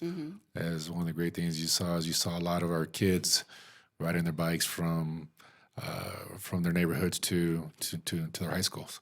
But to that point too, there's a lot of infrastructure issues, but maybe those are partnerships that we could talk about in terms of how do we overcome some of those infrastructure issues, is talking to some of these vendors or other things to finalize what are some of those gaps that if we can't get there, maybe the industry has to help us get there as well. And I think that's where we lost opportunities and kind of pushing that conversation a little bit more about, what are the benefits on both sides, even just outside of the urban core. So, Right. thank you.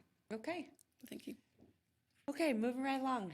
So, Madam Mayor, you have a motion and a And second. a second. All those in favor, say aye. Aye. All those opposed? Motion carries unanimously. Thank you so much. Sorry, we had so many, we're trying to get there. Okay. All next, right, Madam we're Clerk. on item E1, which is an ordinance introduction to be read by the city attorney's office. Ordinance introduction, this is ordinance number 7126, ordinance authorizing the issuance by Reno, Nevada of its general obligation limited tax sewer bonds additionally secured by pledged revenues, Series 2020, in the maximum principal amount of $55 million for the purpose of financing sewage projects for the city, providing the form, terms, and conditions of the bond and other details in connection therewith, together with other matters relating thereto. All right, thank you so much. Madam Clerk, do you have any public comment on this? We have none registered. Okay. I am going to send it to you, Ms. Lochner. Come on up. Good afternoon, Mayor and Council members. Deborah Lochner for the Reckner Finance Director. This is the almost to the last step of issuing the sewer bonds. So if you recall, we started by going to the Debt Management Commission back in August. They authorized us to continue with the issuance. The council passed a resolution of intent August 26th, and then we held a public hearing on September 25th. We have pushed off the closing of this bond a little bit because due to the state needing to get their environmental review completed before they can close it. The transaction's expected to close March 23rd, I think, somewhere in the 20th of March range. So that's where we are right now. This is the introduction of the bond ordinance. And then there will be a second reading on the 26th, and then we will just do all the paperwork and close the transaction at the end of March. Okay, thank you. Okay, I'm going to send it back to the body. Councilwoman Breckus. Yeah, it's probably more for Mr. Flansburgh. I've been very concerned about this and the huge rippling financial ramifications to the sewer fund of this decision, because frankly, it's the unknowns are so tremendous and the cost burden is going to be so high on the back end to non-users of this plant. So Mr. Flansburgh, what's the rest of this? Let's talk Risworth. We got $55 million here, and the path, the goal is for MGD, correct? That is correct. And not have flooding at Swan Lake, right? Correct. Okay, so you have told us $55 million for the plant work. You recommended a while ago $90 million in a reservoir. Is that still in play? The reservoir is in play. I mean, we are looking at we're getting into next month to do the borings that we need to do for the soil. So the due diligence is in full bore right now. Okay. So what we need is, to be clear, is a wintertime water storage location. Okay, so wintertime storage, little design work gets us to $145 million. And then we're up with this One Nevada and a bunch of partners doing some science up there, seeing if Bedell Flats is going to be a place to pipeline everything, inject it down into the soil and someday bring it up. Do we have any ballpark number of that? 100 million? So it looks like American Flat would be that location. Okay. So it would be a combination probably of American Flat and the reservoir. But I just received a proposal and have just this morning. I mean, there's other discussions going on about even private firms coming in and looking at what they can do in that area for capturing water and using that for different purposes. So when I get something vetted out, I would certainly bring that to you. But yes, the path that we're going forward right now is a reservoir and wintertime storage. That American Flat site that we are using for agricultural coming up, we see that going in a long-term horizon, and that would be like one of the first places we would utilize that wintertime stored effluent. And so we'd have a large location already to just continue that use. Well, but just okay, so we're at 145 million. Mm-hmm. Are we going to get out of this thing and get up to 400 million, 4 mil MGD under 250 million? Are we going to add another 100 million onto this? I think for about $250 million, you are going to be looking at a 6 MGD with appurtenances in place for that. So 200 million, maybe 200 million will get us here? So yeah, this first 2 million gallon ad is going to be the most expensive. So when we did our rates and those, I look forward to bringing that to you soon. Yeah. It will show what it looks like at 6 MGD, because that's when we look at our overall horizon up there. We see that it could be 8, 9, or even higher than 9. That's what this study basically came out with. Yeah, I mean, I want. Oh, okay. Hold on. Let me, because now we're over. Any other council have any questions? Nope. Okay, so this is a really big issue. So say we can get to 400 MGD, which we don't have a precise answer, but at 200 million, okay? We still got Tumwharf going on. And Tumwharf was supposed to have a plan maybe in the next month. Now it's not going to be till May. That's going to be a big number because we're looking at, what are we looking at? The Dawn, what's the Dawn? The dissolved organic nitrogen removal. Okay, and let's remember, the three of us who are still sitting here making quorum, that we have the whole southeast side of the valley, that goes to the county plant. They're not in the game to carry the utility because they all go to the county. So we could be looking at $500 million of sewer investment being handled by 2/3 of the city? And again, the sewer connection fee, we'll be bringing those numbers back to you. And you did ask for us to look at 2 different options. One was an area-specific location, and one was the blended rate like we do today. And so we will have those options so that you can see what the connection fee would look like for the Tumwharf service area as opposed to the Reservoir service area, or if we blend them all together. I'm asking this council to not go down the path of the unknowns on these big debt numbers. And another thing is, we've got every warehouse project coming in here with a fiscal analysis. Let's do a fiscal analysis of what $200 million in sewer investment gets us in terms of our revenue in the North Valleys, of the taxes that we're going to get and so on, because we're really down a big path here with Tumwharf hanging in the wings. And sewer rates have gone up 32%, I think, in 7 or 8 years. That hits every household. We spend a lot of time here thinking about housing affordability. Housing affordability are the rates. And if you're going off into the unknown with something like this that's going to be paid for on the backs of the ratepayers, because it's not going to get picked out of connection fees, we just have such little quantifiable information before us. And the last thing I will say is, if a city is going to teeter, a community is going to teeter on finances, it's going to be a sewer plan. Jefferson County, Missouri.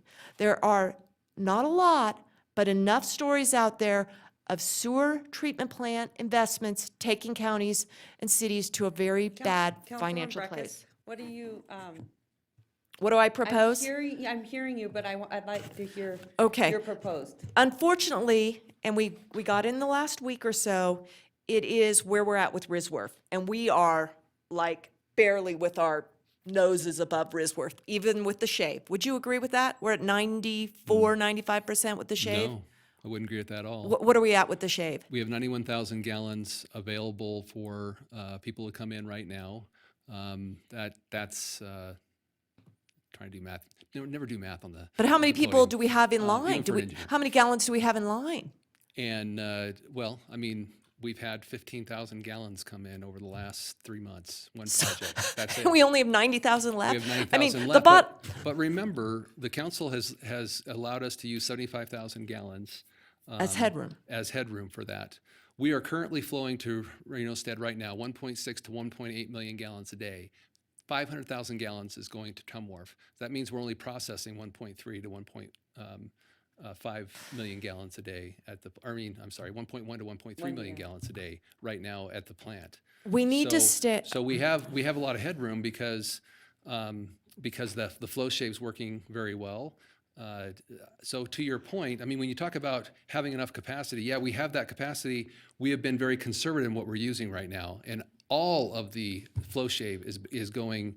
The full 500,000 is being used, and we're not even at our 2 million gallons yet. But I mean, you also have to back that up to the consideration that Swan Lake is full, will be full for 5 years, and a jury has told us we got a liability issue. So I guess the issue is we really cannot keep going with the 2 MGD. Now, the question of whether or not to make the investment into the 4 MGD, let's start with knowing what the cost is and what we're going to serve. And if that can be afforded by the Risworth people who are coming in, because Tumworth people, Southwest Reno, Northwest Reno, they're going to be bearing the brunt of that if that sewer plant cannot carry it, and they're going to have to pay for Tumworth's expansion and improvements. So those are my concerns, and I think we need to hold and get more information on the overall costs and let the science projects continue. Okay, go ahead, Councilwoman Weber. I absolutely disagree with Councilwoman Breckus. I think that we've come this far. We've asked, we need to move forward. We've talked to our community, the North Valleys. We all know the facts. The facts have been given out. We can't have council members making up stories, in my opinion. We need to move forward. And so I would like to make a motion to approve. All right, I have a motion. Just I have a second for discussion, I object to my colleague about making up stories. Okay? No, I don't think that's fair, because you don't have the story, and none of us have the story of what this 4 MGD is going to cost. We have a guesstimate of 90 million for the reservoir. We do not know what the American Flats project is going to cost. So we do not have a full picture for the MGD. If you're going to go buy a car, you're going to get the sticker price. We do not have the sticker price for a 4 MGD. And that's factual. Can we all agree upon that? Can you tell me right now what 4 MGD is going to talk about, be at an 85% confidence level? I can't for the reservoir until we have enough information for the design. But we have a reasonable estimate for that. The Reno Stead wastewater plant expansion is out to bid right now. We will know in late March when the bids come in, and we'll be looking to bring that to council in early April. And so that will inform us then what the cost is compared to this $55 million, and that'll certainly give us certainty at that time. Is the effluent disposal a part of that cost? The design? the effluent disposal is not part of that cost. Right there. Okay, go ahead, Councilwoman Dart. Thank you very much. The work that you're doing up there, would you qualify that as a science project? It gets called that a lot, but no, I would not. It's very proven, and we're really just looking at the soil conditions and make sure that we understand it. Look forward to having the Western Region Water Commission in a workshop coming up here shortly to actually tour that site and have a discussion on what the effluent management team in the region is doing. Thank you very much. So that would be making up a story. Thank you. All right, I have a motion, I have a second. All those in favor say aye. Aye. All those opposed? I'm opposed. Motion carries. Okay, Madam Clerk. Madam Mayor, we're on item F1, which is 1,000 homes in 120 days. It's an ordinance adoption to be read by the City Attorney's Office. Ordinance adoption, this is ordinance number 6542. Ordinance establishing a building permit and sewer connection fee deferral of 5 years for approval projects pursuant to resolution number 8729, 1,000 homes in 120 days program, and the executed development agreement for fee deferral, together with other matters properly relating thereto. All right, thank you. Madam Clerk, do you have any public comment on this item? We have none registered. Okay, thank you so much. Okay, I think we've already seen a presentation on this, so I'm going to send it to you. Oh, go ahead. I have a question. Councilwoman Breckus. The two questions that I asked last time were, one, what was the statutory authority for this? Was it that bill that we're using for the other item? Do we have a statutory authority? Was there an NRS reference? My recollection was there was also an amendment from the last legislature, I think it's under 271, that allowed us to defer some of those costs. But that was for housing when you had it subsidized. Is any of this subsidized? No, I can check and get back to you. Because that was the Make sure you question get- for me, and it was also, or do you just go under a general NRS related to rate equity issues or rate structures? Did you have an? My recollection was there was an NRS that allowed us to offset these fees in order to promote housing. And Okay, it didn't have to be subsidized. Okay, okay. It was under SB 207. It was SB which? Okay. Just for clarity, for the record, John Shipman, no, this is not to be confused with the affordable housing Yeah. bill. So But is this it under the same statutory framework? What statute is it allows us to defer fees? I don't think, well, we'll get back to you on that, but I don't recall us pointing to a specific statute Yeah. to do that. I'm concerned that if we're not clear what statute we're working under, we're kind of getting into we need to kind of be able to point up somewhere. If it's a general local government privilege, then we can go there too. So that's concern number one, and I did ask for that before. And then the other one was the prevailing wage. Did you all do any look to see if prevailing wage is going to trigger on this? Because prevailing wage does trigger on subsidies or government subsidies. And so I think there was a cost money thing on that. Did you have a chance? Because I don't want these home builders to be subject to prevailing wage, and they've already done their pro formas, and then they get that coming into them. Susan Ballroth, Deputy City Attorney. I have a memo, a confidential memo prepared, and I apologize I didn't get it out today. But we have done the analysis on both this and the SB 207. Okay, do you recommend that we maybe hold off on that before we get this memo? No, I do not. You think we're safe to go ahead forward? Well, I'm sorry. I asked these questions. I'm not going to be able to support this. Okay, so I have a motion and a second. All those in favor say aye. All those opposed? I'm opposed. Okay, and I just wanted to say, because there was an article out there, and Bill, can you tell me what the number is of units right now?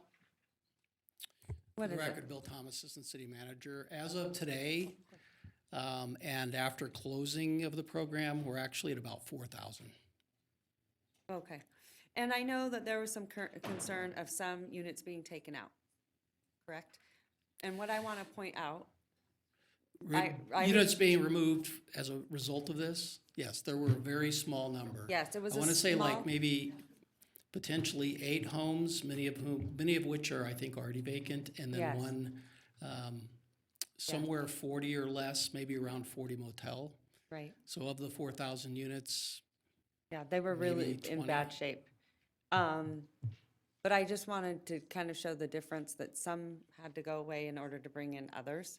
So I think, this is more of a success on this side. I just think it's interesting that people want to be so incredibly critical. If you have great ideas, bring them here. We want to hear them because we're trying to do all we can to stay on top of this affordable housing crisis.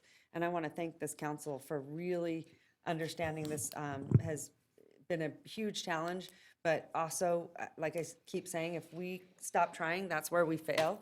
And I want to say thank you so much, Bill Thomas, because you really made it happen. And the other thing I want to remind everyone, especially I think Councilman Delgado and Councilwoman Jordan would remember this. When we first ran for office, do you remember listening to the development community saying, listen, there are a lot of things that take a long time, and one of the biggest delays are those fees, and if they could be amortized over time. Do you remember that? So we heard this for a very, very long time. This is not something new, and I want to remind people, this is a deferral. This isn't a giveaway. But you know what? People need housing now, and we need to think of that. If we're constantly saying no, no, no, how are we ever going to get anywhere? We're not. So I just want to thank my council, and I want to thank you, Bill, for just doing a tremendous job. Thanks. Yes, and our staff. They're wonderful. Thank you. And you, Susan. And you, John. All right. All right, And Madam you, Mayor, Mickey. we are on item Okay. F2, which is an ordinance introduction to be read by, Did or we I'm sorry, an vote? ordinance adoption to be read by We did, yeah. the city attorney. Sorry, 5-2? F2. Okay, F2. F2, ordinance adoption, ordinance number 6543, ordinance to amend Title II, Chapter 2.16 of the Reno Municipal Code entitled Municipal Court, Jury Trial and Municipal Court, together with other matters properly relating thereto. Okay, Madam Clerk, any public comment? None registered. Okay, thank you so much. Any questions from council members? Seeing that there are none, may I have a motion? Councilman Delgado. I have a motion, I have a second. All those in favor say aye. Aye. All those in favor say aye. All those opposed? Motion carries unanimously. Item F3, ordinance adoption to be read by the city attorney. Ordinance adoption, ordinance number 6544, ordinance adding Chapter 1.08 to the Reno Municipal Code as enabled by Senate Bill 103, NRS 278.235(1)A and 2, to provide the city the ability to reduce or subsidize in whole or in part impact fees, fees collected for the issuance of building permits and sewer connection fees for an affordable housing project, together with other matters properly relating thereto. Move to adopt. I have a motion? Oh, Madam Mayor, we do have an online public comment submitted in opposition of this item. Okay, So may I ask a question on this go one? right ahead. So this is pursuant to Senate Bill 103. And what did that bill do? Susan Bellroth, Deputy City Attorney. Yes, Councilmember Breckus, this is pursuant to SB 207, and this set forth the... No, it says 103. What did I say? Sorry about that. SB 103, something else. That allows a governmental entity with regard to an enterprise fund, like building enterprise, sewer enterprise fund, to actually reduce the fee. And as long as it has the public hearing and makes certain findings, and it must be for affordable housing. By that law, the SB 103, we, the city, needed to create an ordinance to use the program, and that is what is before you today for adoption. That's why I'm confused with the other one, because the other one, does the other one evoke this same bill? Or it's not eligible to evoke this bill because that one doesn't have the cling to affordable housing projects, right? Correct. SB 103 has no tie to the prior deferral. The SB 103 enabled a reduction, which did not exist before. It's not a deferral. You could have a zero fee in this case, or you could have a half a fee. And that's what our ordinance established. But it has a public purpose of making sure that these units meet some income guidelines. Yes, this was for the sole purpose of affordable housing. Okay. Well, I support this one because I think we have clear statutory authority. Madam Mayor, if I may, I think that there's two main differences between these two items, just to point them out to the council. In the 1,000 homes, I'll just call it the 1,000 homes one, it is, all of the funds will be coming to the city. It's just going to be deferred. So the city Just will get the later. same amount of money, it's just going to be later. In the SB 103, it's potentially that none of those funds would come to the city.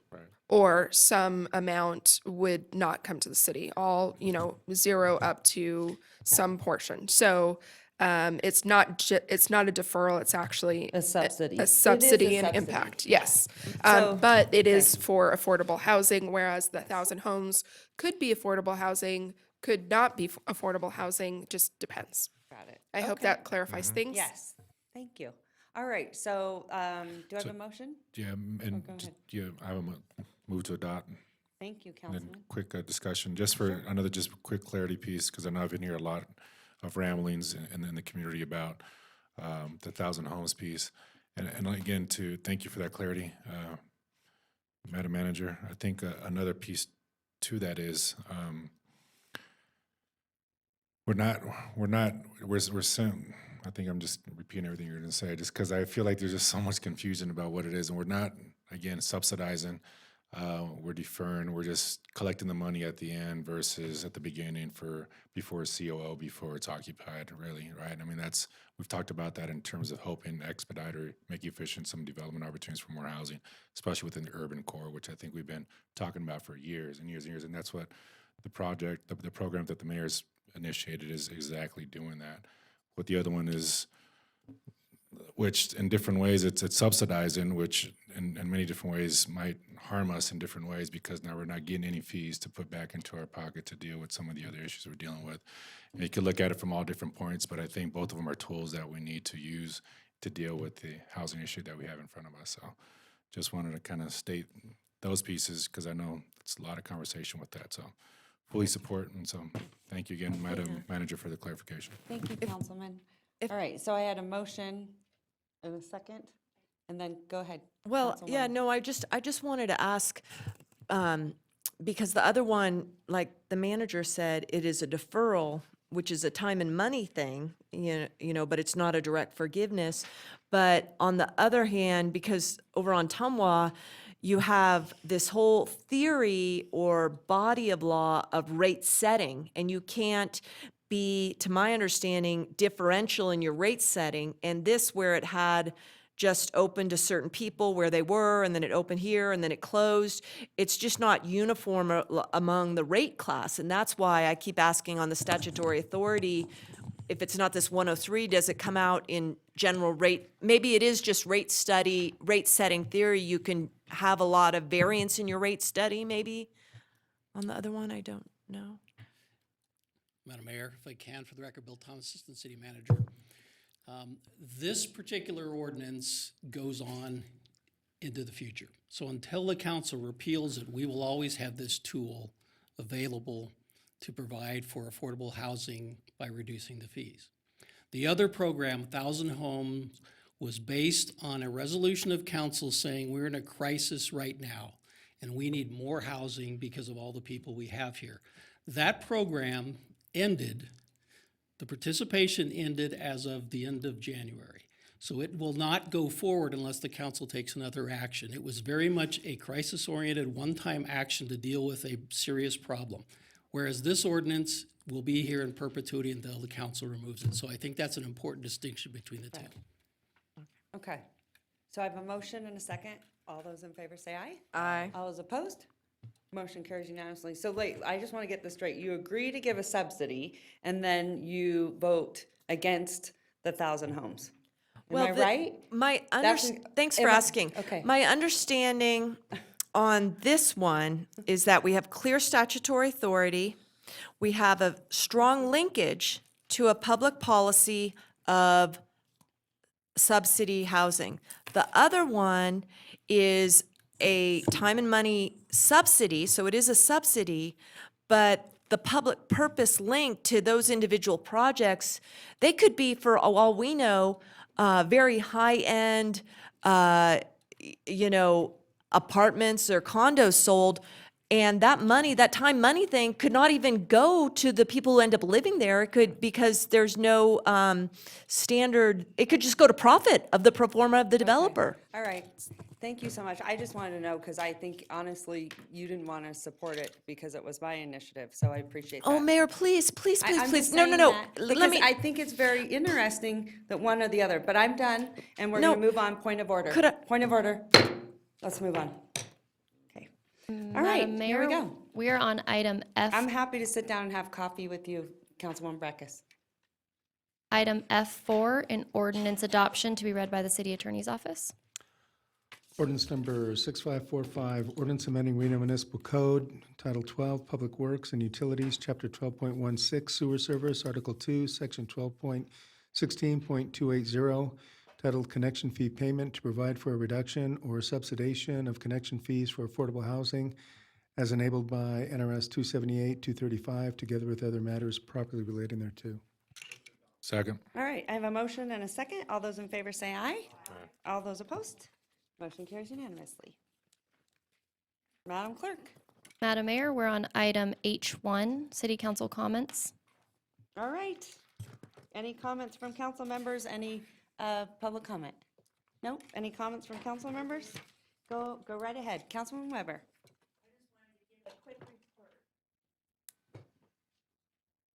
From our last Tum Wharf meeting, the joint coordinating committee meeting was held last February 5th.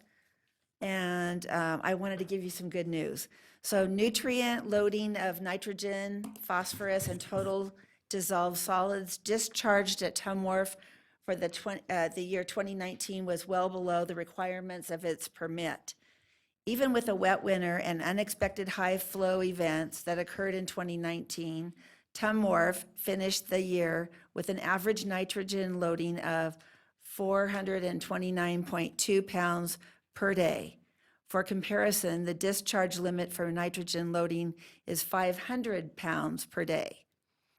Through chemical and process optimization, concentration of nitrogen leaving the plant for the month of December was the lowest it has been in 15 years.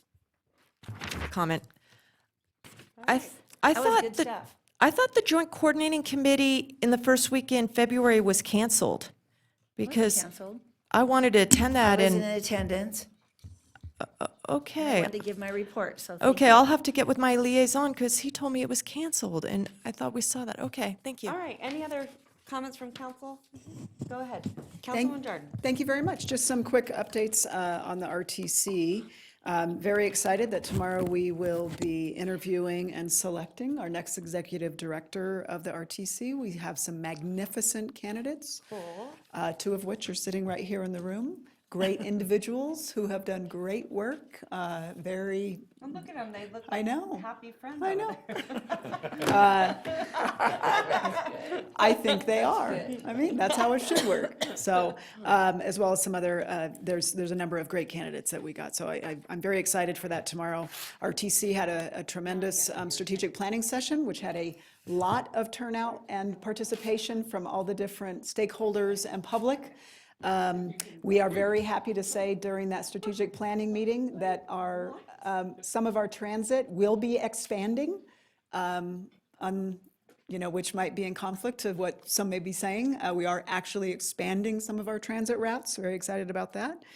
And I am also very excited to say the Virginia Street project is moving along smoothly as a road construction project can move along.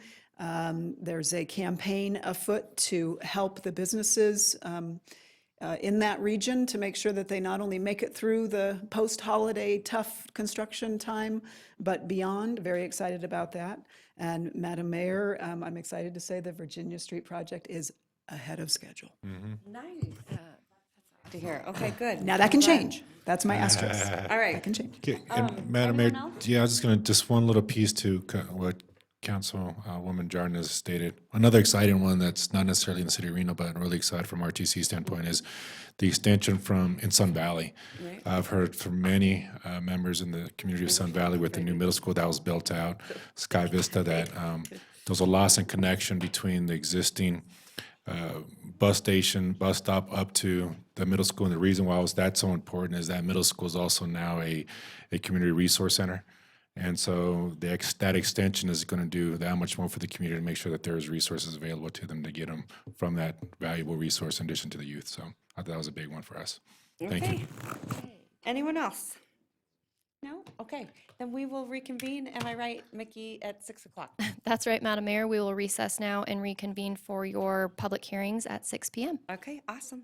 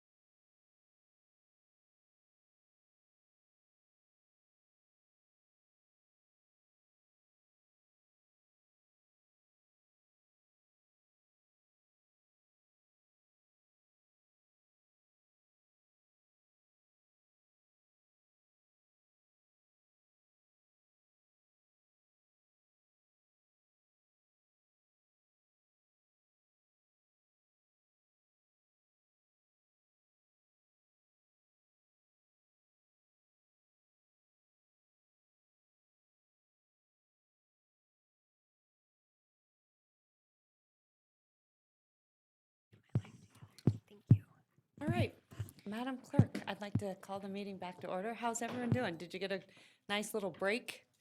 Oh, you went and slept? No. Okay. All right. So Madam Clerk, before we start, I want you to read off the agenda items that we're hearing tonight. I think we have a few. We do, Madam Mayor. Okay. We have one existing item from earlier in our agenda, item C1, which is a zone change for Majestic Liberty. Additionally, after that time, after council has made their deliberation, taken public comment, and then makes their decision, we will then move on to our 6 p.m. public hearings, which are our appeals. The first one tonight is I-1, Majestic Liberty Appeal of the Planning Commission's denial of their special use permit. After council's deliberated, taken action on that one, then we will move on to item I-2, which is the second appeal of the evening, which is the Verdi Boat and RV Storage Appeal for the Planning Commission's decision to deny a request for a special use permit as well. Okay. So these are separate items. So our first one is going to be C1, which is Okay, from our earlier. Okay, I just want to clarify so everyone knows that that item is going back from an earlier council meeting. So we're not quite into the 6 o'clock. Okay, with that being said, at this time, I'm going to ask any council members if they have disclosure. So for item C1, I'm going to read a disclosure, and this is for C1 and I1. Okay, Madam Clerk? So All right, we Madam pe- Mayor, we'll please note put it for these both items. into the record. In the interest of full transparency, I'm disclosing the fact that I have a personal and non-business relationship with Jessica Sferraza. I understand she's been retained by the applicant as a consultant on the project. On this matter, I've sought guidance from our city attorney. I do not have any commitments, financial ties, or obligations to her in any capacity. Please accept this disclosure for the record. Okay.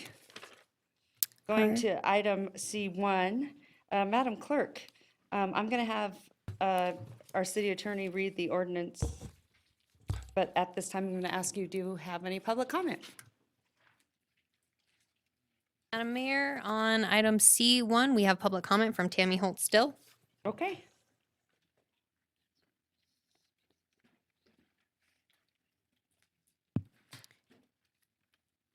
Tammy, if you'd like to come up for public comment, we'll take public comment at this time.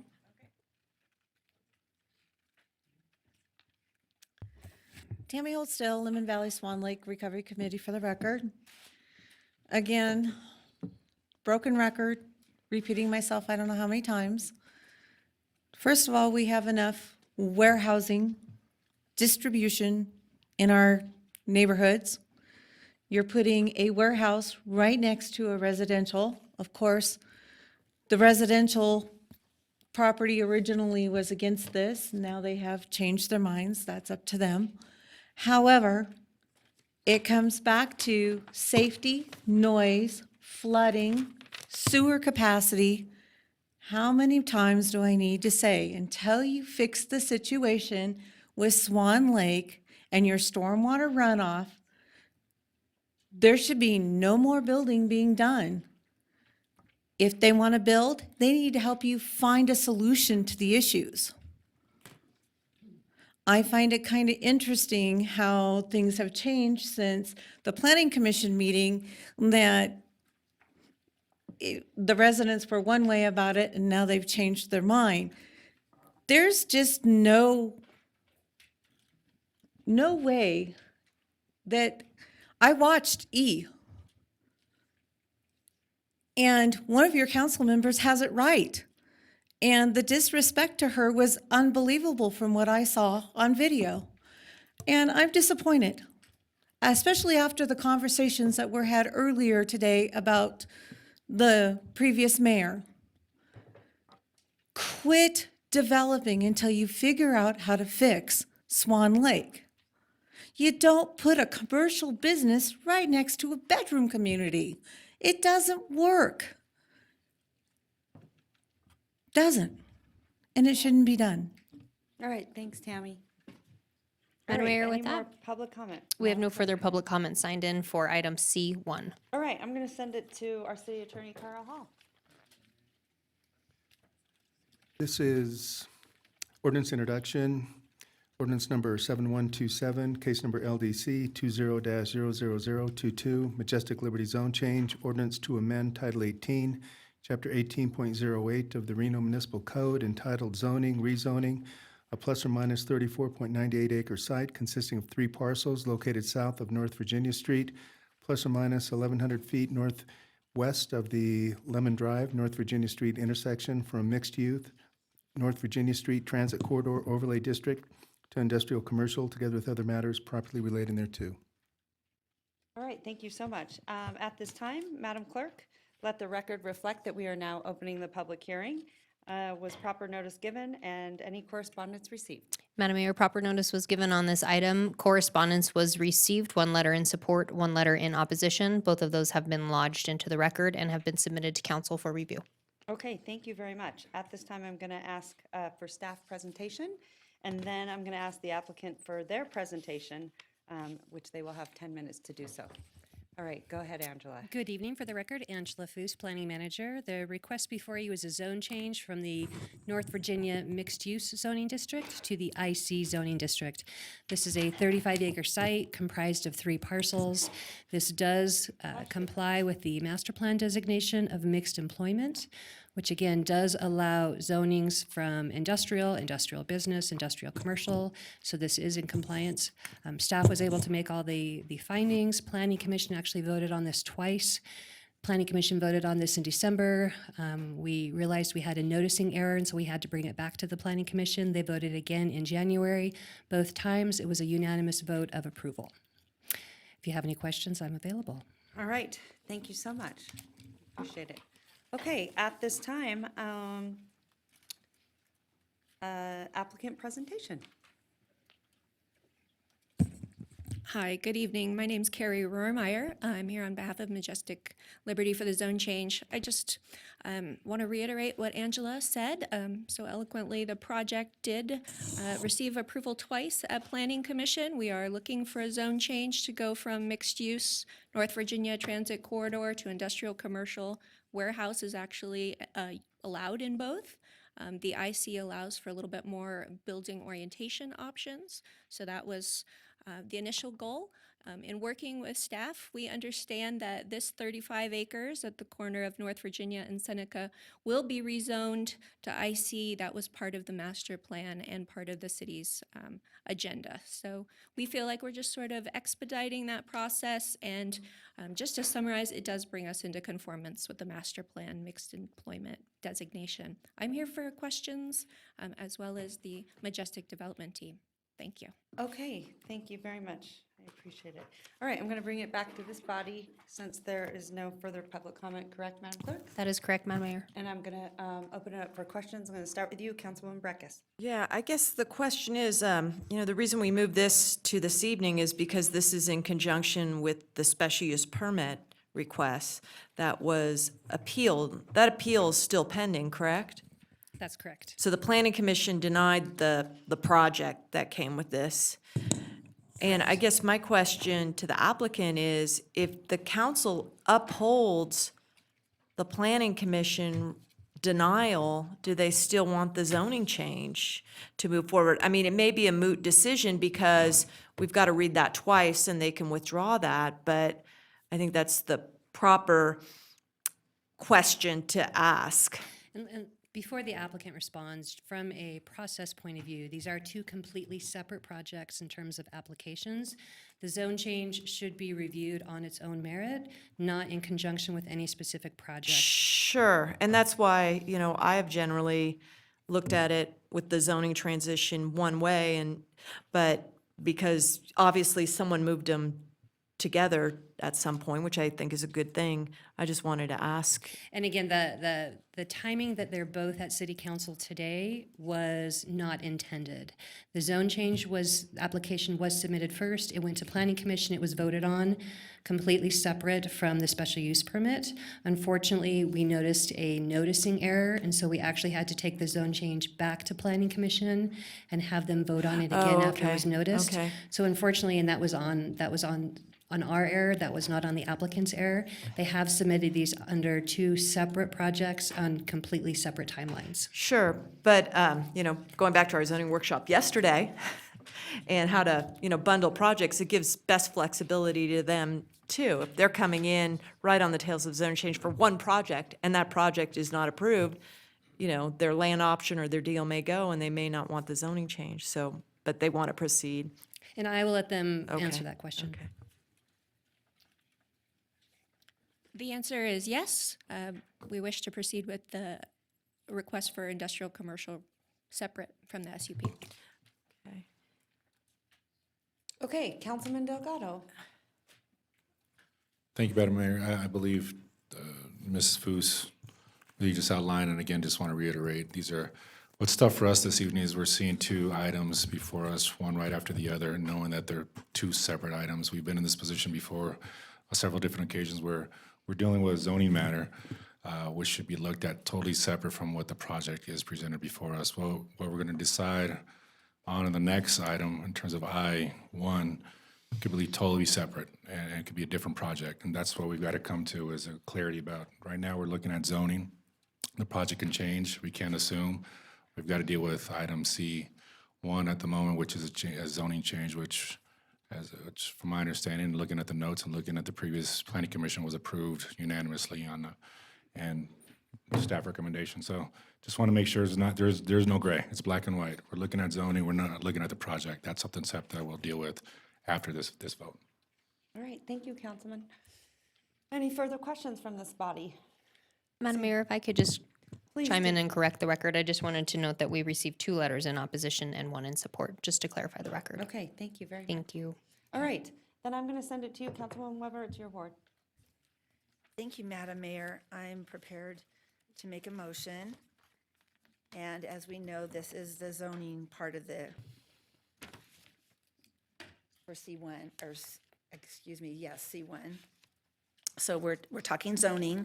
So I move to uphold the recommendation of the Planning Commission and refer Bill number 7127 for a second reading and adoption. All right. Second. I have a motion, I have a second. Any discussion? Seeing that there's none. All those in favor say aye. Aye. All those opposed? Motion carries unanimously. Madam Mayor, this time we will transition to item I-1. This is an appeal for an SUP from Majestic. And I will note in the record, Madam Mayor, as you read your previous disclosure, that has also been attached to this item. All right, thank you so much. At this time, Madam Clerk, we will now open the public hearing. Let the record reflect that. Was proper notice given and any correspondence received? Madam Mayor, proper notice was given, 3 letters of support, 1 letter in opposition was received. This has been sent to council and is part of the record. Okay, thank you very much. At this time, I believe I have to send it to you, Mr. Carl Hall? Nope? Okay, just making sure we've got our legalese. Okay, at this time, staff presentation. Thank you again for the record, Angela Foos, Planning Manager. The appeal before you tonight is based on a request for a special use permit for 2 reasons. One was because of residential adjacency. Again, now that the property is through one reading of the zone change, we are basing this on an IC zoning. When you have an IC zoning and not a mixed-use zoning, and you are adjacent to residentially zoned property, that does require an additional special use permit trigger. That would not have been triggered under the mixed use, that is triggered under this IC zoning. The second trigger has to do with cuts and fills. This project is basically a 500,000 square foot industrial building in an area that has industrial building on the north side and portions to the east and west. Immediately adjacent to this parcel is residential property. That's Washoe County zoned residential property. So with that, we have residential adjacency requirements. That has to do with the setbacks of how close these buildings can be to the property line. It also has to do with how we mitigate noise and light and other elements that would negatively impact those neighbors. So in working with the site plan, the applicants have addressed those concerns. They've added additional landscaping above and beyond code. They have a 6-foot wall that separates this property from adjacent residential properties. They've exceeded the minimum setbacks of the building. So again, the building's been pushed back further from the property line than code requires. And they've also designed this industrial building so that all of their truck dock doors are interior to the site. So they are not on the outside of the building which faces residential, they are on the inside of the building. The applicant has a robust presentation, so I'm not going to go through that, but I'm going to let the applicant do that. The concerns from the Planning Commission were related to the residential adjacency, and does it fit within the neighborhood? Because again, it's an existing residential area that over time is starting to change, and we're seeing it change with all this new industrial development come on board. So there were concerns that from Planning Commission's perspective, it didn't meet those residential adjacency concerns enough. While it did meet code, the Planning Commission felt from a scale perspective, an industrial building next to residential, they felt they could have done more. So I will leave it at that and let the applicant go into more detail. Okay, thank you so much. All right, at this time, we'll call up the applicant. You have 10 minutes. Good evening. For the record, my name is Brett Tremaine. I'm partners with Majestic Realty in our Los Angeles office. I did want to just take 10 seconds and just pass along my regards for the former mayor.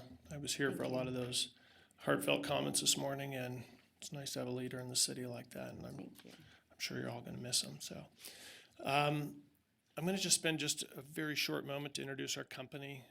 We are a family-owned and operated development company. We've been in business since 1948, and we're now in our 4th generation. And we're founded in Los Angeles, but over the years our company has grown throughout the United States. And our primary business is building industrial buildings. And those buildings accommodate multiple uses. They're employment centers. They're mixed use as it would relate to the type of products that go through those buildings.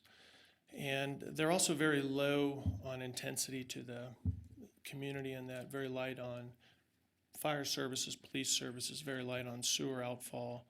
So there's a lot of benefits that these industrial properties have within the communities we develop. We are a long-term owner of these properties in that we're not a merchant builder. We don't show up, build buildings, sell them, and then leave town. This is our first project in Reno, and our plan is to be here and make a long-term commitment to the city and the community.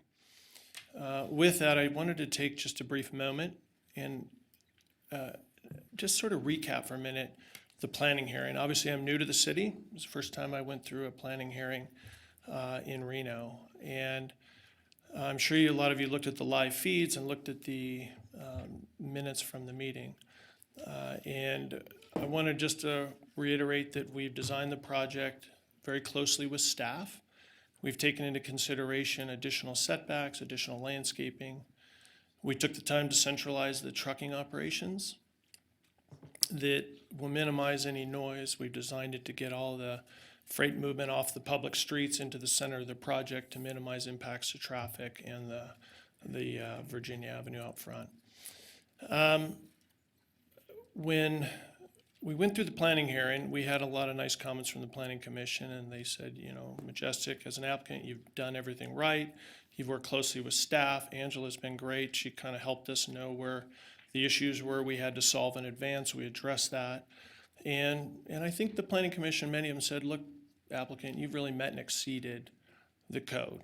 And they were clear when we got into the approval process that it was a nuisance to one adjoining property owner. And it's Mrs. Garcia and her family. The Garcia family owned the home immediately on the west side of the property.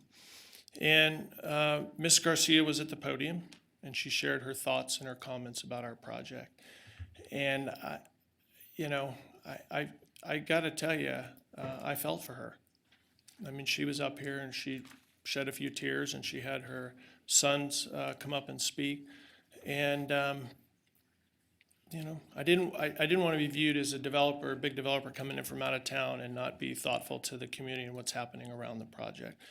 So as we got turned down, I did take the time to personally drive to San Diego and meet with her son, who's an architect and had helped with some of the exhibits. And I then flew back to Reno and met with the Garcia family, both Mr. and Mrs. Garcia and their sons. And I took a better part of a couple hours with them to make sure I really understand the issues that they were concerned with. And so subsequent to that, we took the time to modify our site plan. We relocated some parking spaces. We've added some landscaping specific and adjacent to her home. We've provided some access areas that she could use the balance of her property more effectively. So again, with an effort to try to have a favorable vote tonight, but also to be a good developer in the town and be thoughtful for somebody adjacent to the site. So with that, I'm available tonight for any questions. Happy to answer them, and please call me back to the podium or I have some consultants here. Sometimes I'm not smart enough to know all the questions, they can answer too. And because I'm new to the city and I wanted to make sure I handled the appeal right, I asked a gentleman named Garrett Gordon to help out this evening, just to make sure I do everything properly. So anyway, thank you for your time, and I appreciate it. All right, thank you so much. Okay, I'm going to bring it back to this body for questions. Mr. Gordon. Oh, come right up. I'd love to. I was going to ask you for maps and all that good stuff. So. For the record, Garrett Gordon, Brett, you don't need me. You did a great job. Let me just set the table real quick. I have about 5 minutes regarding the actual project. So two use permits went to the Planning Commission.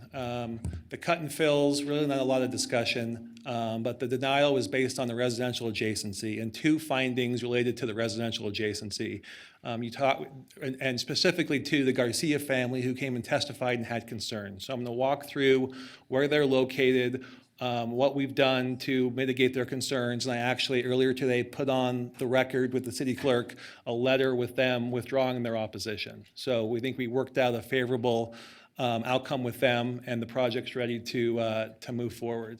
So again, here's the overlay of the project. There was a comment earlier regarding no additional need for industrial or manufacturing buildings, but I would actually argue the opposite. Based on your master plan, there's two, I think, pivotal master plan policies that staff recognized. One, modern industrial hubs, that the city already wants to support the continued growth, not the decline, the growth of the city's logistics and manufacturing industries, and leverage the region's infrastructure and assets to broaden economic base through attraction of advanced manufacturing employers and modern logistics. And two, employment centers, plan, invest in, promote, and incentivize the creation and improvement of cohesive employment areas. So I think this project falls right into those two master plan policies. Here's a site plan of the project. As you heard earlier from Angela, from Ms. Foos, we exceed in numerous occasions code. Number one, the interior truck court, all the trucks will be located between the buildings. That's not required by code, but that, I think, as Brett mentioned, was above and beyond to make sure we're mitigating noise, visual impacts, etc. No truck traffic along the exterior portions of the buildings. Two, building setbacks. What's required is 85 feet. 85 feet is required. The Garcia family, you can see their parcel is in yellow. Their setback is 118 feet. So we've gone above and beyond of what code requires to actually what the setback we're providing. Access is entirely on and off North Virginia Street, approximately 108 semi-truck trailer parking spaces, 401 vehicle spaces. You can see there's two buildings, approximately 516,000 square feet, 270 square feet on one, and approximately 246 on the other. State-of-the-art buildings, as you mentioned, Brett mentioned they do this all over the country. I'll have a rendering in the next slide to show what this looks like. It's really exciting. Landscaping. Code requires only the landscape, the front portion of the project on Virginia Street. They've gone above and beyond in their landscaping, all four sides of it. So I would say they're approximately doubling the landscape that's required. So approximately 25,000 or so landscaping square feet are required. They're at over 54,000 square feet. Stormwater retention, 1.3 to 1. What does that mean? That means post-development flows have to be 30% less than pre-development flows. The situation is getting better, 30% better as a result of this development. And what's the benchmark? What's the fallback? Is a condition of approval, specifically conditional of approval number 9, still requires a final sewer report at the time of permit. So we again have another step to prove up that in fact there's capacity for sewer. Stormwater retention, as I mentioned, there's also a condition of approval for a final hydrology report. So there's still studies to be done and working with your engineering staff to prove up that our retention basins are in fact going to work, they're designed correctly, and they'll be maintained correctly. RTC smart trip, low impact development, number of elements there. And again, a palette that really blends in. Now you'll see the color scheme here that blends in with the environment, that blends in with the surrounding areas. You can see the truck traffic goes in the middle of the buildings to mitigate noise impact around the sides. Building number 1, you can see to my right, your left, the home there with the kind of light blue roof. That's the family that came out at the Planning Commission and objected. That's where the planning commissioners had concerns about residential adjacency to that specific family.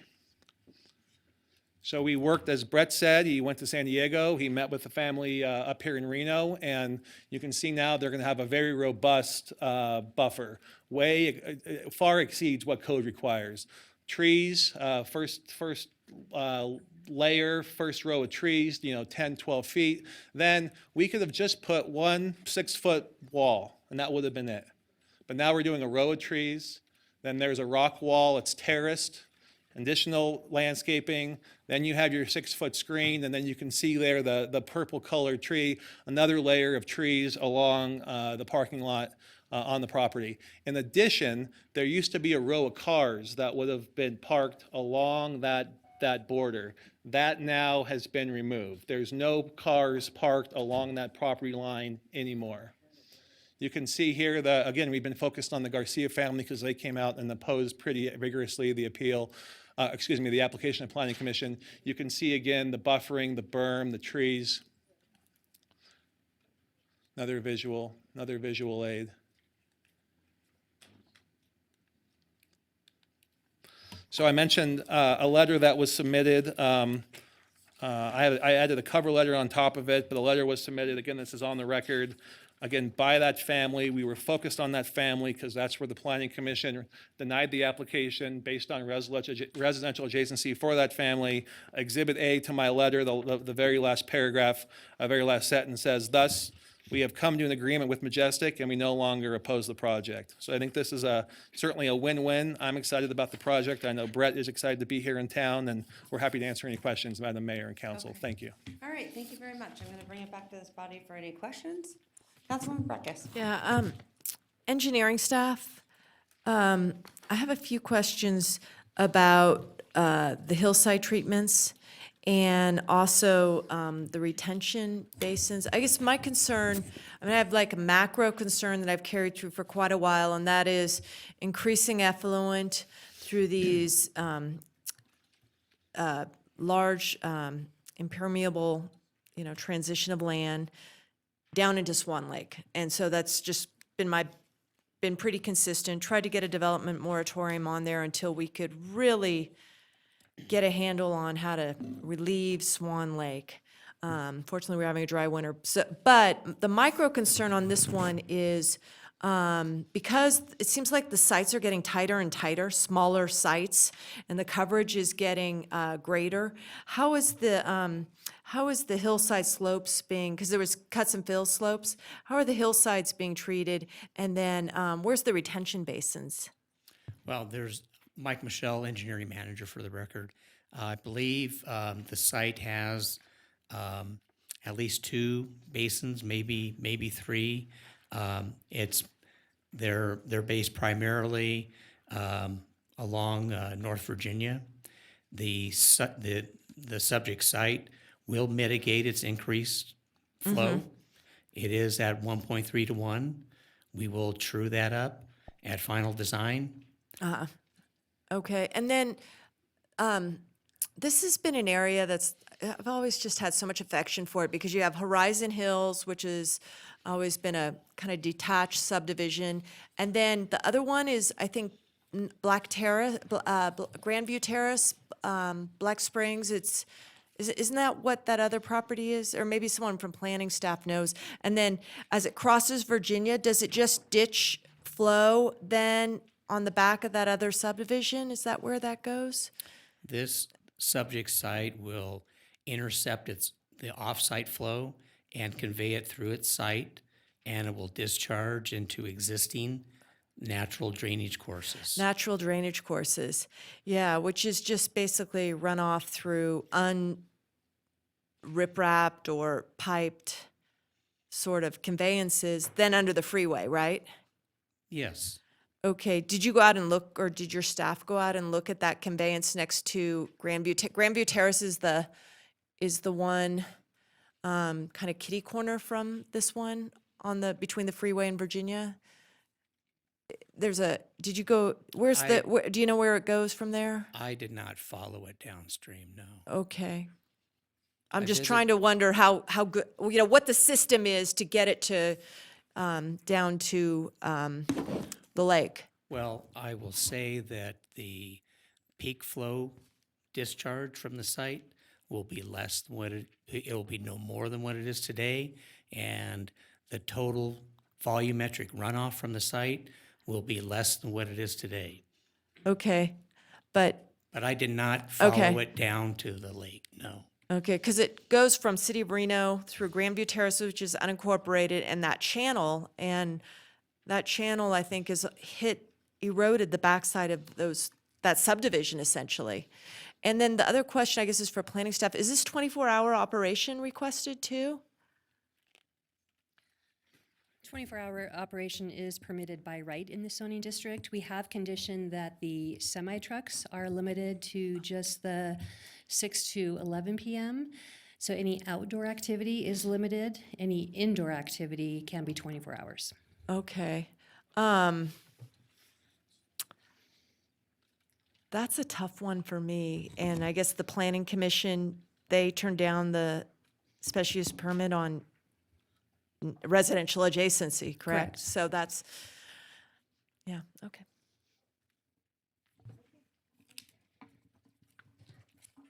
All right, thank you.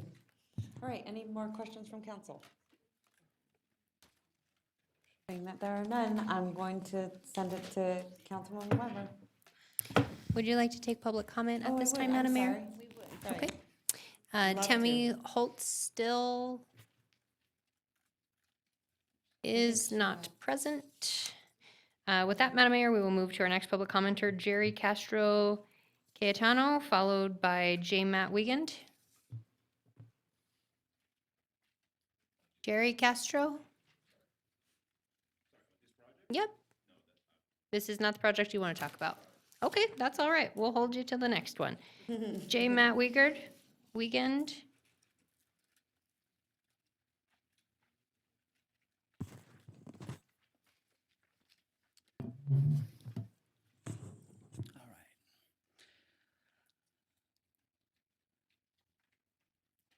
It would seem that the only people who matter are the one family that spoke the loudest against this, and now that they have assuaged them on that, I guess they can just go forward with this.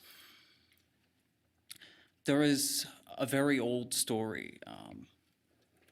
It's one of Aesop's fables. It's the wolf and the lamb.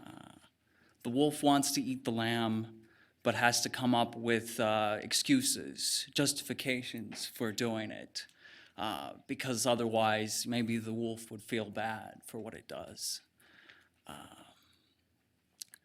That's sort of what all this feels like. And the lamb keeps pointing out the truth. You know, you bring up the traffic jams we have in the north constantly on the freeway and on the highway there. That highway has never been widened. Light pollution, noise pollution, horrible problems with potential fires sweeping through the neighborhood, and there's only one way out. And of course, you know, the semis are clogging everything. Flooding, sewage problems, there's no infrastructure, and, you know, to say nothing of the natural world, let's just scrape off that whole bit of land, screw all the things that live there. They don't matter. I went around talking to folks, and pretty much everyone hated this thing. Most of them are not here. A lot of folks did come, thankfully. But everyone was against it, but they just thought it was inevitable. They know the wolf will eat the lamb. They know the city will just approve this. I remember the last guy I talked to, you might have seen that diagram they showed, and there's the entrance, and it sits right on top of where this old man lives. And he just said, you know, the city council will just approve this. They approve anything. And he said he would probably sell. They're all getting out of there. All those people are getting squeezed out. They'll just sell. They can't take this anymore. And I thought, you know, maybe he's right. Maybe he's right that we'll be crushed again. We'll have this giant thing right there next to us. I live in the house right next to the family that complained the loudest, and, you know, folks talked to them and they've decided to withdraw. There are countless other people, but, well, the wolf eats the lamb. Thank you. Madam Mayor, next public comment is from Scott Jackson, followed by Monique Herbst, followed by Wes Herbst.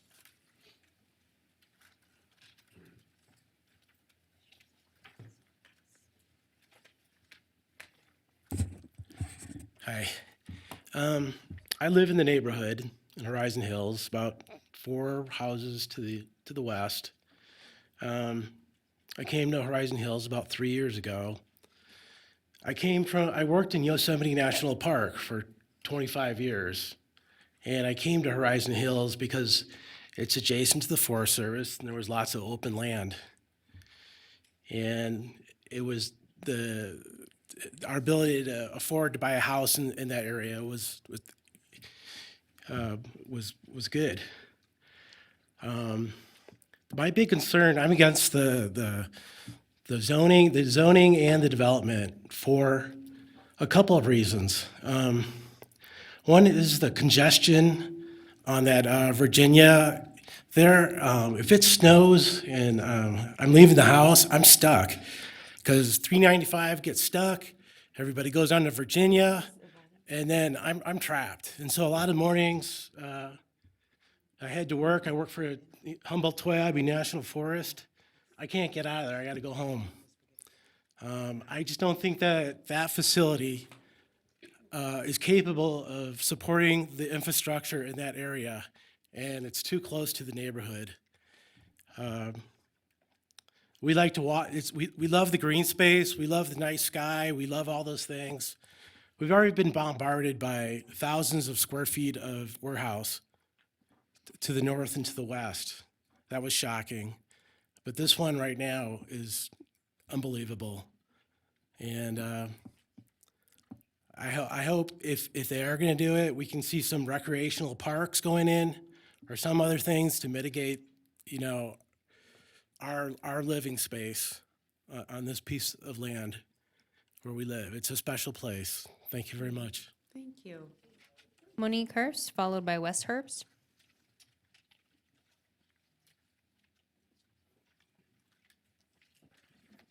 I'm a nervous wreck, so forgive me. Before I begin, I first want to make sure that you've all received a letter from Peter Wiggin.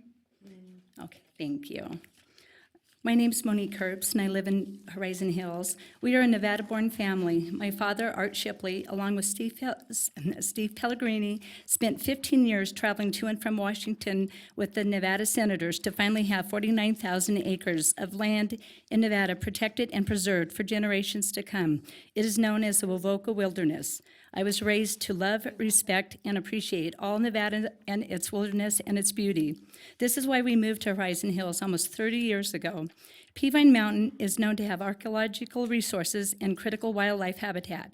It is beyond my understanding why we are having to desecrate the bottom of Peavine to build warehouses when we have USA Parkway designed for these types of warehouses. I was also deeply saddened to learn that one of the families on Seneca has, I believe, accepted an undisclosed sum of money not to object to the warehouses.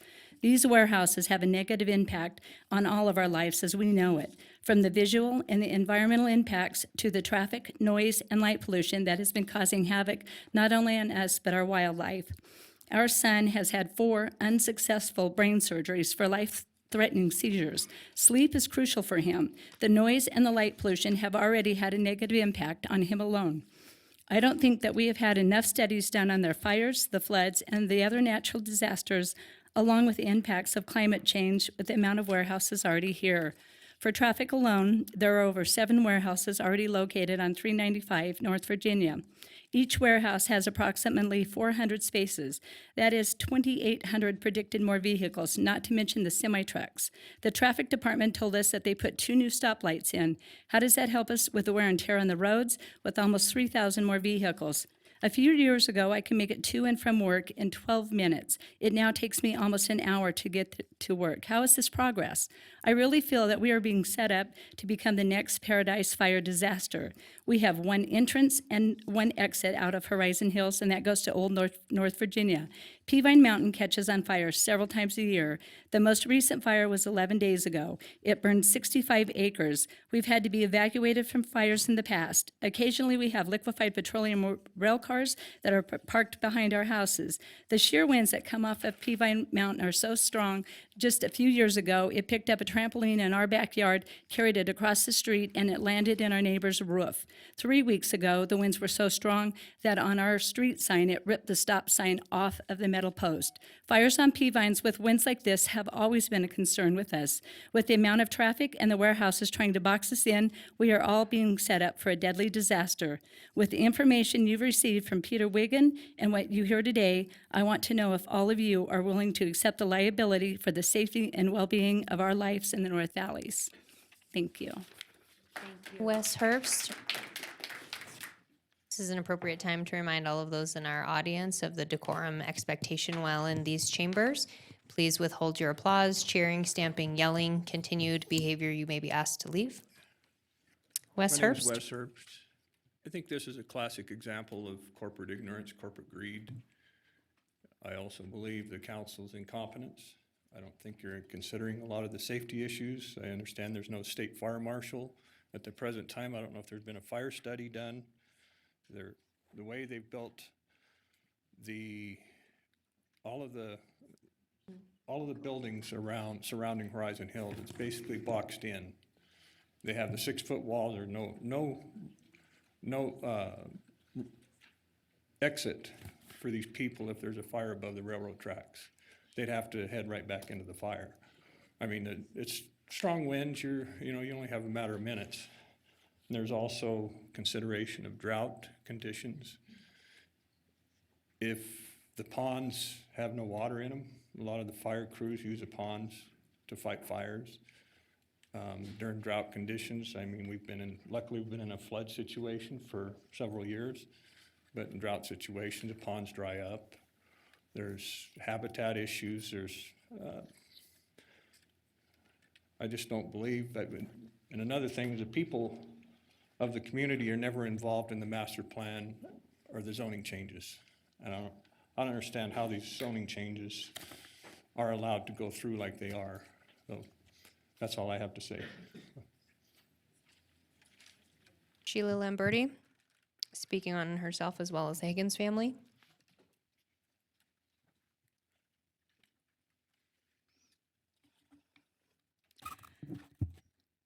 Hello, my name is Sheila Lamberti. I'm just speaking for my family. My uncle purchased 7 acres of land in the Black Springs area over 60 years ago. My cousin, who's with me tonight, she was born on that property and still lives there. And she does not understand what this means because it doesn't come in layman terms. For people to really understand, she needs to see a diagram saying, this is my acreage. What part of it do you want? And they're stating parcel 52, parcel 19, or 18s. And so from what I understand, they want to take over an acre of their land away from Highway 395 north because they have an excess to her property on 395.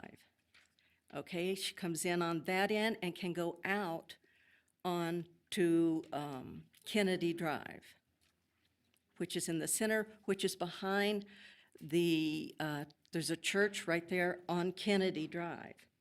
Okay, so she's just up from that and in the back, the 7 acres that sits behind. Her and her brothers live there and have their entire life. I lived there when I was a child. I remember hiking up Peavine every morning with my cousins. And we would just hike around and just what kids do. But our family has been there over 60 years. And they don't know what to do. They're baffled. They have very little income. Both my aunt and uncle have passed away. My cousin spent most of her years, her later years, she's now 60, as to taking care of her mother and her father who were dying.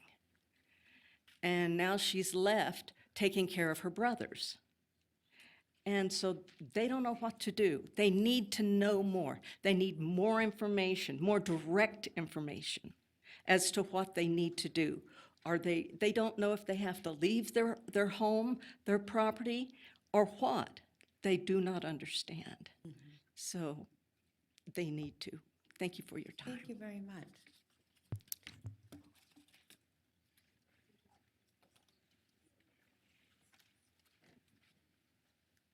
Madam Mayor, our next commenter is Marty Drum. Madam Mayor and the council, I also too am sorry to hear about Mr. Cashel. And with that said, I was not going to make a comment, but I'm not opposed to change at all and growth and development.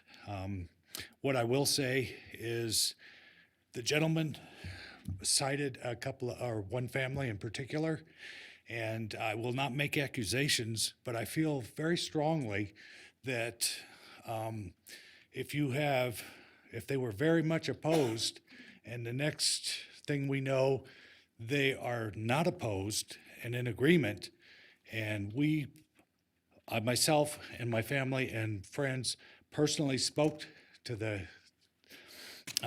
family that the gentleman referenced, and it's secondhand, so I won't, but they were influenced.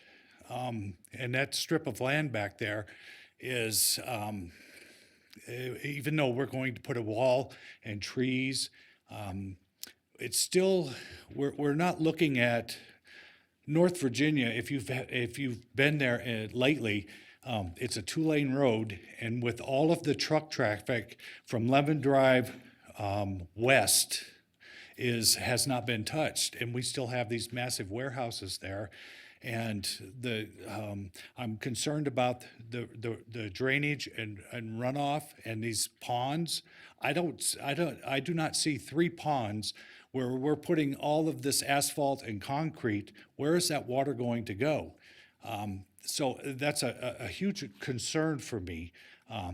Again, I want to say that I am not opposed at all to growth and development, but if it's managed and planned properly and not just, I hate to say this, but in actuality, it gives the appearance that certain individuals may have been influenced either financially or in some other way, and that speaks for the whole area. And I don't make these accusations lightly. I have spoken firsthand, and I would say that we at least research and find out and do a little bit more. The letter from Peter. He's a well-known and respected engineer, and he's done some site surveys there. I would just ask that we do a little more research before we just put in another huge warehouse there. And that's about all I can really add to the comments. But again, I believe in growth and development, but I believe in planned and development with a little bit of research and not just putting it in because there's other ones down the road. Virginia Street is a nightmare, so I'll leave it at that, and thank you for your time. I appreciate it. Right, thank you so much. Madam Mayor, with that, just to clarify again on the record for letters received, 3 in support, 2 in opposition. With that, we have no further public comment. Okay, thank you. I appreciate it very much. Just Angela, this is kind of a side note. Am I correct with the spaghetti bowl, then the next part of that project would be the 395 expansion, correct? Correct. And, Phase. maybe I should It's also. phased, but that's the second piece. Correct. And more locally, at the RTC level, RTC is looking at this stretch of North Virginia Street to improve that. So that'll be a widening project that is planned for the next, I think, 4 to 6 year timeframe. Okay. Mr. Gordon, will you come up and address some of these concerns, please?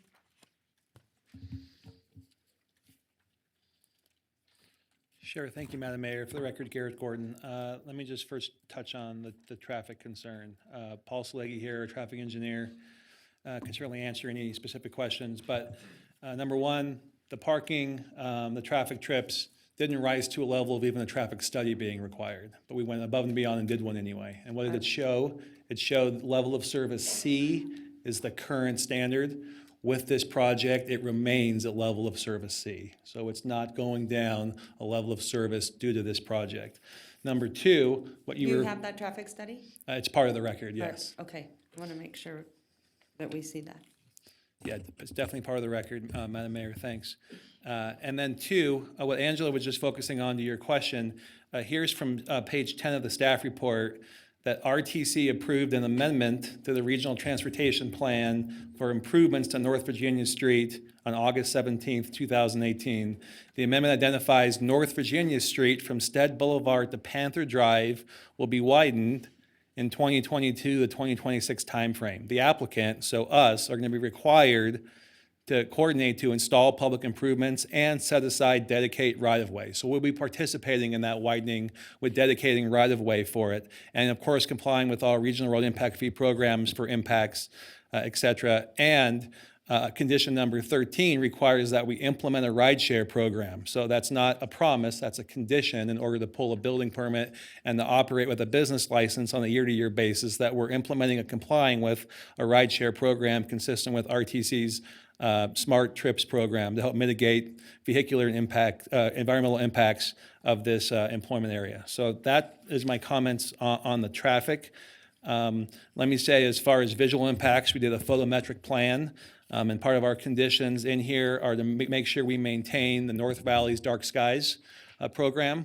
We have lights, we have LED lights. We absolutely 100% comply with the North Valley's dark skies program.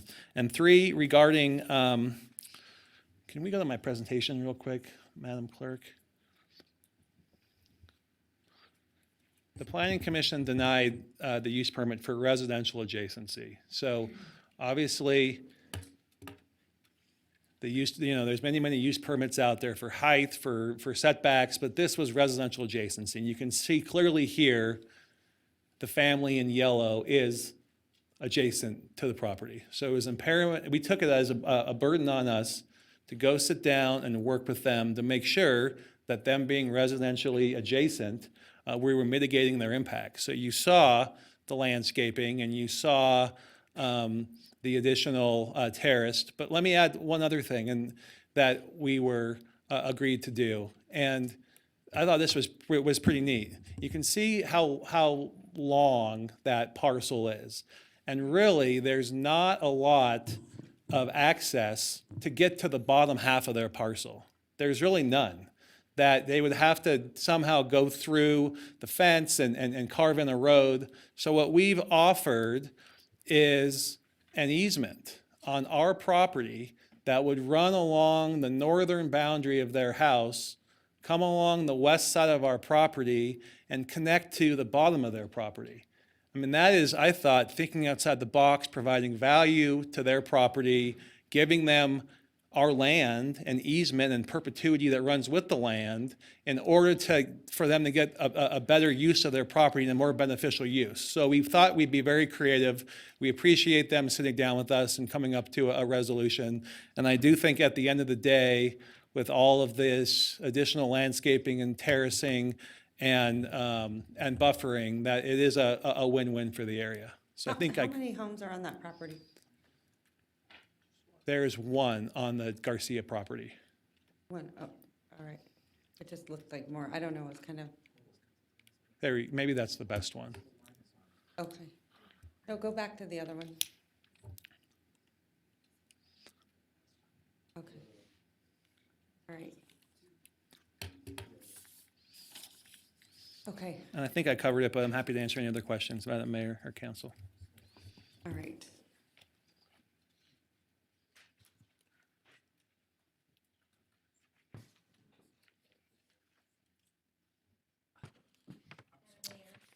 Yes, hold on one second. I'm just trying to figure out one more question. Is there a county fire station there? No? No, okay. Used to be volunteers right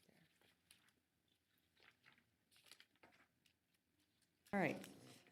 Okay. For any the more- record, we also have Trey Palmer here from Reno Fire, if you have questions on Reno Fire Service. I do. That was going to be my next question. Mr. Palmer, will you please come on up? Yeah. We're seeing you at all our late night meetings. Thank you. I really appreciate it. For the record, Trey Palmer, Fire Marshal. Okay, give me some background here. I heard some concerns about access and so forth, and that always causes me some concern. So this project meets all fire code requirements. The access to this building meets fire code. It comes off of Virginia Street. You have two access points, both come off of Virginia Street. We do not see any conflict with access of the other residential properties because the only access points involved here are at the structure, the two structures that are brought forward here. So in a nutshell, everything meets fire code. We don't have any concerns. Everything, okay. Correct. All right. Great, thank you. I You're welcome. appreciate that. That's important. Okay, any further questions from this body? Okay, I'm gonna send it to Councilwoman Weber. It's your ward, and let me know if you can make the findings, any findings. I can, but I wanted to ask a couple more questions if you don't mind. Sure, go right ahead. Being someone that has lived in that community, in the North Valleys for 37 years in many different in many different areas, I know as a resident, it is tough. It is tough living out there in a community that had nothing, and now we have a lot more of everything.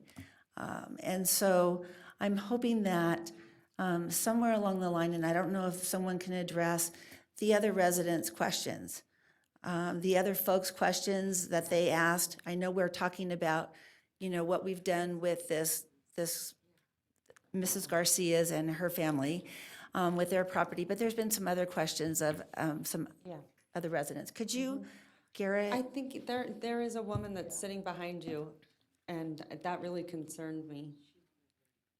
What's your name? Sheila. Sheila. Sheila Lammer. Angela Foos record. Maybe what I can do is find out where Sheila lives. I was a little unclear. Let me give her a map and get better direction. Like that she does live in Grandview Terrace off of Kennedy. And for those folks that are in that area, I would like to suggest that I can meet the findings, but I also know that there's concern from other residents. And I don't know if it's even possible, but I'd like to make a motion and actually, hopefully, if it does pass, if we could sit with some of these folks and work it out, because I know Mr. Tremaine has been very willing to work with others, and if there's concerns from the property owners, that we could sit afterwards and work on some of these concerns. Now, we have to remember that unfortunately, or fortunately, these are county residents in Horizon Hills. We're all county residents, but they're not Reno residents. So we need to be able to work with them.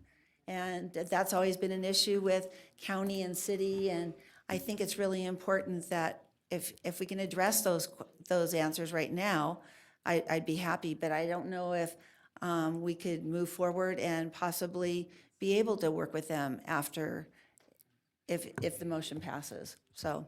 I thank you, Councilmember Weber. I would be to say, for the record, we are absolutely willing, on behalf of Majestic, to sit down with the proposed site plan, not only with the Garcia family, but with any of the Others. neighbors in the vicinity, and see if we can do better.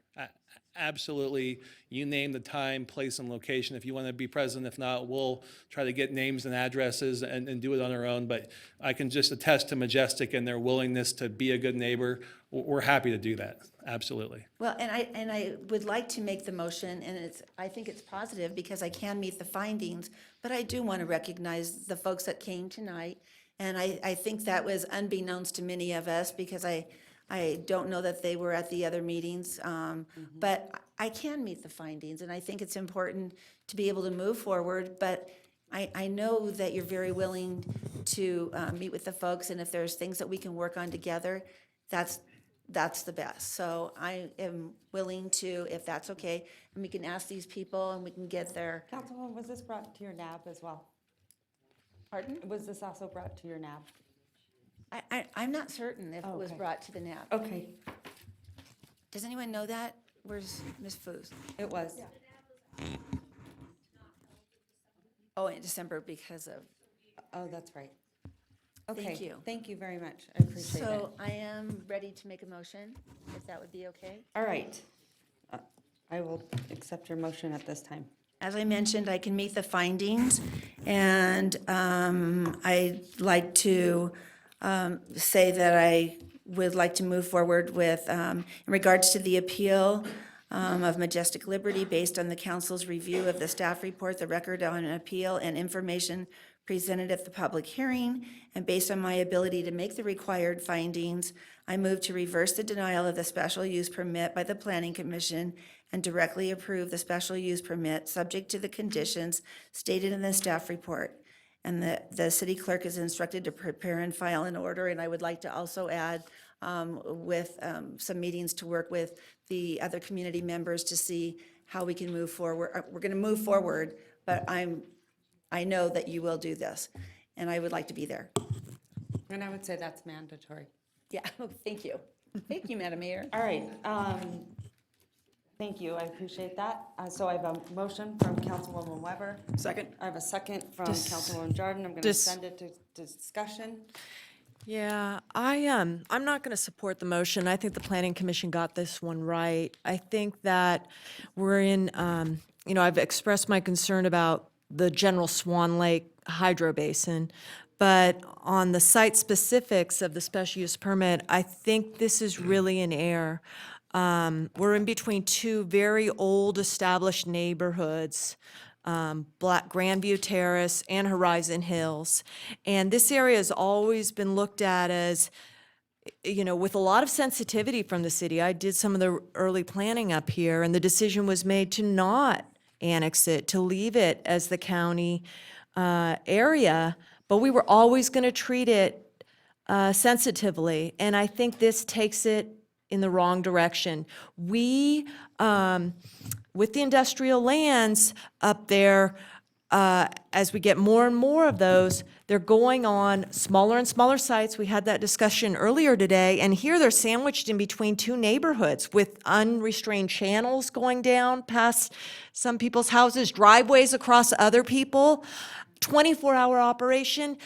It is very poor land use in my view in this residential context. So I think it's a poor call. And I just want to go back. We did a 4.5-hour workshop on our zoning code yesterday, which is very important to me. And I want to illustrate to my colleagues, because we have decisions to go forward, is I want a zoning district specific to one or two uses, and those are distribution warehouse. Because I supported the zoning change for industrial commercial. That could be little line shops of people who fix vacuums and so on, and some of the other services.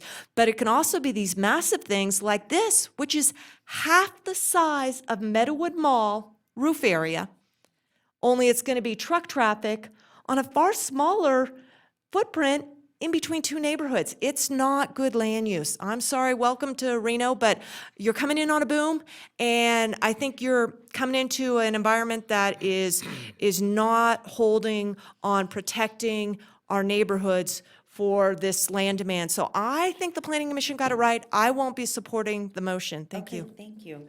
Councilman Delgado. Thank you, Madam Mayor. I appreciate my colleagues' comments. I did look at this pretty in detail, and I found that the Planning Commission made some comments that were legitimate, but I also felt that those comments and those concerns have been mitigated with the changes that have taken place. What I do want to also point out is that the property owner's current property line in itself has created somewhat of a natural buffer for those neighboring community members, as we see if they pull up the map now. In addition to that, they've had an additional benefit to what those neighbors directly have now brought forward in terms of the extra tree lines, the fencing, and so forth. And I think that's being lost in terms of what that can possibly look at. It also somewhat bothers me in terms of some of the comments I've heard that those assumed, those assumption that people that we're supporting somebody through the private matters that they may have had with folks out there, and that's the last thing we want to do is try and feel as though we were making a decision on here based on somebody else's. What that private matter was or not, that's not our decision up here. Our decision is to make the findings. It was clearly outlined by the Planning Commission that they could not make the findings based on items E and F, which have been mitigated by the applicant thus far on what I've seen on paper and what they've shown to us. The denial was apparently made on the neighboring adjacency and residential, which has now been pulled because those mitigation places have moved forward. So I can see how we can support the approval, the reversal on the Planning Commission to move forward with the project. I too understand the sensitivities of the residential adjacencies, but I can make all the findings presented by the applicant. Thank you. All right, thank you. So I have a motion and a second. All those in favor say aye. Aye. All those opposed? Opposed. Motion carries. All right. Thank All you, right, Madam Mayor, with that, our next item is I-2, an appeal for Verdi Boat and RV storage. Yes. Before folks leave, can someone explain to the folks that did speak that how we can get their information for a future meeting? Madam Mayor, just to let all of the audience members know, if you signed in for public comment or have your information as submitted through our online public comment form, we will have your information and can send that to the applicant. And council members will also have We're that. going to take a 5-minute break. I want Okay. council to get up and go to the bathroom and stretch their legs so they're ready for our next item. Okay, Madam Mayor, we will take a 5-minute recess.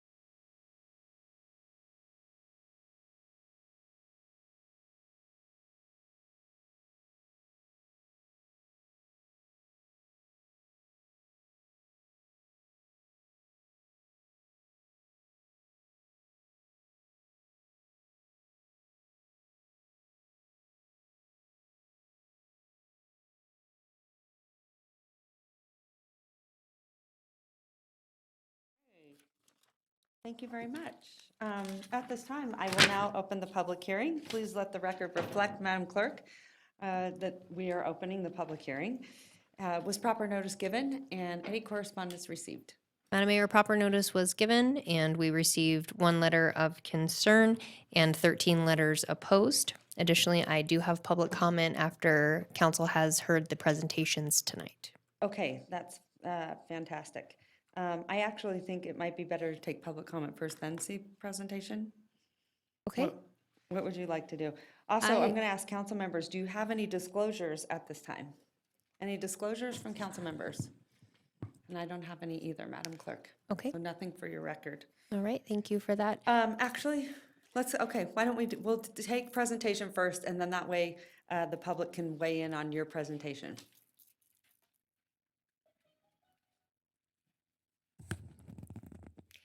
Good evening. For the record, Angela Foos, Planning Manager with City of Reno. The request before you tonight is for a special use permit. I wanted to kind of set the stage to give you an idea of where this is at. It is in Verdi, parallel to I-80. So as you're traveling, you hit the Gold Ranch Casino on your way out of the state line. This is on the east side of I-80. And access to the site is actually on a frontage road that runs parallel to I-80. So just to give you a point of reference as to where this is at within the Verdi area. The property is zoned community commercial and is surrounded on 2 sides, also by community commercial. On the east side, it is actually about 90 feet away from the Truckee River. On the other side of the Truckee River are the residential lots, zoned LLR1. On the west side of I-80 is a mixed-use zoning, and again, that's where the Gold Ranch Casino is located. One thing I did want to point out, while everything in red is zoned community commercial, one of the challenges with community commercial in this area is that zoning does not allow single-family residential.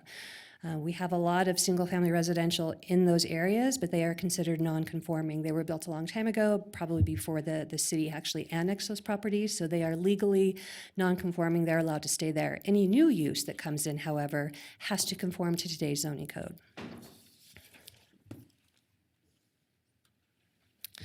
And the request before us today is a special use permit to allow a mini warehouse in that CC zoning district, and also to extend the hours of operation to allow a 24-hour use. Because this property is adjacent to residentially zoned property, again on the east side of the property, on the other side of the Truckee River, that also triggers a special use permit. This project was heard by the Planning Commission, and it was denied in a 4-2 vote.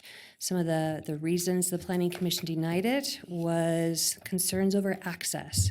Again, access into the site is from a frontage road, and it's under NDOT's jurisdiction. So the city has no ability to add any lanes or make any changes to that road. Everything is done through NDOT. NDOT has reviewed this application, and they are here and available to answer questions if you have specific questions for them. Other concerns from the Planning Commission were tied to fire. Because this property is within the city of Reno, it has to meet fire requirements. The closest fire station is outside of the allowed time. So there's some nuances to this, and I'll let Trey get into those nuances that's unique to this site. Those were concerns brought up by the Planning Commission. Other concerns they brought up had to do with storm drain and retention basins. There are 2 retention basins on this site. There was nothing from a staff perspective that was above and beyond typical review in terms of those retention basins. They meet code, but those were concerns that were brought up by the public and by Planning Commission. The applicant is here and has a further presentation to give you more details on the project. Okay, thank you.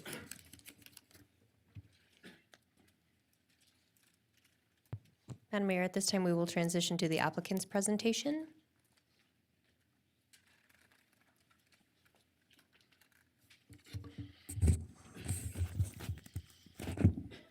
Good evening. For the record, Dave Snellgrove. I'm the Planning and Right-of-Way Manager with CFA. Also with me in the audience this evening is John Steiber, who's with Creation Funding LLC. They are the project applicant. And we do have Mr. Salegi, who prepared a traffic letter in association with some of the questions, comments, and concerns that came up through Planning Commission. want to highlight the picture here. I'll go into to some elevations later, but this one here, this is a canopy covered mini storage, but what you're seeing is there's a curtain wall on the back that makes the exterior of these appear more as a building. There'll be a 6-foot wall and then a curtain wall that helps screen so you don't have the 6-foot wall, the fifth wheel sticking over it, and then a canopy that some canopy covered mini store or boat and RV storages, they can't take that on that appearance. We did want to have these have an attractive appearance along the gateway coming into Reno. So we feel that we've accomplished it with that design. Angela went over the location, but I will point to the bottom map here. That shows your site topography. If you look on the eastern side of that with the blue highlight around it, there's steeper slopes going down to the Truckee River that encompass about a third of the site. It's the 3.9 acre site. That 1.3 acres of that, we are not developing, disturbing. There's no trees that'll be disturbed along that river corridor or any of the vegetation. So I want to make sure that's clear as we go in through the site plan and different aspects of the project. Property is master planned and zoned appropriately for the use. The special use permit is necessary for a mini warehouse, which boat and RV does fit under mini warehouse. The extended hours, will point out that if there's any concern about the 24-hour use, we're right across the highway from another 24-hour use. We would like to have 24-hour use, but if that is a concern to any of the members of the council, please let us know. That's something that we could definitely talk about. And then we have the non-residential adjacent to residentially zoned properties. Again, the nearest residential structures are a long ways away. I have another graphic that'll point that out, across the river, and then we have one that's over 970 feet to the south. And that's actually in county-zoned property. This was our first site plan that we developed, and I would just want to highlight very quickly on the north finger that we had boat and RV storage area on that north end. We took this to the Neighborhood Advisory Board last August. Heard concerns at that end, heard concerns and questions from fire, heard concerns and questions from the planning staff, went back, made some revisions, and took us a while to get the revisions done, but we got those back in, so we're at this site plan now. This points out one area, the CC zone property, that's the residential use to the north. One of the residential uses is in the area that Ms. Foose talked about being an existing non-conforming type use, but that is our closest residentially used property to this site. That north finger doesn't have any more storage in it. That has access. We did need to increase our stacking. That was a comment that came out of NDOT. That was a comment that came out of planning staff. So we tried to rectify some things and really bring forward a better project from August until we resubmitted toward the end of the year. So we have our storage area, and that is canopy covered. Down south, we used to have an access road coming out on Orange Post Road, which was only supposed to be a gated emergency access. The neighbors had concern about us accessing that, so we took that out as part of this plan in deference to their comments. And there's a little circle up by, probably, oh, the mouse pointer doesn't work. Oh, there it does. This little circle right here, that is a water tank. I will point out this is in the city of Reno area, but there's no community water and no community sewer. It's about 3 or 4 miles away. So it's not realistic to think that this project or any smaller project is going to be able to make that extension.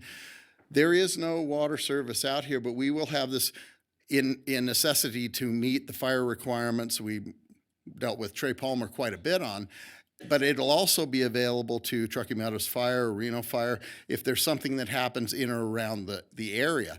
There could be something a mile away that they need a water source and quicker, and they can utilize that. So we have made that open and available. In short, it brings a water source to an area where there is none right now.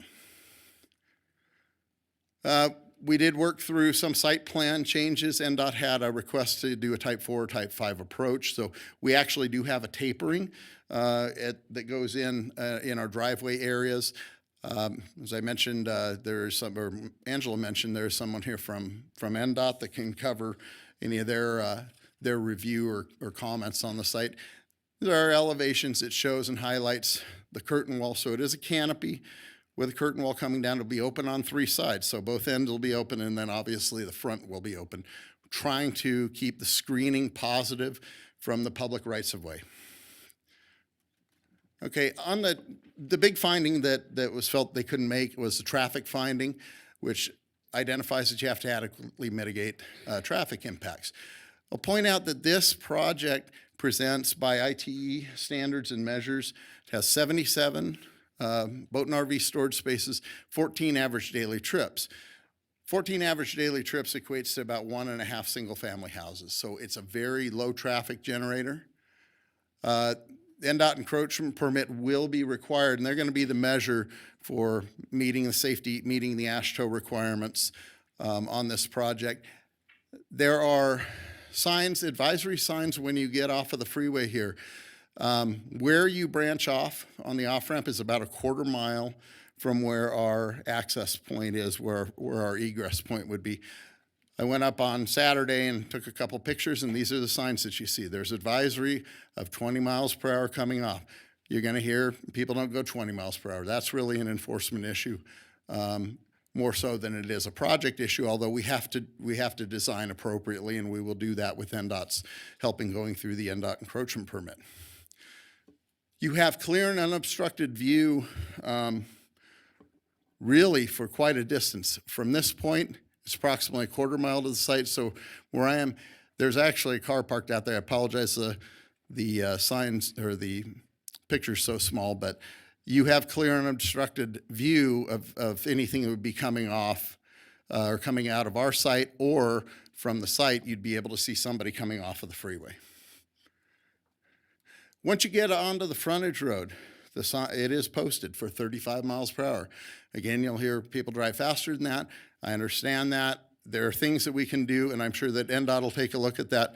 They've identified clearly as part of their NDOT letter from December 12th, which was part of the packet, that the applicant will need to add signage, pavement markings, et cetera, on the frontage road within the vicinity of their site for positive guidance. So we will have some requirements that are specifically looked at with NDOT. Additionally, condition 7 that was identified by staff identifies that we need to look at something that prove out that we can safely access the frontage roads and I-80. And that would be something that's measured again by NDOT, as it's a requirement of our encroachment permit. So findings A and E were also thrown in by Commissioner Marshall toward the end. I wanted to make sure that I did cover those if anyone had any questions. These two are really, really similar. So I'll go through each thing. The property is zoned community commercial. That's an appropriate zoning for the proposed use that we have. We do access directly off a frontage road, and I know that's a concern to some, but if you keep in mind that we don't have to go and use any of the core streets in Verdi. We don't have to impact any of their other local streets.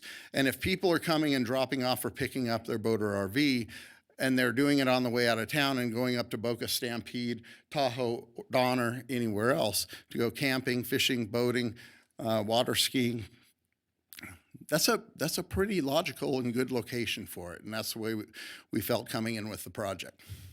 Again, very low in traffic impact. The canopy heights, there are single-story residential uses that are adjacent to us to the north. Canopy heights are actually under 18 feet. They're 17.5 feet, similar to a single-story building. Proposed use, generally a pretty quiet use. So we have some uses that are close, that are in the CC zone, that are residential.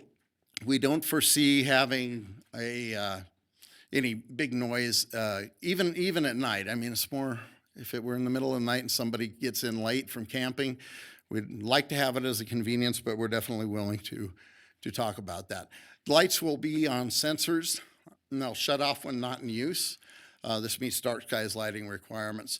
And then the residential adjacency issue, we did measure from the development site to the nearest home across the river is actually 525 feet.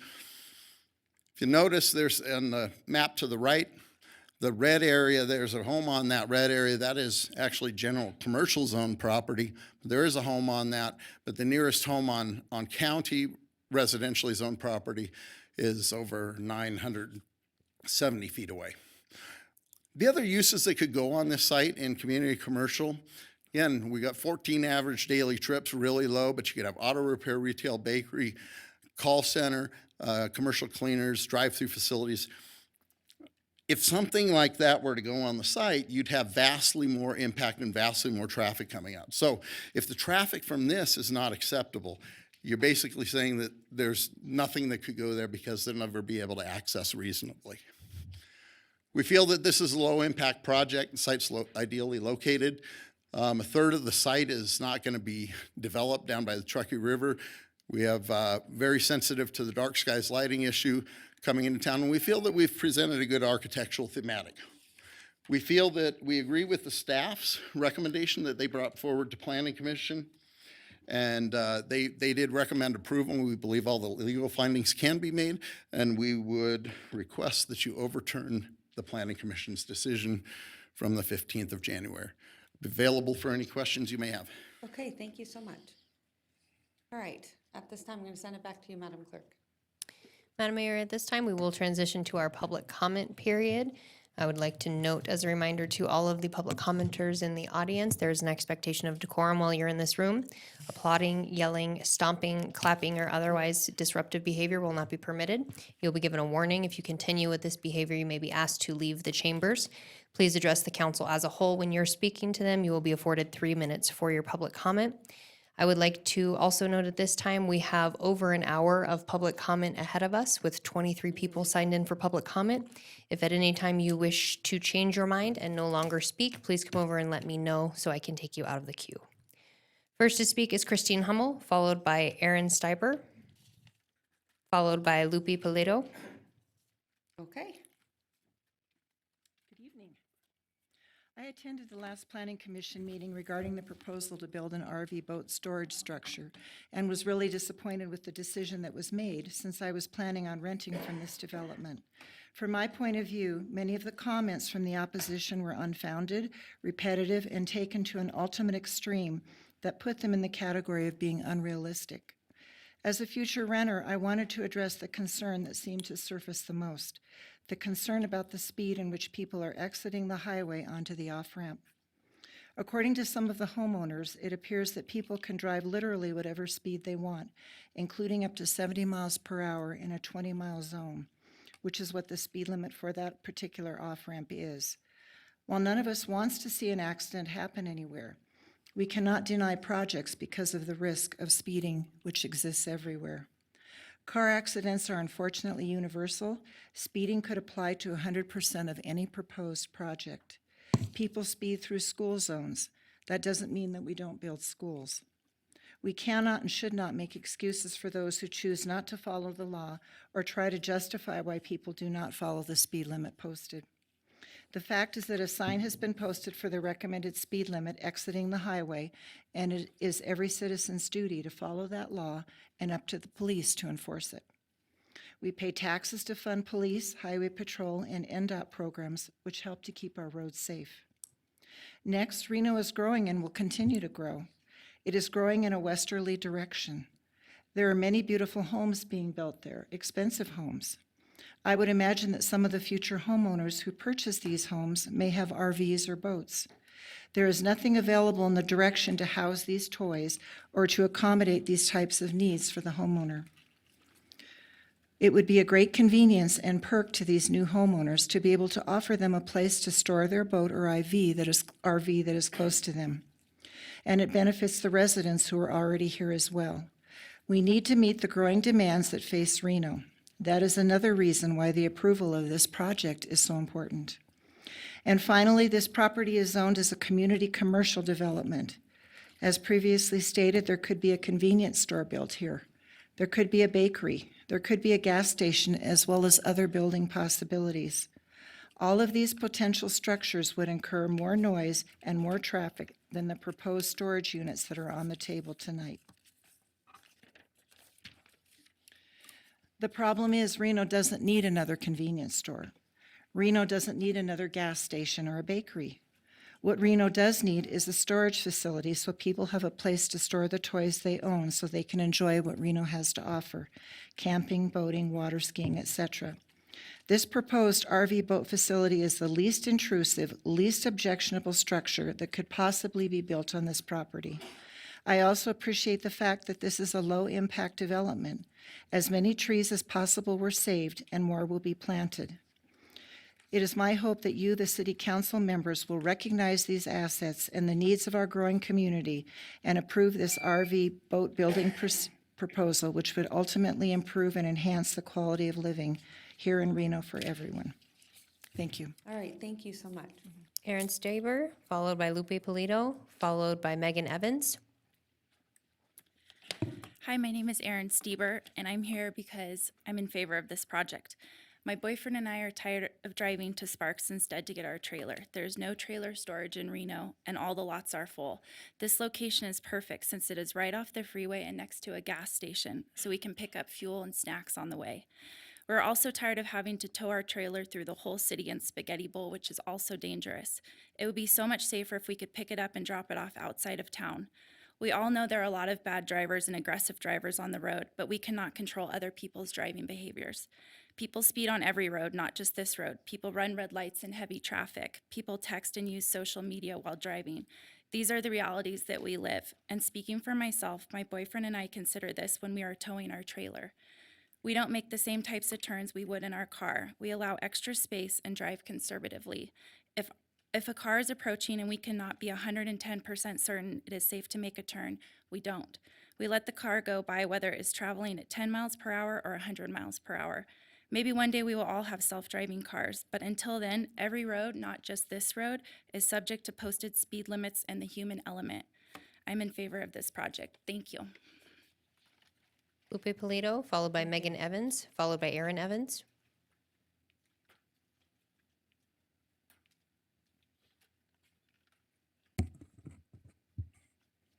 Hello, my name's Lupe Pulido, and I live in the Del Webb, where we're not allowed to store any trailers or boats at our house. And the facility that's close to our house is already full, so we really need this type of development. Please approve the project. Thank you. All right, thank you. Megan Evans, followed by Aaron Evans. Followed by Erica White.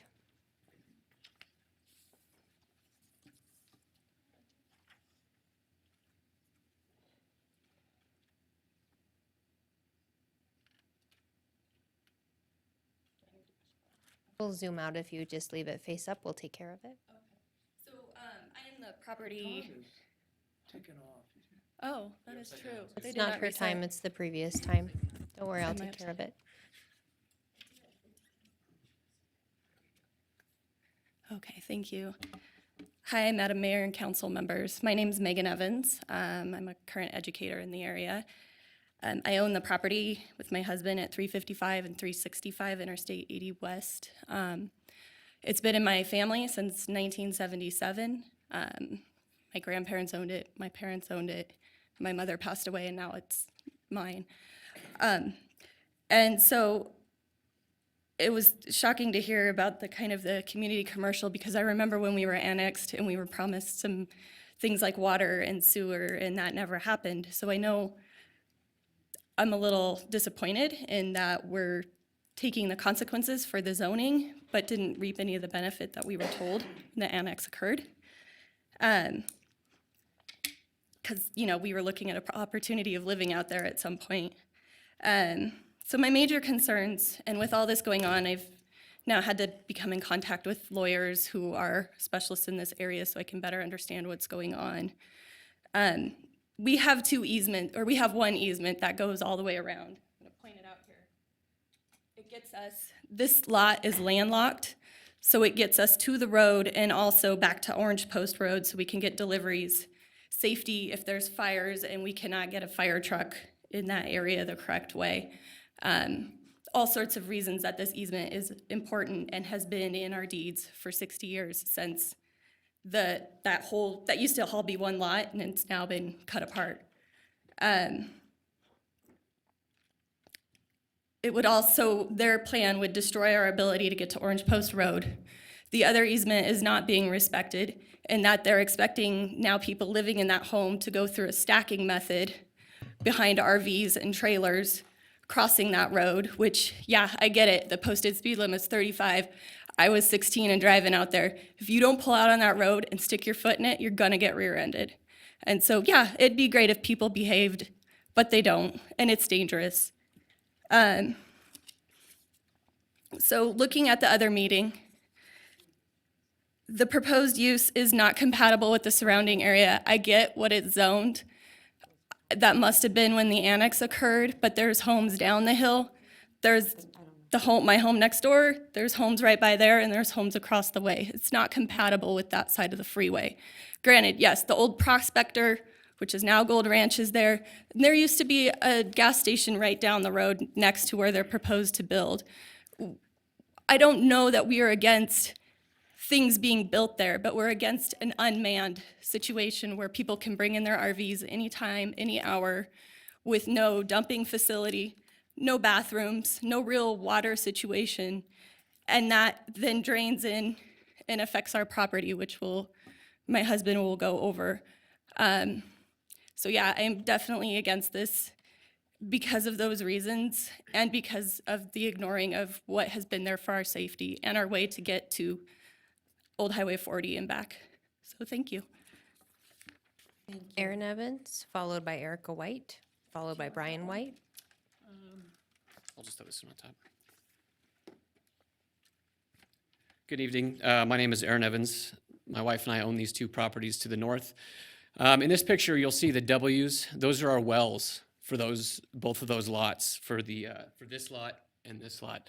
That northernmost W is going to be within 20 feet of this retention basin that they've proposed in this site. There is nothing in their plan that addresses the proximity to our residential well that's been there for decades. Nothing in their plan addresses that proximity. This site, you guys didn't get the full presentation, is unmanned. There's no trash. There's no bathrooms. There's going to be security monitoring, but we've not got a clear answer if it's like 24-hour monitored. My guess is it's recorded so that you can find out what happened after something happens, but not, being proactive. So when that retention basin clogs with pine needles and sagebrush and dirt and grime and everything like it does, who's going to be the ones to figure that out? It's going to be us. It's going to be our renters out there. But if that basin fails, it's going to affect that well. And this road here is going to be right within that retention basin as well. It's going to wash out that road. And again, who's going to be the first ones to know about it? We are. Is the developer going to have somebody out there? No, because it's an unmanned facility. This request does not meet the findings in many different areas. The traffic issue has been people trying to mitigate it with the speed limits, but we're talking trucks towing boats and trailers. So imagine you're coming back from Boca or wherever. You're getting off the freeway with your truck and your boat. You're going to have to slow down to, 5 miles an hour to make a right-hand turn into their facility. During the presentation, he kept saying it's about a quarter mile. He's saying it's about a quarter mile because it's not a quarter mile. It's just shy of a quarter mile. So you have such a tight distance to get off the freeway, slow down, and then make a right-hand turn into this property. On the flip side of that, imagine you're coming from the east. You're going to have to make a left-hand turn into the facility while towing a boat or a trailer and make a left-hand turn on this frontage road from people coming off of I-80 at, even at 35 miles an hour. Somebody with a boat, big trailer, could definitely cause some problems. We have some major concerns that is not appropriate for that area. I agree that Verdi probably needs some sort of RV and boat storage. There's another one in town, but it's not near as nice as this one is. But the location is just wrong for this. It's not the right location to put this on an off-ramp. And I would invite you to go out there to see. The environmental impact, again, there's no plan for trash. So when you come back from the lake, right, you're loading your boat back up in your trailer. What are you doing? You're cleaning everything out of your trailer, your boat. What are people going to do with all their trash? What about your kids that have been in the car for an hour and they've been on the lake, drinking sodas all day, and now they got to pee? What they're going to do is go into these trees or maybe come down our road into our residence to, relieve themselves. this is not the right place. They have not addressed some of our easement concerns with that road, and we feel it should be denied because of that. Thank you. Okay, thank you. Erica White, followed by Brian White, followed by Sue Oldham. Good evening, Mayor. Excuse me, Madam Mayor and Council. My name is Erica White. I live at 350 Hirsch Road. And I am one of the homeowners that has property abutting close to this project. First of all, I must ask you all if you have received my letter that I had sent to you. Yes, okay. I believe, Madam Clerk. Okay, thank you. What it's stipulating is just what the Evans said. We have existing easements. They have existing easements on this property, which the developer and their party have ignored. They've ignored it now 4 times in every single meeting that we've been in. They have not acknowledged it, and they will continue not to acknowledge it. The other one is I am a developer. I have been a developer 5 generations, and we have built RV storages. But I'll tell you this location is disastrous. Why are you going to put propane, gasoline, oil, all of the above, right next to residential? The Evans, the Hirsch Road, including my property, which they have not acknowledged, by the way. So with that, I would like to present to you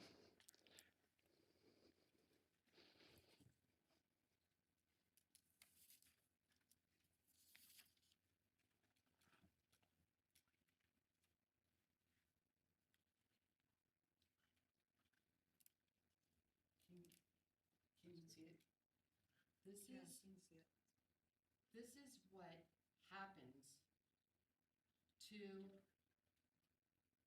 RV storages. Excuse me. This is what happens.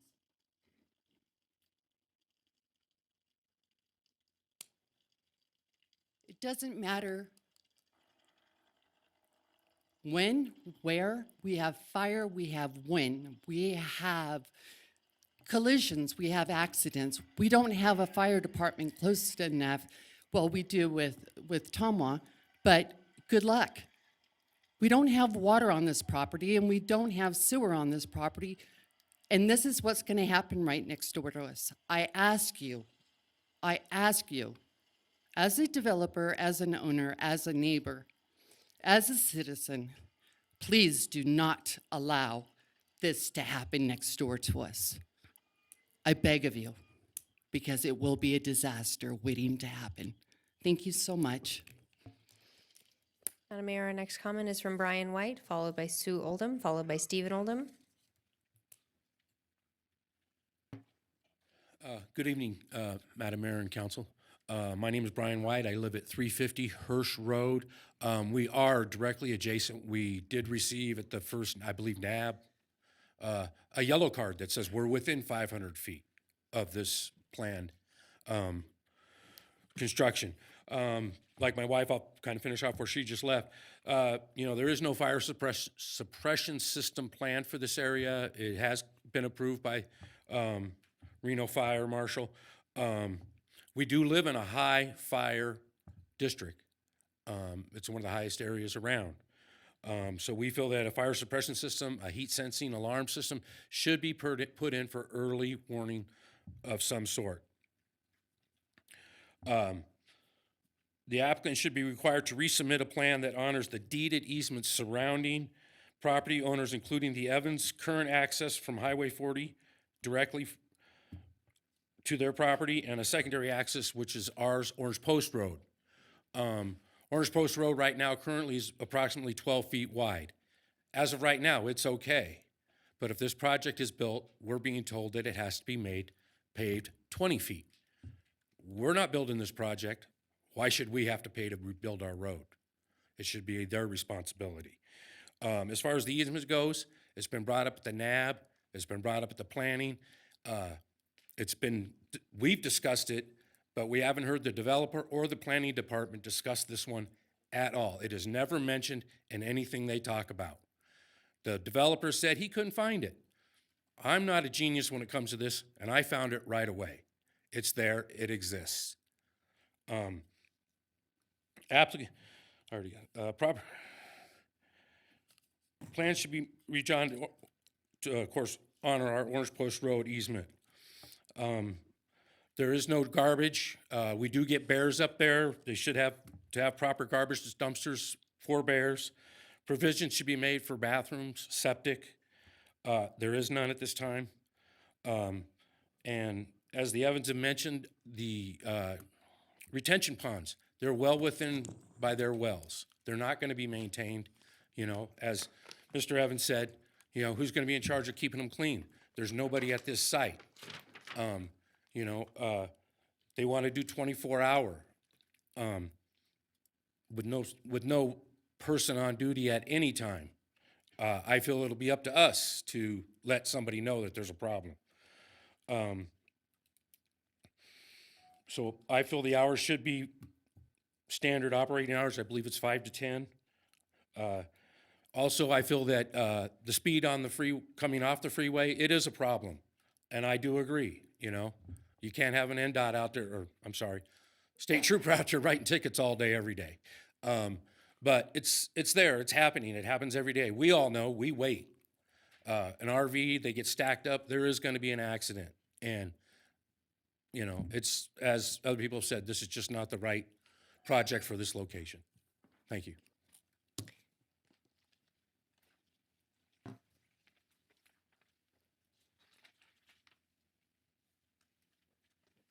I do have extra copies of my more extensive comments if you have them fine, otherwise I can leave them. Hello? My microphone is working. The light wasn't. Thank you for your comments. Those will be sent out. Sue Oldham, followed by Stephen Oldham, followed by Jack Guzman.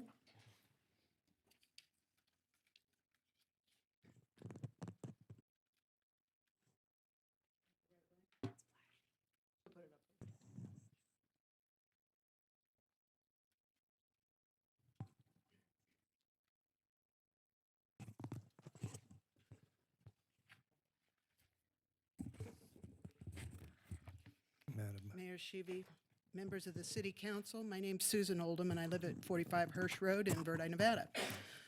The Verdi Boat and Storage Project is inconsistent with existing land use and deeded easements and cannot meet finding A. The Evans easements are indisputable. There's probably no other road in the city that has been more photographed, with more recorded surveys, more aerial photos dated back all the way to 1948, yet the applicant has told us they can't find it. We provided tri-state engineering plot of the legal description that's in the easements in the Evans chain. I checked the chain of title. The deed I was looking for was in the applicant's title report. Deed dated a few months after our easement for Orange Post Road. The applicants require the Evans to wait behind 3 other RVs at a gate and for them to maneuver into the project before they can get into their property. And they have also blocked this access easement that they use for commercial traffic because their other road is fairly limited in how it accesses 40 with a basin on either side. We have also used this easement when our road is blocked, so it's a safety issue for the neighbors. The project encroaches on the Orange Post easement as well, which extends 25 feet from the elevated bank I showed in Exhibit I and J. Widening that's required by the fire marshal should be done by the applicant. The applicant didn't notice NV Energy or show the power line a few feet from the 18-foot metal building. NDOT also has a major drainage easement through there with 2 10-foot plus deep basins on either side of it, which hasn't been dealt with in the project, and as Megan testified, that it can be filled 10 foot deep with water. This easement may also be the key to future plans to make Exit 2 safe. The applicant will fill it, build over it, and further constrain freeway possibilities. Applicants do not comply with fire protection. I think Trey has done a wonderful job at looking at it, but they have a water tank on the plan, but no plan to fill it because they're talking about filling it with a truck and not even drilling a well on the property. There's no provision for a well in the plan, so there's no opportunity for us to comment on the location of the well. It'll be used for landscape and customer withdrawal. Leaving the hose on the ground for 20 minutes will empty the tank with no provision to refill it. As far as the internal circulation that the fire marshal negotiated, there will be no room for circulation once the applicants meet their obligations provided in the NDOT and the Evans deeds. The project fails finding F, environmental protection. NRS 020.040 states that any disposal system must be 100 feet from the domestic well. One percolating retention basin is a few feet from the well, the other is on the banks of the Truckee River. We're talking gray water, garbage, drippings, antifreeze, bear poop, grease, oil, whatever materials the applicants decide to deposit in the absence of a septic or a bathroom with a septic. Is this really the project that you would trade the beauty of 24 mature trees at the gateway entrance to Reno? That's findings A, B, and F, and the chance to provide a safe, fully planned exit at Exit 2, finding D. The application is incomplete, inconsistent, inaccurate. It'll cause the exit to be even more unsafe because of the slow-moving vehicles leaving the freeway, crossing freeway traffic, and trying to turn around when they miss their turn. The property is loaded with easements, and the usable land is too small to accommodate the Thank you for your project. comments. Our next comment is Stephen Oldham. Ma'am, I was gonna give you 30 more seconds. I was trying to reach you. You were passionate, that's what you were. Stephen Good Oldham, job. followed by Jack Guzman, followed by James Kim.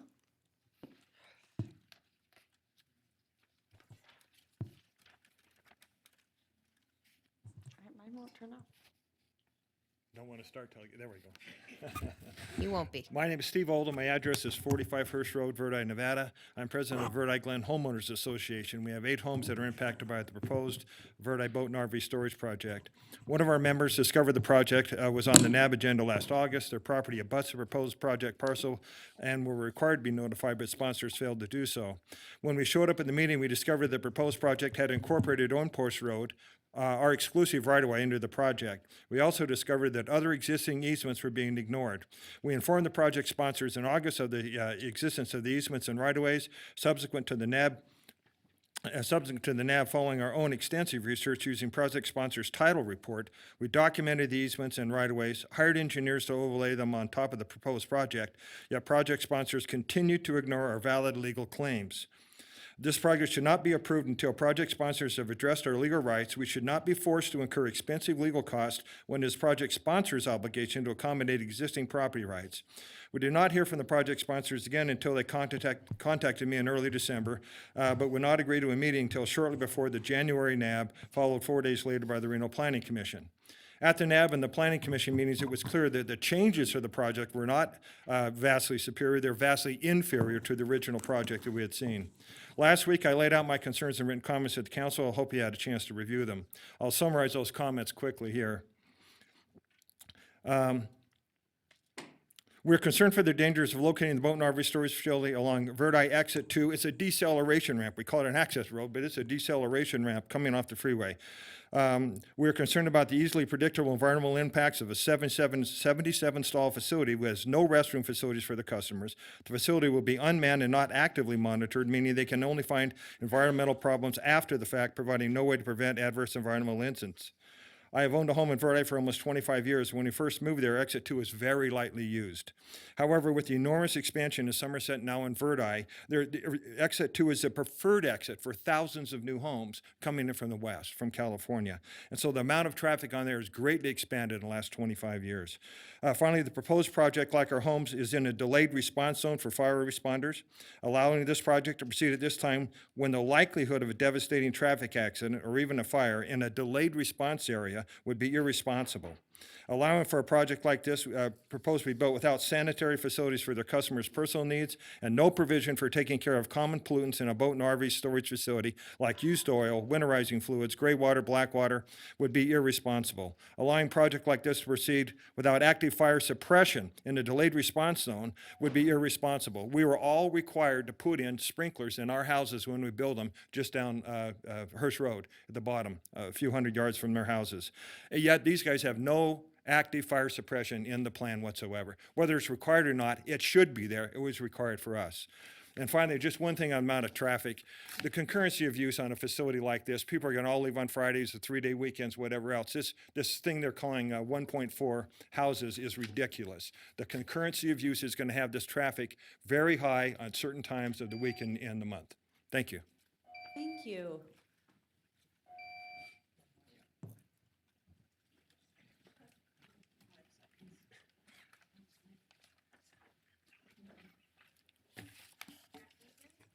Good evening. My name is Jack Guzman. I reside at 190 Hirsch, Verdi. I'd like to address a couple issues here. One of the major concerns would be the fire, what type of fire suppression, which is negative. There is zero on this project. And you're buffering this project right up residential homes. You're on a bluff. And if anybody knows how the winds blow in Verdi, we've had some fires there recently. We've been very fortunate that there was not a wind-blown situation. This open design in the RV storage, if there should be a fire, with it being open and then there's a gap in the back side of it between that and the wall, will act as a chimney, if you will. And those embers are going to leave the premises and ignite the vegetation and the trees adjacent to it. And if the wind is out of the west, the people in the residential homes adjacent to it, if it happens in the evening, since it's not a 24-hour man, no type of fire alarm or any other accommodation to protect the surrounding area or the homeowners adjacent to it, I think there's a large potential for loss of life, because if you're asleep in your bed and we're relying on the public to drive by, notify the fire department in the middle of the night at 2 or 3 o'clock in the morning, and the wind's driven at about 20 or 30 miles an hour, you're not going to be able to evacuate your home, especially the adjacent property owners there that they're so close that they are not going to be able to evacuate. There is also some concerns on those retention ponds where they're adjacent to the wells and adjacent to the bluff on the hill where they can overflow, go into, and I didn't see anything that gauged the size of the retention ponds, whether they're a 1 hour, 100-year storm capability. They addressed some other issues of sand oil trapping. I didn't see anything that said, what are those size capabilities? How are they going to be managed? What is the requirement for them to be taken care of? So there's a lot of mechanics to this project that have not been addressed. I believe that, Verdi could use an RV storage, but I don't think it's in this location. And especially since there's a lot of mitigating circumstances that should be resolved here. And I don't think as a neighbor in a community that they would come to the community without addressing some of these issues. And especially when you're talking about the safety issues and the impacts to all the residents there and the community. Thank you for your time. Thank you, sir. Madam Mayor, our next comment is from James Kim, followed by Addie Argis, followed by Ricky Alpert.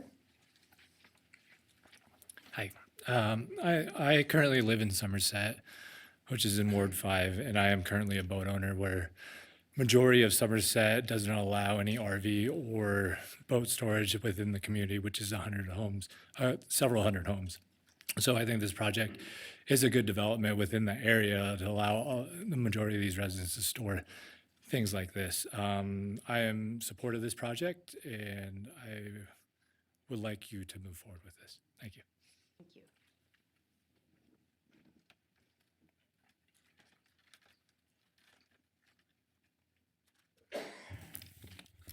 Good evening, Addie Argyris for the record. I want to point out that the applicant has not purchased the property as of yet. This property comes with easements and covenants. A covenant dates back to June 1948 that forbids a garage that is not associated with a residence. The form and substance of this project is, these are garages. These are not mini warehouses. There's no water, sewer to the property, and no porta potties will be allowed. People are going to use bushes and trees when they need to relieve themselves. They are not going to drive across the freeway to the Gold Ranch, as stated at the Planning Commission. There is no planned garbage service. These will be big nuisances to area properties. One of the 2 retention basins is next to a domestic well. This is going to contaminate the water, and the applicant has ignored this. The other basin will perk down to the Truckee River. These basins create adverse environmental impacts and fail to consider the effects on the domestic wells and the Truckee River. NDOT says the RVs and vehicles can make the turns. The problem isn't the vehicles making the turns, but it's the speed in which they make the turns. Can they move fast enough to get out of the way of vehicles exiting I-80 at high rates of speed? There are 3 SUPs with this application. It's not a permitted use by right. It's commercial development next to residents, and it wants to operate 24/7. The project is not compatible with the existing homes. It presents environmental concerns, but most disturbing of all, it ignores the property rights of the existing residents, their wells, and easements. I also want to point out there are plans for an RV and boat storage off Exit 5 in Verdi that will have water, sewer, and adequate and safe access for the people here to use. Thank you. Thank you. Ricky Alpert, followed by David Salinger, followed by Ryan Revenue. My name is Ricky Alpert, and I live at 210 Hirsch Road. I wish to voice my disapproval for yet another ugly, open RV storage space, this one at the California-Nevada state line that will greet all visitors to our state. It is a bad idea in many ways, whereas a small bakery or a food store would be wonderful. Instead, developers wish to place a storage facility right on a freeway off-ramp, which already is a challenging situation, more so when wet or when on snow days, traffic is backed up right there with trucks lining the road where RVs or trailers will be trying to slow down or come to a stop. The NDOT has placed a 35-mile-per-hour speed sign to slow traffic from the existing speed of 65, or more often 75 miles per hour on Highway 80, in less than a quarter mile right where the exit to the storage facility would be. And the RVs and storage and trailers must come to a stop to turn. There's only a single lane in each direction here, which is narrow and comes to a sudden stop for westbound traffic, with only oncoming traffic to greet them, or entering the freeway in the wrong direction. It is poorly designed as it is, and placing more turning traffic in both directions, 1/4 of a mile from the off-ramp, is only asking for the inevitable, foreseeable accidents to take place. And lastly, it appears that this project does not meet finding B under section 18.08202 related to consistency with mini warehouse zoning, which requires all outside RV storage to be fully screened from a first-story view. This property cannot be screened along the frontage road per NDOT letter requiring low bushes, and it is not screened to the adjoining residential property that is zoned community commercial per staff, and there is no room for landscape along Orange Post Road, except at the southeast corner. Thanks for your time. Thank you. David Salinger, followed by Ryan Revenue, followed by Pam McNeil. Council members, my name is David Salinger. I live at 210 Hirsch Road. I'm the treasurer of the Verdi Glen Homeowners Association, and we're going to be impacted by this boat and storage facility. And I think developers here have sent several people up here, and they would ask us that we just disregard common sense, that that because the speed limit is posted there, they have these advisories of 20, that you're supposed to be from 65 or 70 down to 20 miles an hour in about 2 feet. And then they put this 35-mile-an-hour sign right where we're supposed to be, where they're supposed to be turning off. And we're supposed to believe that just because those signs are there, we should just disregard what we already know is there, that these people are going quite fast, or turning across that road trying to access this. They've got just 3 or 4 seconds to come from 55 to a stop or smash into that boat. We did look at those, and the average speed at Orange Post Road, 61 point. Miraculously, some people everyone's just gonna follow those signs. In addition, in the snowy days, trucks line up that both sides of that road. There is no room. There's no room for error. If someone's trying to make a turn and the road's closed, and someone's coming off there at a slippery road, we're just asking for an accident to happen. I know in turning myself onto Orange Post Road, I've had people riding my bumper, and I've been afraid several times of having people just at the last second pull out over the double yellow line so they avoid hitting me. It's a very dangerous place. We need to use common sense here. We know that this is a very narrow road. It shouldn't, with the amount of traffic that's going in there, it needs to be redesigned. Putting this thing in there is not going to allow for that redesign. And in addition, there's the overpass coming over the freeway, which is also very narrow, and that also needs to be redesigned. I'm all out of time, but thank you very much. All right, thank you. Ryan Ravenel, followed by Pam McNeil. Good evening, council members. My name is Ryan Ravenel, and I'm in support of this project. I'm a resident in Ward 5. I currently own a camper, and we drive up to Stead now to store our camper, mainly for some of the issues that have been brought by previous members. Its availability and its location. There isn't really anything out there that's available. I love the location. It's 90% of our trips are out to Boca Stampede area, up I-80. So it's a great location. It makes a lot of sense to me. A couple of the things that I was at the last planning commission meeting here, that was in January, that's been referred to, and I think there's the couple issues that I see with it are the fire issue, which I think is a non-issue. There's an RV living facility right across the way, and there's a gas station right across the way. And when I was at the last meeting, we had the fire marshal, the professional fire marshal, come in here and said that there's a difference between hazard and risk. There's a hazard, but the risk is low. Most of the risk that comes from a fire is when people are involved. So it's somebody leaving a stove on, it's somebody lighting, a match or a cigarette or something near a flame source or a fuel source. But these are stored; they're closed propane tanks. We saw the video. I don't know if that's a very common occurrence. It might be a 1 in a million occurrence. I don't know that. But and then the other thing that I'd like to address too. Again, the traffic issue keeps getting brought up, and I think there's I don't know, from my view, there's a personal responsibility issue, and then there's a law issue. People need to follow the law. If they don't, they're breaking the law. So you can't mitigate projects based on the expectation that people are going to break the law. The other thing is I've stored my RV in probably 2 or 3 facilities now. I've never been in one that has bathroom facilities. I don't go to the RV storage place to drop off my RV and hang out there and use the bathroom, nor do I go there to dump my RV tank. I go camping a lot. Usually you dump your RV tank, or you dump your black tank at the place that you're camping, or there's a facility located very near to the place that you're camping.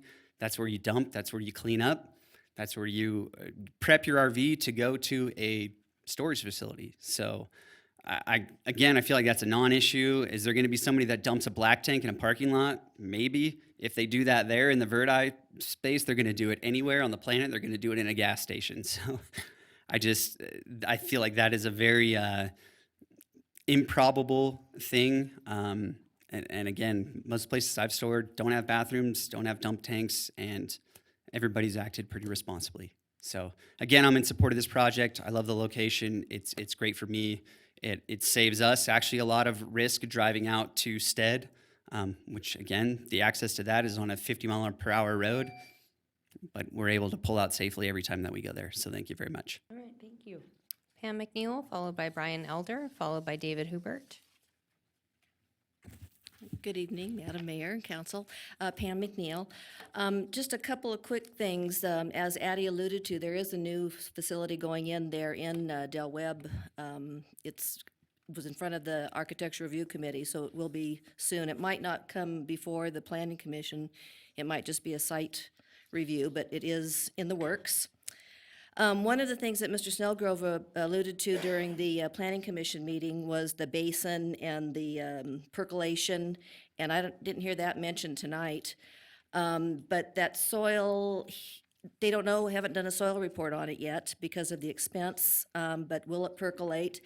And then even if it does or doesn't, the idea is to get it to percolate within 7 days, and who will enforce that? There's no one to enforce whether it's going to do what it's supposed to do.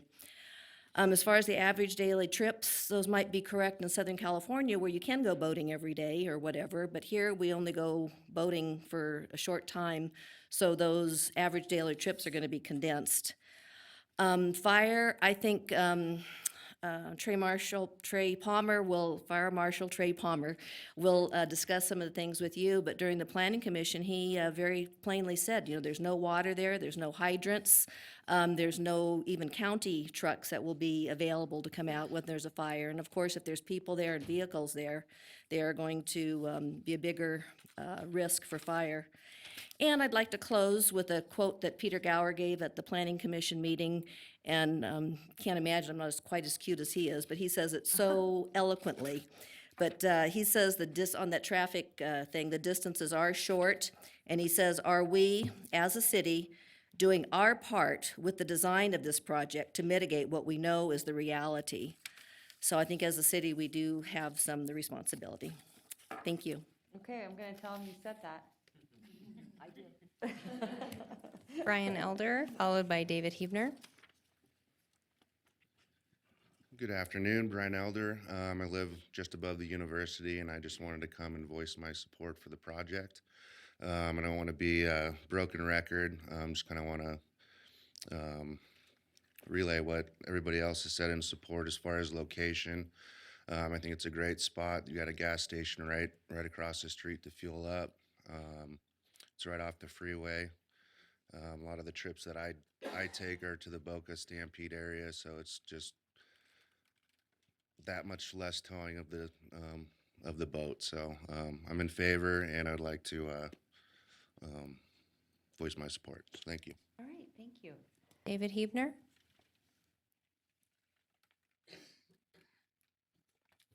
David Hebner, for the record. I have a wife, 2 daughters, and a puppy. We do not own a boat or an RV. Would we like to? Absolutely. However, the lack of convenient, safe, and technological security controls that current facilities has to offer when it comes to storage has deterred us from making such a purchase. I work in South Reno. Often the water cooler talk, especially in the summer, revolves around boating and camping. These conversations always steer towards the lack of adequate storage for boat and RVs. One colleague mentioned that he stored his boat at a facility that was nothing short of a junkyard. It reminded me of the movie Sandlot, when the kid's ball left the outfield and landed in Mr. Myrtle's junkyard, heavily guarded by his dog, the Beast, my colleague stated. I have reviewed all the materials provided in the proposal for the special use permit. The proposed facility has taken into great account the impact on the community, as well as the impact on the surrounding environment. I see nothing short of a state-of-the-art facility providing the necessary security controls and features which the consumer desires and aesthetics which blend seamlessly into the surrounding landscape. For these reasons, I am in support of the Verdi boat and RV storage. Thank you. All right, thank you. And Madam Mayor, with that, I have no further public comments signed in to speak, and we will be transitioning back to council for questions. Okay, great. Thank you. I appreciate it. All right, at this time, I'm going to ask council members if they have some questions, and I will go after Councilwoman Backus. Mic's not working. It's wrong? All of our microphones may or may not be working. we Mine's going can- in and out. I know, Madam Clerk, yours was down, so. Mine was down. We're having some confusion on if they are, so if council can just proceed in a way in which assume your mic is hot Okay. at any point from now during the meeting, we will try to keep an eye on them and go with that. Is our engineering staff here to discuss the review that they did of the easements? Isn't that engineering staff's responsibility to look at the property easements? Did planning staff look at the property easements? Because the, I think we lost Mike. okay, because I mean, it is a very easement-rich, this comes from, I guess, maybe the other consultants. But it does look like there's easements that cross the property. And from my years' recollection, staff does do an analysis as part of your review of all the easements. So did you look at the easements, or did someone? Easements are addressed as part of the review. We do not put the easements on the map. We rely on the title report and the applicant to provide that information. The two big ones that we heard about today are the access easements. So I'm just going to maybe discuss those for a minute. We have, one second.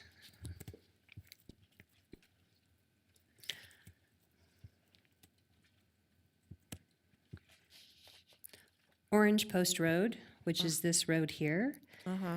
Initially, when this was submitted, the application, the design of this project, did not have Orange Post Road outside of the fence line.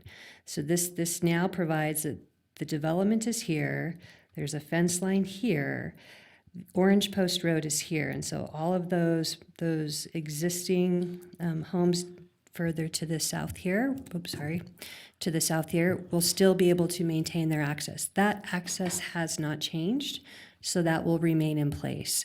The other access that was being discussed was access to this parcel. And over time, you can see there's a road there. When you look at the aerials, it's probably been there for 100 years, I'm guessing. The way that they have designed their site is access into this development is through here and goes through here. Mike is joined us. Just wanted to let you know. Okay, and Mike, they had a question on if we reviewed the easements and had any comments on that. So as soon as I finish this discussion, I'll let Mike chime in on other easements. So access to this parcel is being maintained, be it that you have to go through this development. There is a gate that you have to go through to get to this site, which is here. So the concern, I think, from some of the public was the queuing. Let's say there's a trailer or a boat queued here. The question is, how is this parcel going to get their access? So they would have to wait and get their access through here. There's also another access that goes through here. But to answer their question, they have perpetuated the ability for this parcel to get their access through this means. It looked like there were other, and maybe this was someone, not the applicant's material, but they had some other cross easement, across the property access easements identified. I think they also referenced there were some NDOT drainage easements that would have to be accounted for. Oh, were those NDOT drainage easements? Most of those, Okay. I think on the map that they showed, were generally in this area here. Oh, I'm sorry, where? Generally in this area here. No, this one had it across the property. Yeah, okay. What does those show? You're probably referring to this crosshatch here. That's, yeah, no. Dave, and we'll have the applicant give us maybe a breakdown of what easements are shown Those and are they've a lot of accounted for. easements. Yeah, you were asking about, for the record, Dave Snellgrove with CFA. You were asking about the NDOT drainage easement because of the topography. The drainage kind of fans out. It goes up right to the well location that was brought up numerous times to the north, and that water is coming off of the highway, no petrochemical treatment and going up. And sometimes we'll sit here just because of the topography, and we heard at the Planning Commission and/or at the NAB level that it'll blow over that road at times. So we'll be piping that drainage, and then as far as the other easements, I want to point out,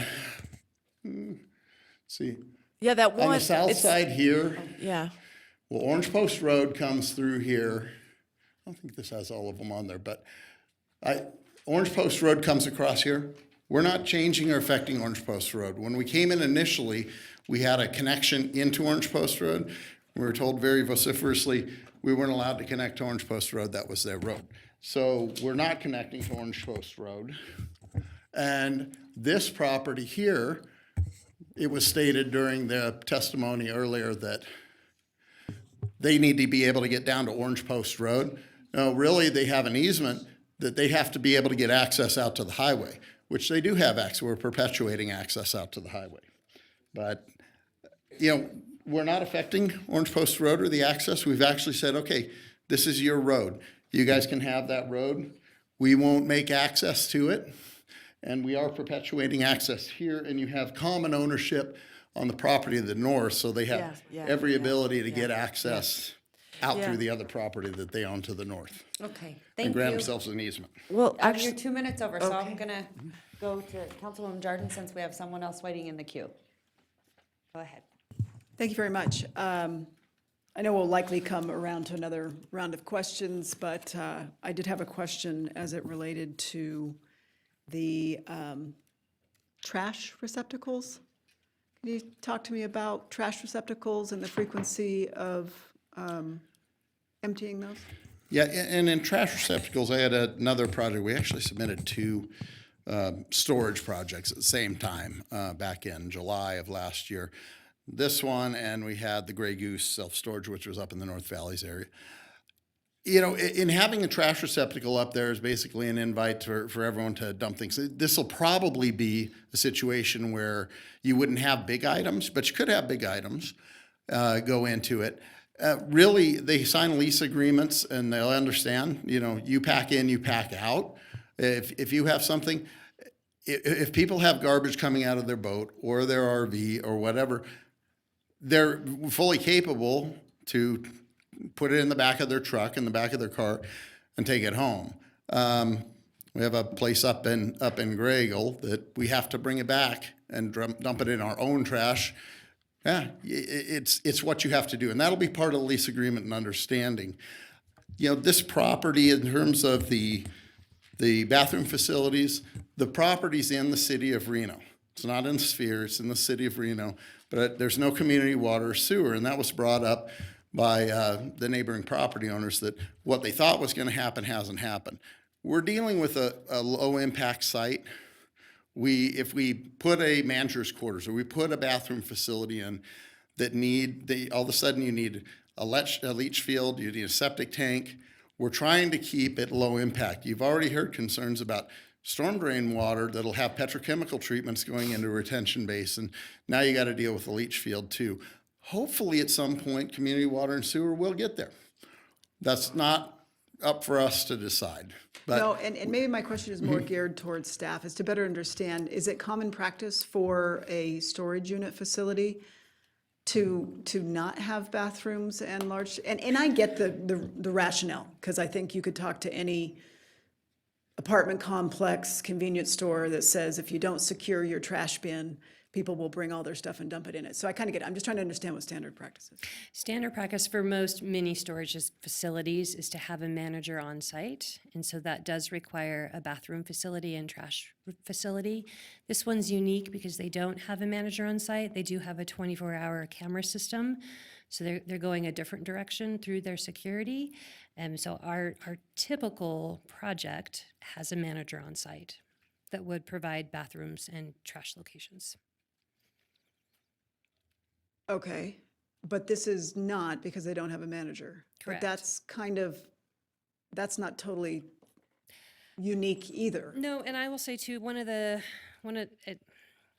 challenges we have when we have facilities with trash is a lot of times more for a typical mini storage facility. People tend to dump more stuff, right? You're cleaning out your storage unit, half of it you throw in a big trash can. But again, we typically would put some kind of trash receptacle enclosure at the facility. This one's unique though, because we don't have items being stored. We just have boats and RVs. So it's not your typical mini storage with boat and RV. Typically you see those go together. Again, for various reasons, this doesn't have all the typical things that we would normally see.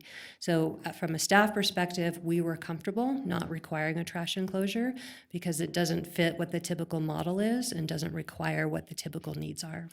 Thank you. I know I'm over my time. Thank you. All right. Any other questions? Yeah. Okay, Councilwoman Breckus, I'm actually gonna, go right ahead. Oh, go ahead. Councilwoman Weber, Yeah. sorry, and then we'll come back to you. I want to make sure everyone gets their round. I'd like to ask. I know. Okay, I'll just talk. Did we have somebody from NDOT here? We do. We might give them an opportunity to ask a couple of questions. Great idea. Since they weren't here for the planning commission. So can you just go ahead and comment on your thoughts about the questions that have been asked?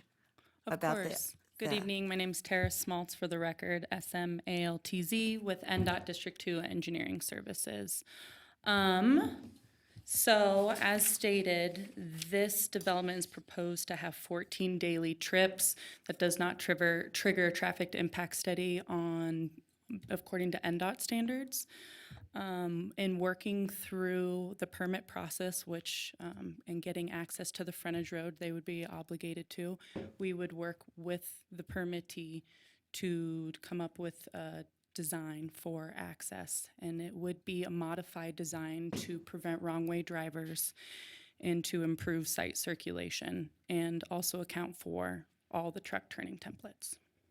So do you look at this differently than, I mean, if vehicles were just driving in there, if it was just a car or a vehicle, but because they are trailers, you don't look at that any differently on that slow of an off-ramp?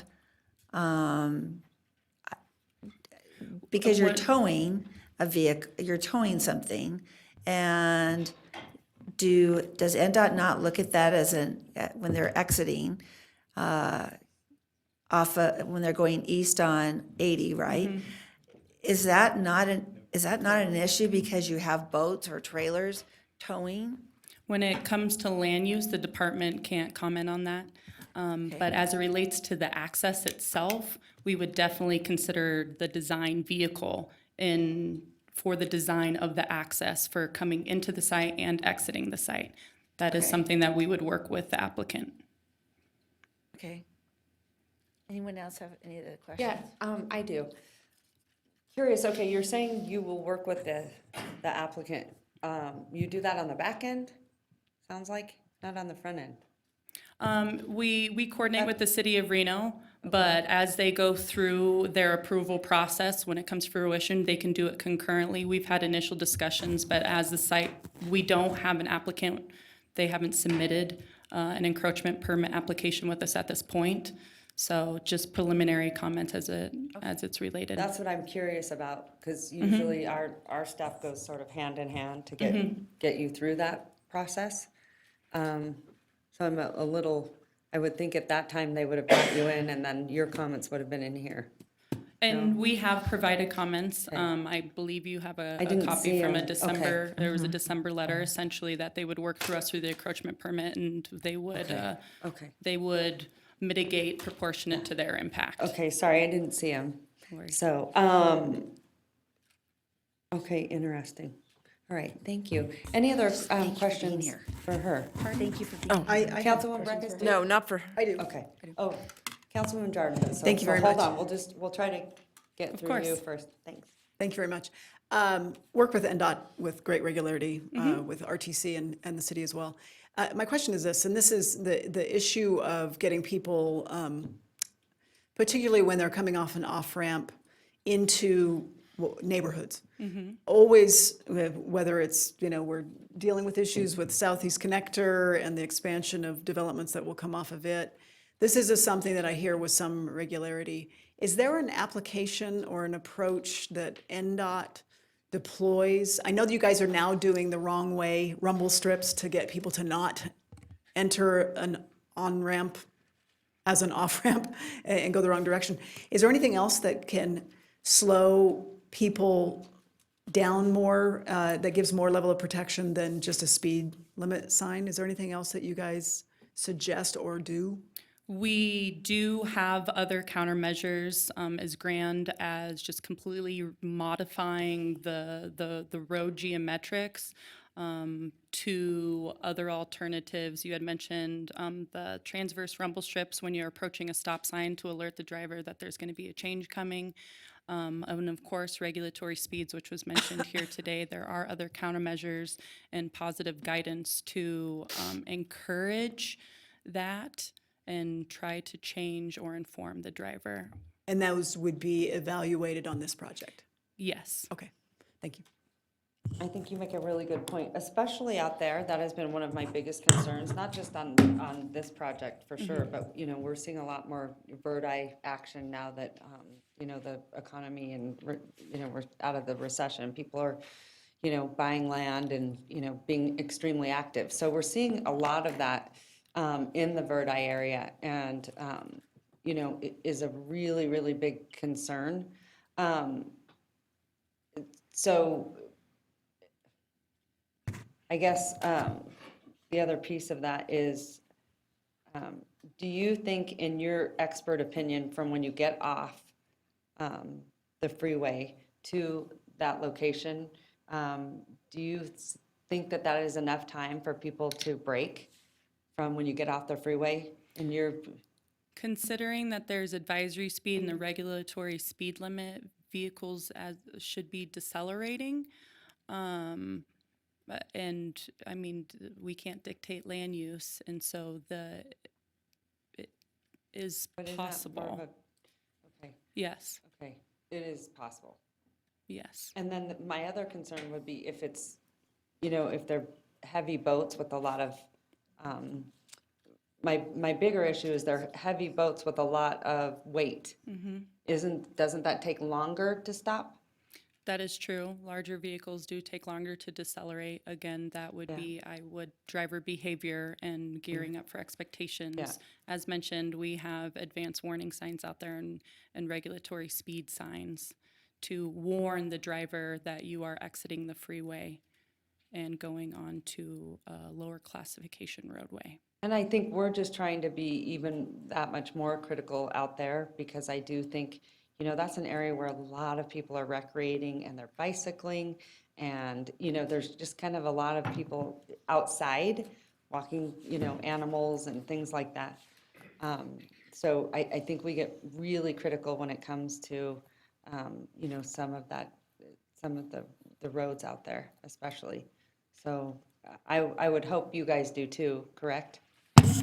Yes, we try to take into consideration what the intended use of the road is and the function and what the public is using it for. Yeah, and I would just think that it's changing for you guys because there has been more development. Not only for this location, but throughout the state. Of course, right?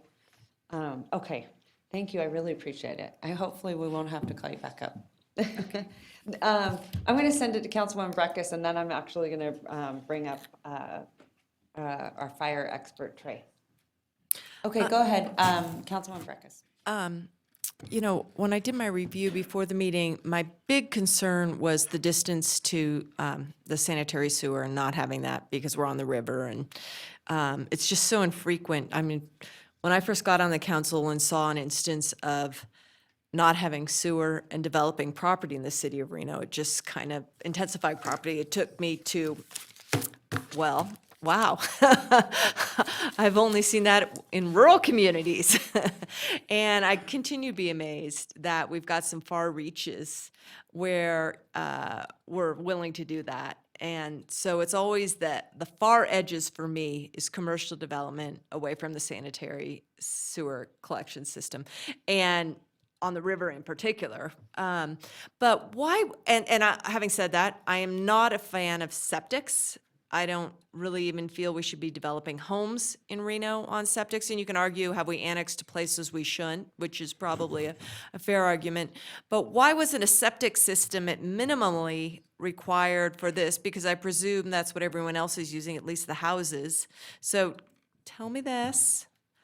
Why didn't the planning staff say, you know, you just need a septic system on here? There were some constraints with septic out here related to this being a commercial type use. The well is something they are going to have to, well, they're going to have to find water to be able to put water in that water tank. But septic is something they were able to find a use that didn't require septic. So I should take a step back. If they wanted to come forward with a different type of use, maybe a restaurant or something, they would have to go through the process and get it approved through the health department, and above that through NDEP. So that's outside of the city's purview. That would be a harder thing to do because we are in the city, and so we don't encourage well and septics in the city. We encourage tying into services. Well, I mean, that's, I get overlapping regulatory worlds, and maybe that's where you're pointing to. But within the zoning code, a special use permit is triggered for the use. That means it's a use that we're going to put all of our glasses on and look at it this way and that. And if this way and that, for us, is you're going to have sanitary sewer there because that's and I've got the master plan and I can point to that. Full facilities, we got that in there. I think when we veer off of that, it has to be very rare exceptionality. And to me, it's not good enough to say, well, the health department regs over here wouldn't, right, they picked the one use out. To me, I feel to the council that we're at the far reaches of our boundaries in some of the infrastructure. We have a use that we put out, the hangout there is one we want to look at, full scope. And when those two come together, it is fair and appropriate for us to either mandate that they extend some lines, and maybe that's not feasible for them, or two, we certainly could put a septic on there. So I don't know, was it a leach field issue, or I'm very uncomfortable with that. And also, I will say, so many of these do have on-site managers, and that's what I like. I think there's a way I could feel comfortable to get to this youth. The traffic is not maybe as stumbling for me, but I need to see a different project on this use. I think, wow, this is so weird. I think she brings up a really good point. How do you get there? Because I mean, that does make a lot of sense. And let's talk about how. Yeah, and I think it helps to kind of understand where we came from. Brooke Oswald is the case planner on this, and because this is not the first time this project has been submitted to the city in its current form, the previous form dealt with some of these issues. So I'm going to let him talk about kind of the history. Okay, thank you. And that might help. Someone, I thought at one time was going to submit a gas station. Is that true? I thought I saw a gas station, so, I was mortified whenever I saw that, so this is much better. So I'm glad it didn't even come into these doors, so thank you. Good evening, Brooke Oswald, Associate Planner for the record. So this project originally came in, they were building structures, so they would have been an enclosed structure. Per our building code, buildings require a restroom, which then they would have either had to extend sewer service or worked with the county to provide a septic system and associated leach field. What they have in this transition of comments and going back and forth, what we currently have now are canopies. They are not considered a structure. They are not a building. They do not fall under our they will be reviewed by our building code, but they do not fall under a building that would require a restroom. So that requirement for a restroom comes through our building code, not through our zoning code. And through the special use permit process, we reserve the right to look at the use and apply the conditions we feel appropriate to feel that we're meeting the findings. And so I get that. could you do? Yeah. So, with staff looking at, when we looked at this. We wanna get there, so how we're- do you We're get seeing many You're gonna different have things to address happening. that. One of them is technology. Technology is changing, that these can be remotely controlled and remotely accessed. So I think we're seeing more and more moving away from the traditional manager. The applicant has provided a wealth of information. I had the same concern, a wealth of information showing these facilities, unmanned facilities with minimal services working in several under areas. This is sort of, I think, the way that we're going to start to see these moving forward, is without the manager, without those services. As was mentioned during the public comment with the RV systems, what we anticipate, they are cleaning those up, they are removing their trash, they are doing that prior to dropping this off. This is a storage unit. So it's the same, if we saw a mini storage unit, that building may trigger through building permit that requirement of a bathroom. But if we saw those structures again, once again, that's not triggered in. And we're looking at more of a remote site that has some unique situations, both as Trey will speak, fire, but also that use of it being that low impact use. And we're not anticipating, sewage and some of those other things. They were initially concerns I also had Yeah. on this project site. Well, I mean, the project that came in that you're discussing is not relevant. I mean, it was a concept, a proposal, but for me to feel comfortable and get there, and I would like to get there, I want to see a manager. I don't want the neighbors, people to have to be the scouts when someone comes in and decides to spend the night there, and then I'm just chaining up. Because I'm going to Okay. because we have people in the queue. Okay. Okay. Councilwoman Jordan. Thank you very much. I guess my questions are most related to the hours of operation now. I get that times are changing, management is changing, those sorts of things. I did want to talk about the hours of operation. And talk to me about what the generally approved hours of operation are. I know that they asked for extended from 11 p.m. to 6 a.m. What would it be if that was removed? What is the standard? Code currently allows 6 a.m. to 11 p.m. The special use permit is triggered if they want to go past 11 p.m. Okay, so 6 a.m., 6 p.m. to 11 a.m. The easement issue, those are things that have been cleared. You've kind of identified those. If there is some issue, I hear there might be a sale, might not be a sale, not really relevant to my deliberation here today. I would assume those would have to be ratified and cleared before any close of any sale, correct? And you can condition anything that you're uncomfortable with. Okay. You can add that as a condition. So the project has to move forward with those conditions regardless of who the owner is. Okay. Okay, so clarity of easement, hours of operation. Okay, so we dealt with that. I guess when you talk about the uses, the potential uses on this site, because, we've had, this is my Exactly, ward. that's what I was gonna We've had a lot of projects that have come through of late in this region. Many of the folks here in the room have been to a number of these meetings, and they were here when we denied the Stan Lucas project. They were here when we denied the Gateway project. We take great measure to deliberate each project on its merits and its individuality. We're undertaking a major code revision, which we are collaborating with the property owners and residents as we move forward to get better clarity on some things. That is something that I did want to find out is what other intensity of uses, what use here would have less intensity than this? Because I know on some of the other projects, we always hear, we don't want that warehouse or commercial project, but we would be okay with storage. This is storage, so I'm just wondering what is even below this? This was probably the least traffic generating project that they could move forward. Other examples of permitted uses would be an auto repair. Again, you're going to have vehicles coming, a bakery, a call center, any kind of a commercial cleaner, a drive-through facility would be permitted. All of these uses would also trigger a special use permit because of the residential adjacency.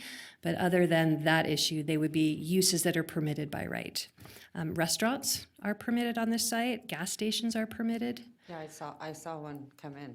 Yeah. So You guys those, are really lucky. in terms of traffic, That was not good. this is probably the lowest generating use. And the NDOT uses, I think the reason it's hard for us to kind of wrap our heads around, why are we hearing this before NDOT has said what the appropriate modifications are and whether or not, we don't know if NDOT in their evaluation comes back and says, you have to do a complete redesign of A, B, and C, and these folks go, well, that was fun. I'm gonna drop the project, I'm not even gonna do it now. That's a very, very real possibilities. I liked the expanded conversation about the additional applications to the off-ramp to potentially mitigate, people's behaviors, which aren't always the best. We hear this, probably our number one issue when you talk about road issues is people not obeying the speed limit signs, and unfortunately, we do have to sometimes put in additional measures. And I'm saying this more for the NDOT representatives' ears than anybody else's, is should this get passed today, that we would want them to seriously look at additional applications, modifications, improvements to get folks to really decelerate on this off-ramp, because that does concern me. But I also have to work within a box of findings. I don't get to make decisions on emotion. I don't get to make decisions on hypotheticals. I don't get to make decisions on any of that. I get to make decisions upon the information that is presented to me and staff's recommendation, fire's recommendation, NDOT's recommendation. When you step outside of those boundaries, you get in potentially some litigation, and taxpayers on the whole could be exposed. So I just wanted to get all that on the record. I'm prepared to make a motion. I don't know if, I'm gonna bring up Mr. Palmer, yes. and then I'll go to you, Kate.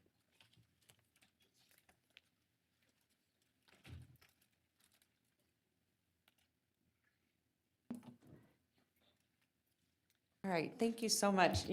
Fire to me is like, one of my biggest concerns on every project that we look at. Yes. So, obviously with the video she showed, it really, gets me incredibly nervous. So will you please address how that's going to work? And then if they don't have access to water, you tell me, you're the expert. So that also is a big concern. So Yes, and it was a concern of ours too when it was first brought forward. And again, just a little history, it was originally brought forward as an enclosed storage building. That we could not allow. That does require sprinklers, that does require more water, and that we could not allow. They came back and submitted an outdoor storage use. Outdoor storage use under the fire code is allowed. It does not require a fire sprinkler system. Just because you can't sprinkler an outdoor facility. It's similar to a parking lot or similar to across the street where you have Gold Ranch, the trailers parked in the RV spots there. Fire, when it occurs to a vehicle or a trailer, it burns upward and outward if it's not contained. But if you're inside a building, the fire will go up to the ceiling, the heat will bank down, and all of a sudden you have radiant heat catching everything else on fire. So sprinklers can protect that situation. Outdoor storage, it cannot necessarily protect. And the fire code does not require any outdoor storage units to be protected. As far as it relates to water, there is no water in the area right now. There's no hydrants, and that includes all the residential properties on the lots, north, south, and east of that property. And so they do have to bring in water. The 2018 International Fire Code does allow them to use an NFPA standard 1142, which is specifically tailored for rural areas where you do not have city water. And so that's what they utilized. And what they presented was a water tank, approximately 17,000 gallons. And that does fall within fire code for protection and to add hydrants for that tank. So we have water to fight a fire at that property. So again, in a nutshell, it does meet fire code from what they presented. So, and do they have this tank or not? Well, Is this something you're going to be putting in? Yes. On the record, yes. Correct? Okay. All right. Otherwise, I would be vehemently opposed. Okay. And there were some questions brought up from the audience, and I just want to address. There was a comment made that there was some talk about the tank being filled up by a water truck. That is not allowed.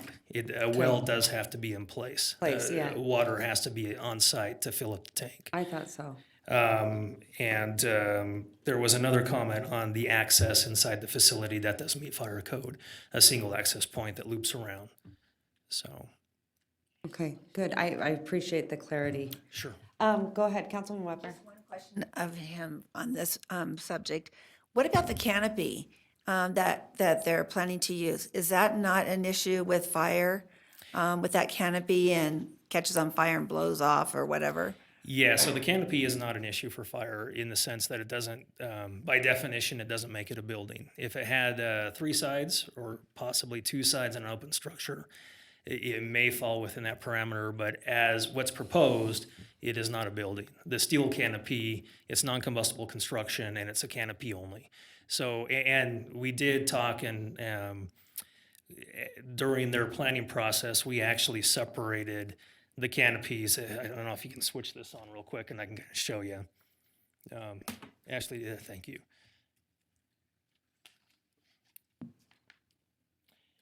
So the canopies here at the initial point, they were all connected. So we had gigantic canopies.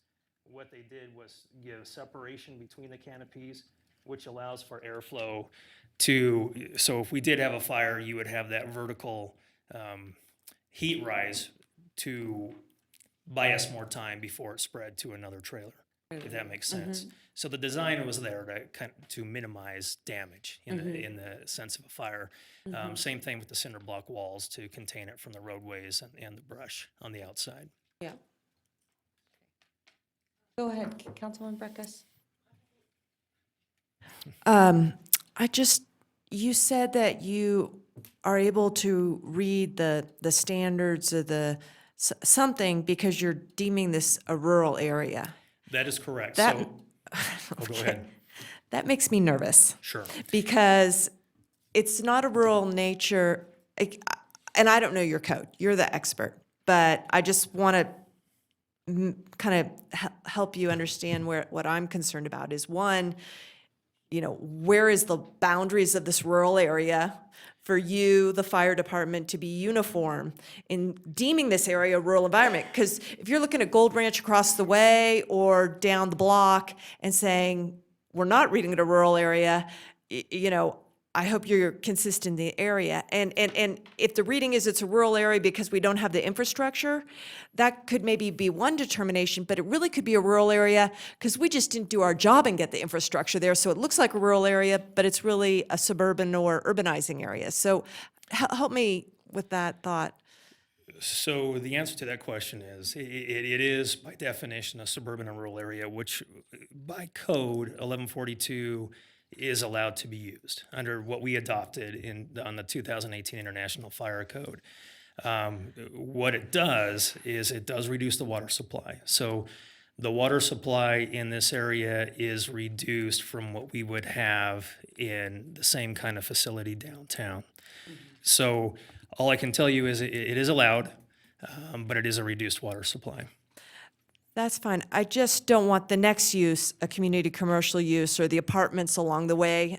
There's a lot in the queue out there to also come, and all of a sudden we've slipped standard a whole bunch because we never got the infrastructure there by the reading. Maybe it's a conversation to continue, but I'm concerned that this could be a precedenting determination. And I understand that, and we do have the same concerns. But what I will tell you is that the 1142 system can only be used for certain projects of a low hazard. So this is not what we consider by definition a special fire protection facility.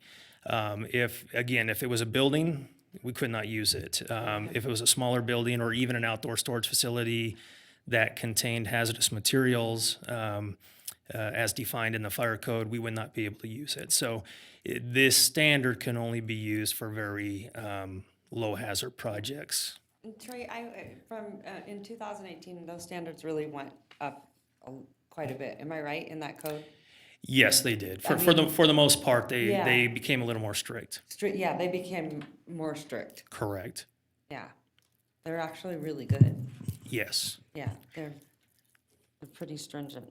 Okay, would you like to, I see you over there kind of moving around and a little anxious, so why don't you come up and, I think. Well, the question came up, and the reason I was there, we had some staff answering questions. It sounded like there may be some questions of us of some things to help you get there. Sounds like there were a few manageable issues, and others are a little bit more disconcerting. And I'll point out some of the manageable issues, and I think that this can help some of the concerns that some of the neighbors brought up, in the feeling that we'll never have anyone. It's an unmanned facility. It's a secure system that is used by Public Storage, which is the largest storage company in the world. The same type of system, so it can be controlled by your smartphone.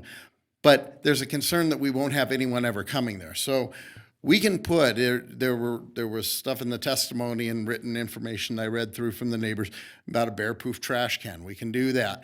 You know, one thing we have a concern about putting a septic system, and you've got 2 wells out there on the neighboring properties.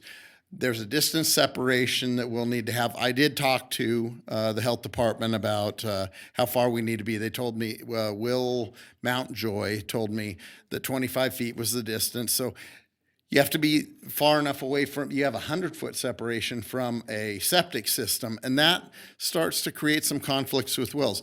There is no community sewer out here. If we could utilize a porta pot system out there that would also have to be emptied along with the trash can, we could do that and build a structure, bear-proof porta pot, I guess we'd have to have 2. So if there's something that the council can do, and I know you have the ability to deviate a little bit from what would be the standard code, but keep in mind, it's about 3 or 4 miles to the nearest sewer. So nothing that could go up here could really have sewer unless you had enough building intensity and enough, height. A 60-story building might be able to afford. When you talk about, the well aspect, Yeah. get into their wells. Am I right? Well, no, it's not getting into their wells. We're going to have to establish a well on the site, but we also have our retention basin, which will have a setback distance. When you put a septic on a site, it is a 100-foot distance from your leach field to a well. So we've got the 2 wells on the neighboring properties. We're going to establish a well, and then we've got to establish a leach field too, which becomes very consumptive of land. We've got 2.6 acres to work with on top. We've pared it down. So we'd prefer if we could stay away. We haven't created a sewer generating project with this. If we put a manager's quarters, I'd ask the question, what does the manager quarters serve if they're there from 6 a.m. until 5 p.m. or 6 p.m.? In the nighttime, you still have nighttime hours of operation, and most places don't have a manager's quarters unless they have a live-in. But this isn't meritorious of that, we believe. So we can put in trash, we can put in a porta pot in a structure. There are some things to help address some of the concerns, and actually those will be required to be maintained regularly. So I think it gets to some of the other comments that the neighbors made, that we'll have to do that, whether it's twice a week, once a week, whatever the time frame is. Thank you very much. I think we're at the time and date of the program to take a swing at something, and we'll see where it goes. How about that? Does that sound good? Madam Clerk, are we styled and ready for that? Yes, Councilwoman, we are styled and ready, and if the mayor would like to proceed, we are. Please go ahead. Okay. Let's go. Thank you very much. I am prepared to make a motion at this time. I did want to give thanks to the applicant. I know this went to the NAB twice.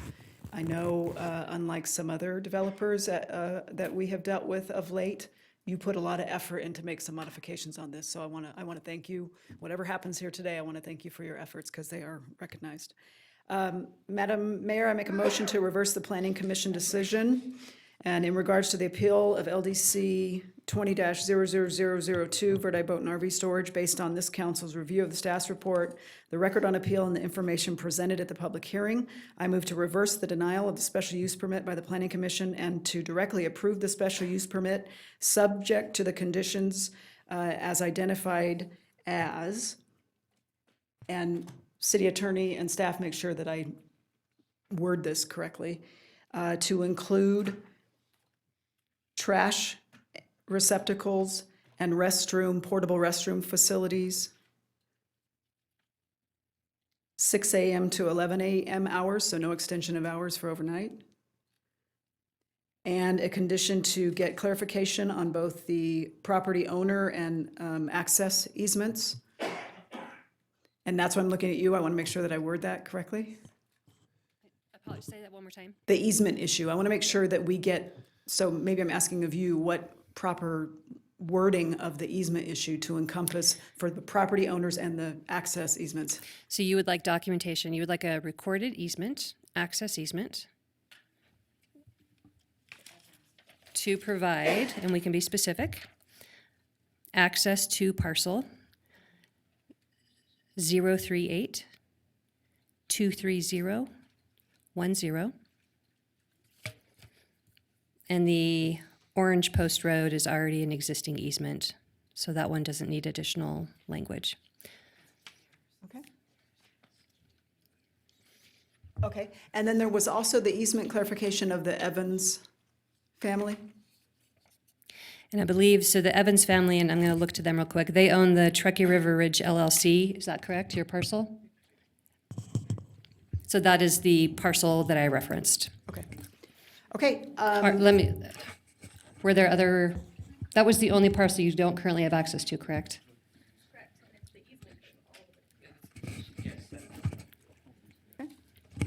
So, Madam Mayor, I think with those clarifications on the easement issues, the trash receptacle, the porta potty, the hours, not allowing for overnight use of the hours, and I would like, I don't know that this can be a condition, but certainly to get it on the record, that additional clarification from NDOT to look at this to see what applications could be applied. City Attorney. Yes, thank you very much. I can make all the findings. Let me also clarify, your first condition was to require the trash receptacles, and you mentioned a portable restroom. I'm not sure that we can, through district health, that we can allow a portable restroom, so may I just, we clarify that a restroom of some sort, so we don't put the word portable on there, just in case district health prohibits a portable restroom. Okay, so if it doesn't allow for a portable restroom, then there won't be a restroom. If you're comfortable with that. Okay, that's fine. Okay, that's my, hopefully that's clear. That's my motion. All right, so I have a. Madam Clerk? Oh. Madam Mayor, you have a motion on the floor. Thank you so much. All right, I have a motion. Do I have a second? Second. All right, I have a second. Gonna go for discussion. Councilman Breckus? Yeah, I appreciate the effort to address some of the concerns. Am I picking up, you guys?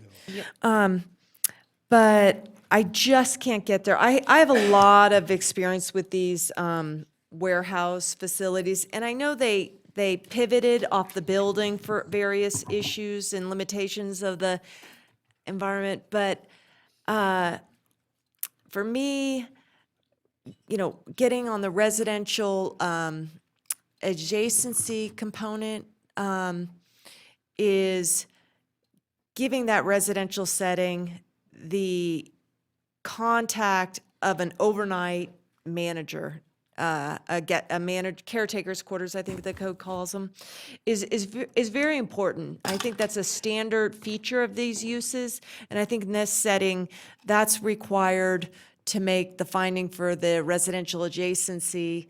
In the storage in the community commercial, I'm just hung up on item C and adequate services and infrastructure. I know it would really go through a difficult redesign and make you probably lose some flexibility, but, and I hate myself for even bringing this up, but I need to see a septic system there. I cannot deal with the risk of, I don't like to go somewhere without a bathroom. And I think you're gonna be coming in from wherever you're coming in with whatever you're coming in. Where's the bathroom? And I found it, I was unhappy to see the staff report say, well, just go across the freeway to Gold Ranch. We don't send other people to other people's business to use facilities. So I appreciate where the motion maker went. It just doesn't get there for me. Let me ask you, I think she makes a good point in the sense with the restroom. Is it possible to continue it to find out what the health department would say? We Just can. condition it. Just condition it? So, and maybe to your point, if you can put the option out there to provide a restroom, whether that's portable or a permanent with a septic, is subject to the applicant to work with district health to determine. If the concern is whether or not there's a restroom, and you don't want to continue this, one of the conditions you can modify is to require a restroom. So I guess I would ask my council member, Councilwoman Breckus, if that was a modification with the septic, would she be supportive of this? I also do want to see an overnight caretaker because the commentary about the fire danger, it's for real. Why should the burden, it's residential adjacency. Why should the burden be on the residents who are adjacent to have to be the neighbors? Sometimes it's a burden when your neighbors are on vacation for 3 weeks. This is like, the special use permit is residential adjacency. And with this use, because it is so standard that it has a caretaker's quarters, I don't think it should be left off the hook on this case, because then the residential adjacency is putting a burden on the residents, and we are in a fire-prone area and we're in a bear-prone area. So I would like, we'll see where the motion goes, if it wants it to be withdrawn or whatever. I would give you, we can reverse confirm, I would continue it for a month to have you come back with a caretaker's quarters and a septic tank to make me feel comfortable. That's where I would want to go to get there. And I do want something to go there, because I don't want this property to keep coming up. Well, and I am worried about what, those future uses are, because we always do that. We always look at sort of what those uses are. So it opens it up, Tough. This one was tough for me, really tough for me. Okay, so I have a motion and a second. If there's any- Can I just weigh in for a minute too? Yes. I'm having a really hard time with this. I really feel that the adequate services and infrastructure, I don't know where to go. It feels to me that it's not, and I guess it's just feelings. I'm thinking of, I know the area, I know what the impacts are, and I just don't feel like it's the right thing. And again, I'm saying a feeling, and it's maybe more emotional for me knowing that it doesn't seem like this is like it's not safe for these neighbors. And I have to say that. So I'm having a hard time. I don't know if I can say that I think that all the findings have been met. I think they have been, but then I go and I support staff and I support the things that you're saying, but I just don't feel like I'm there. Okay, thank you. Now I'm gonna have to vote on it. Okay. All right, any more questions from council members? Seeing that there are none, I have a motion, I have a second. All those in favor say aye. Aye. All those opposed? No. Okay, motion passes. All right, Madam Mayor, with that, we are moving on to your general public comment period. I have Jerry Castro Cataneo, who would like to speak in general public comment. Okay.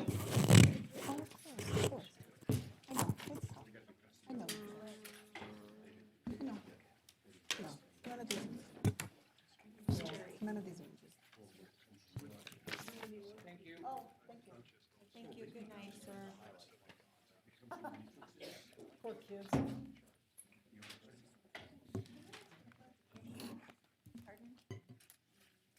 Mr. Castro, you may go ahead and head on up to the microphone. We are still in a meeting at this time to constituents listed in the room. All right, Madam Clerk, the public hearing is now closed. Let's go into general public comment. Thank you, How Madam many Mayor. general public comments do you have? General public comments, we have one signed in to speak at this time. Good evening. Buenas noches. Going to be very brief because I know you guys have been here since the AM and stuff. My name is Jerry Castro Cayetano.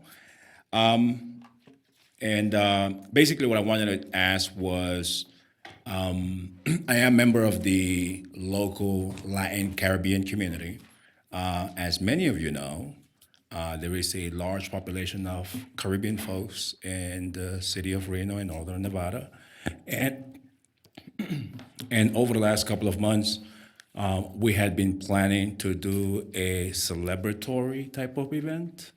And I just wanted to kind of like get some feedback or perhaps some suggestions from the city council and the mayor, of course, as to how do we go through that process of perhaps working with the city to bring out this community and stuff, because you do have a large population of Jamaicans in the city. You do have a large population of folks from Trinidad and Tobago in the city. You do have a large population of folks from Haiti in the city, Honduras, Panama.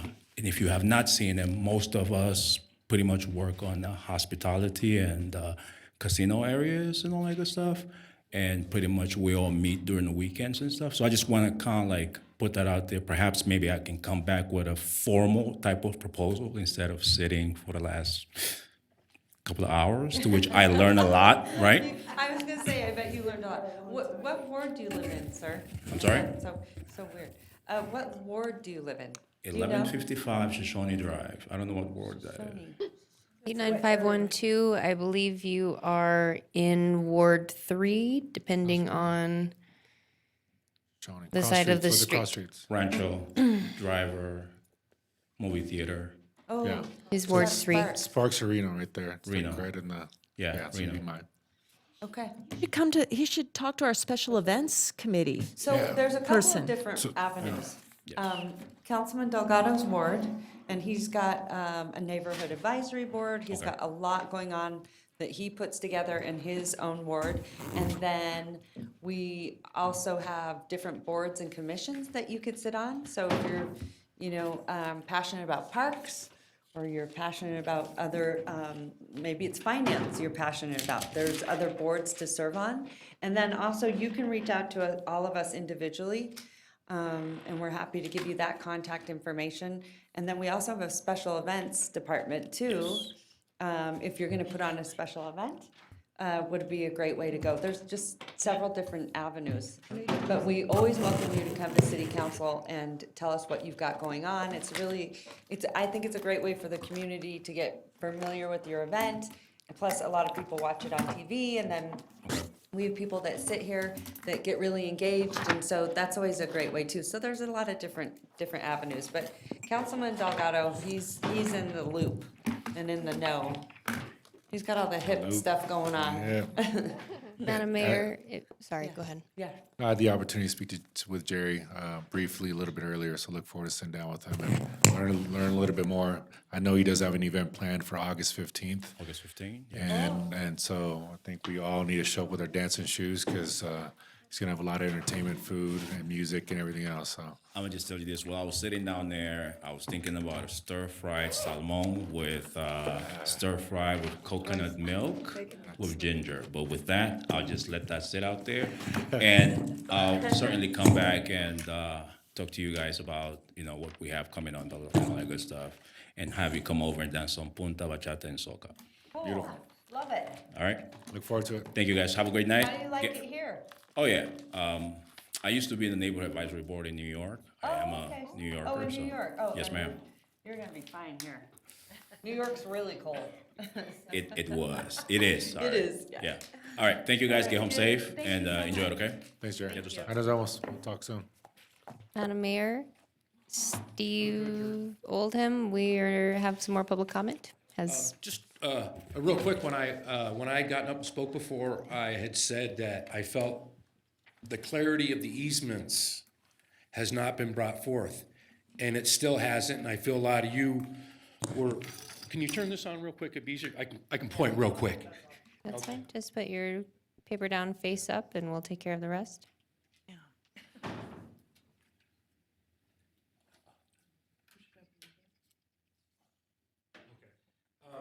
The Evans easement is this road right here.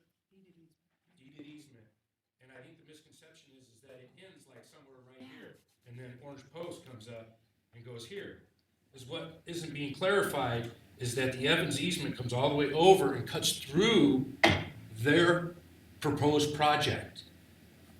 In other words, where they got places for boats or RVs, whatever, to be stored, is the Evans easement. And I don't feel, nobody is clarifying that. Everybody seems to want to get past it right away, except for you folks. You guys did ask the questions. And I appreciate that. But, I mean, that was one of your conditions. And I guess I'm just concerned that it's been pushed to the wayside so many times. Arlo, It's can gonna get done again. Can you help us out here, Arlo? You know what I'm saying? Yeah, I mean, we that's got my the big concern. boss on it. We got the big boss on it. Arlo Stockham, Community Development Director. We'll double check the title report and the easements and confirm nothing's being blocked off. If there are recorded easements, it's a pretty slam dunk legal case. You'd have to be pretty dumb to build on top of someone else's easement. But I don't want But someone to have to we will legalize- verify. Yeah. And I was just looking for clarification, because I wasn't sure how how your motion was worded that dealt with dealing with the existing deeded easement. No, And that's, clarified. yeah, that's the condition we put on it. Thank you for your time, folks. Have a good evening. You too. Thank you so Madam Mayor, much. to note into the record with general public comment, we received online public comment in support of the Nevada Museum of Art. Additionally, we have constituents concerned with bed bugs. With that, Madam Mayor, no further general public comment. We're looking for a motion to adjourn. Did you say, wait, Museum of Art has bed bugs? Nope. Oh. Two separate public comments. Oh, One okay. says we like art, Sorry. one says we don't like Sorry. bed bugs. I think it's been a long day. It has been 12 hours. All That's I why heard you're was tired. Museum and bed bugs. So thank you, Madam Clerk. Thank you. hope I everyone believe we goes have home a and gets, second and everyone is in some rest, favor. And I appreciate everyone's Thank hard you. work and good comments. Madam Mayor, at this time, your meeting is adjourned.